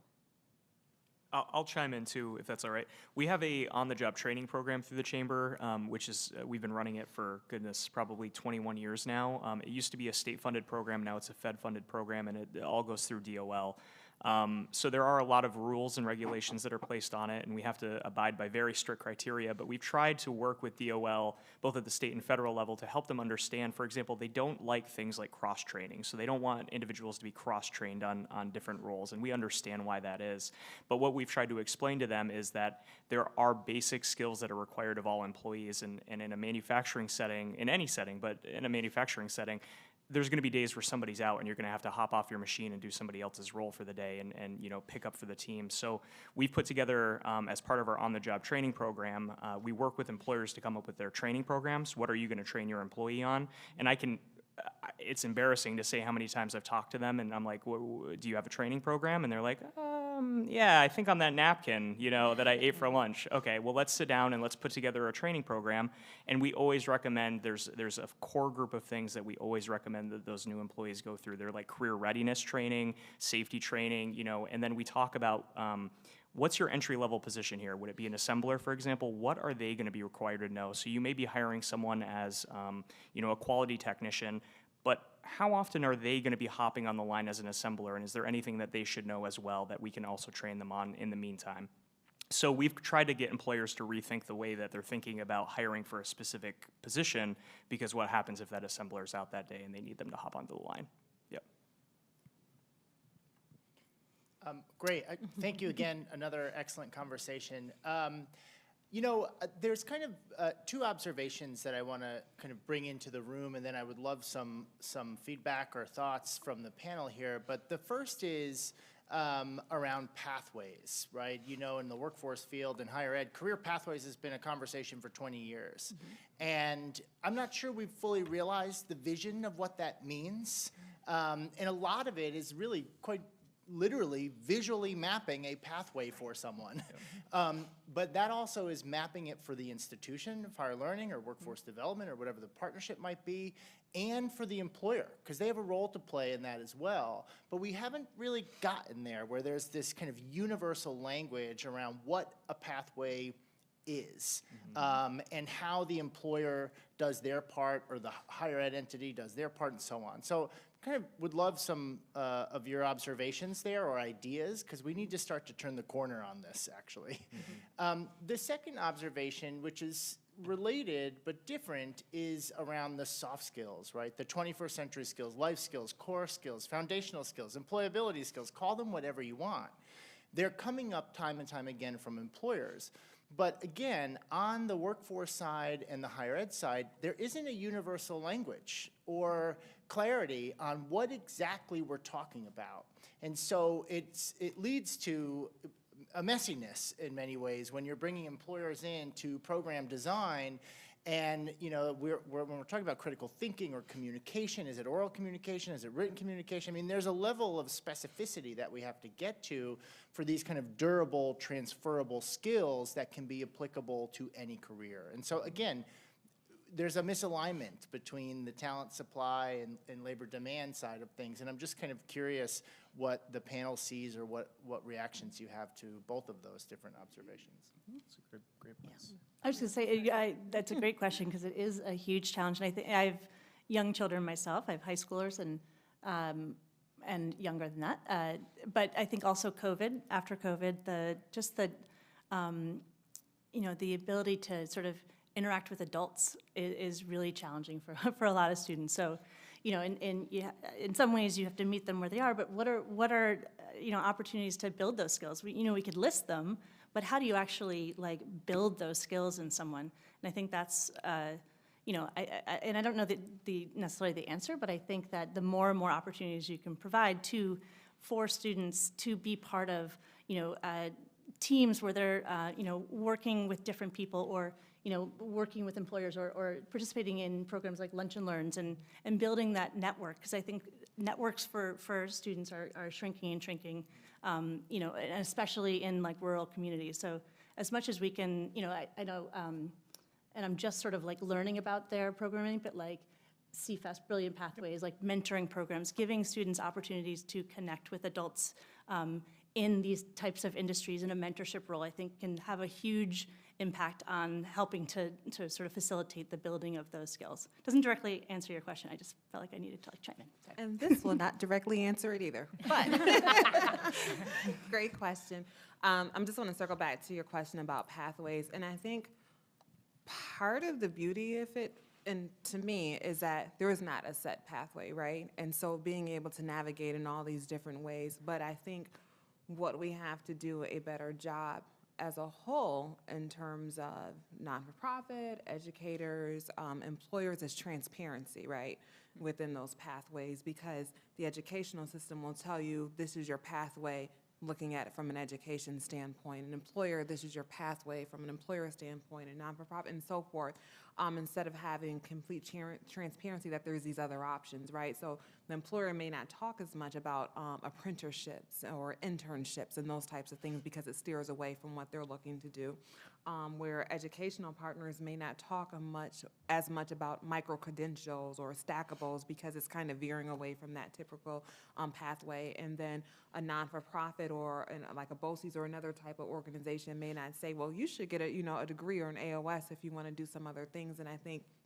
when we get to a point where there's more transparency about these different options, instead of I got to hold this population of people to myself, so then that way they're not going to go out, there's more than enough to go around. But I think when we start doing that, then it broadens, hey, I have all these different possibilities and opportunities for me to pursue. I think of of students that I know that went through the training center that started out with just an employer and was like, hey, I wanted to look at something different and do a career change, and got into advanced manufacturing. And then one of them, she was doing advanced manufacturing and then kind of started working for an organization called Buffalo Niagara Manufacturing Alliance, who was one of our partners. But she had went through that pathway and decided oh, I want to do this. Now she's working for us doing outreach. We have one of our electrical instructors for Alfred State was a former student, right? And so when you're transparent about all these different opportunities that are available, it allows people to pursue them in different ways. I'll chime in on that too. As far as pathways are concerned, I think it's important for students to have some sort of visual. I think a lot of it comes back to advising, and being able to hand them a piece of paper that shows a pathway that includes what the employability skills are and where and how you'll get them throughout your program, and something they can write on that's got specific needs for that particular student. And as far as construction of the pathway, I think it's critical that a pathway is designed based on the labor market. A certificate is not just a portion of a degree. It's a portion of degree that has value in the labor market.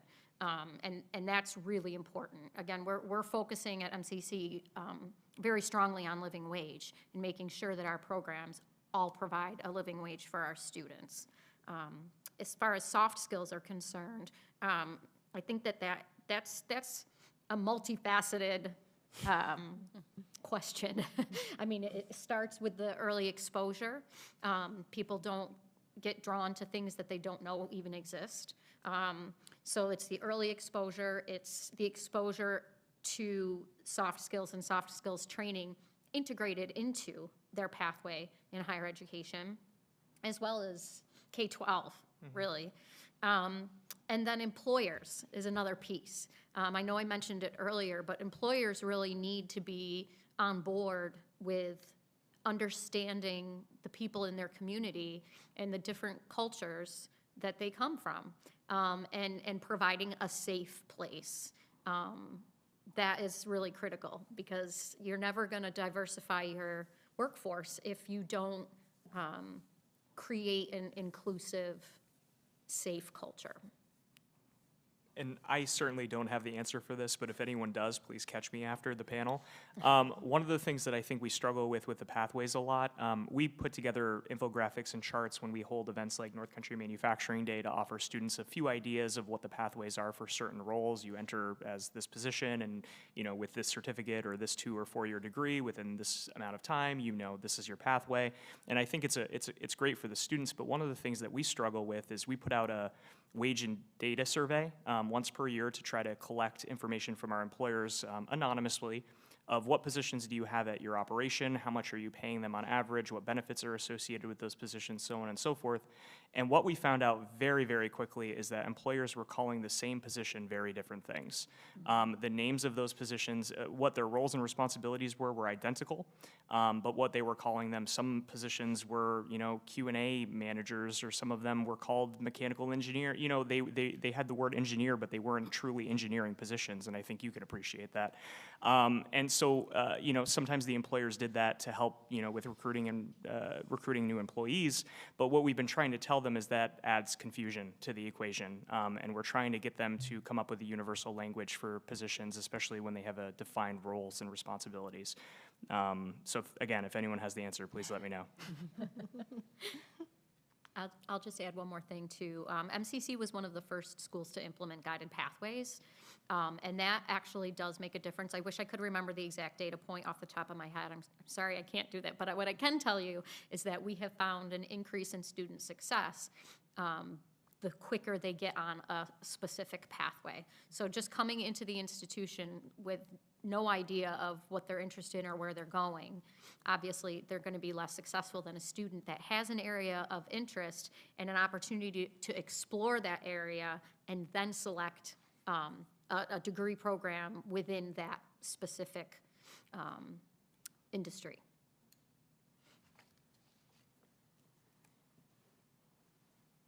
Anybody else?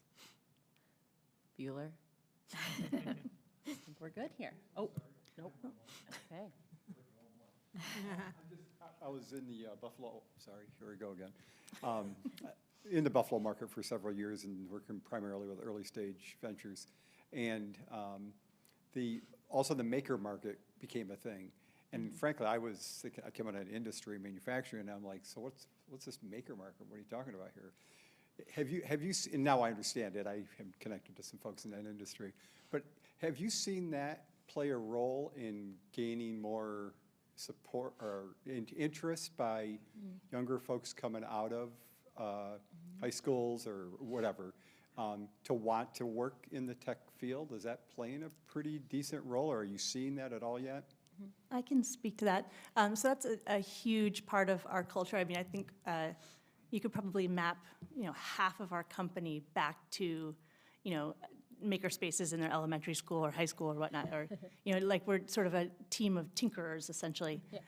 And we have a really robust history of that. So that's where, passion lies with a lot of our team members. One really nice partnership that I have we've sort of cultivated is with a local makerspace, community makerspace in Vermont, and a really amazing educator at a school in central Vermont that has really championed some grant funding to create a network. I think she's doing 5 different makerspaces, and a lot of schools have odds and ends, but what happens typically, I think this is sort of universal, is, there's an initial grant and, one person that's really excited to build out this program, and then they leave. And then the 3D printer goes into the closet or the, whatever the tool is. So I think we're trying to revamp that, because you're absolutely right. Like those types of being able to explore, and that's tech education has kind of in the mainstream school system has kind of like been forgotten about a little bit, and providing more opportunities for students just to explore and learn about those different sort of skills and tools and get them excited about it.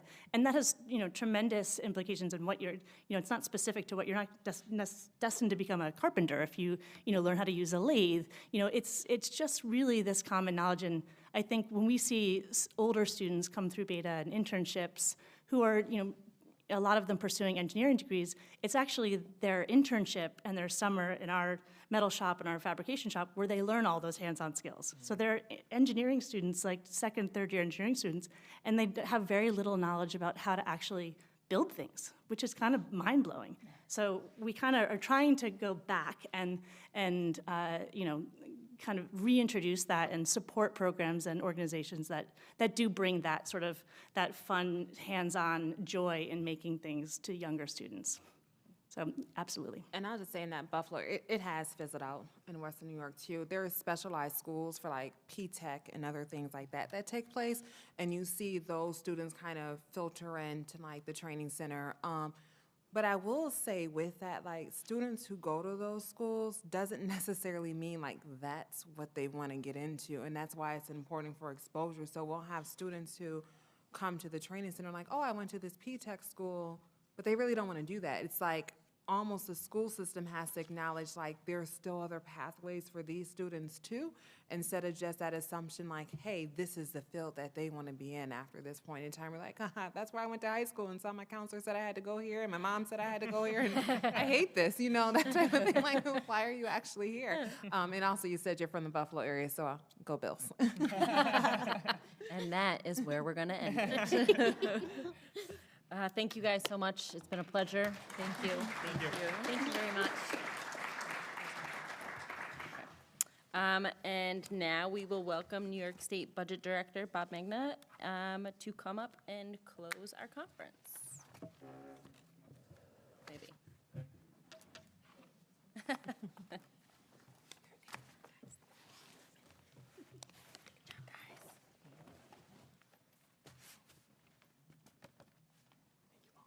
you.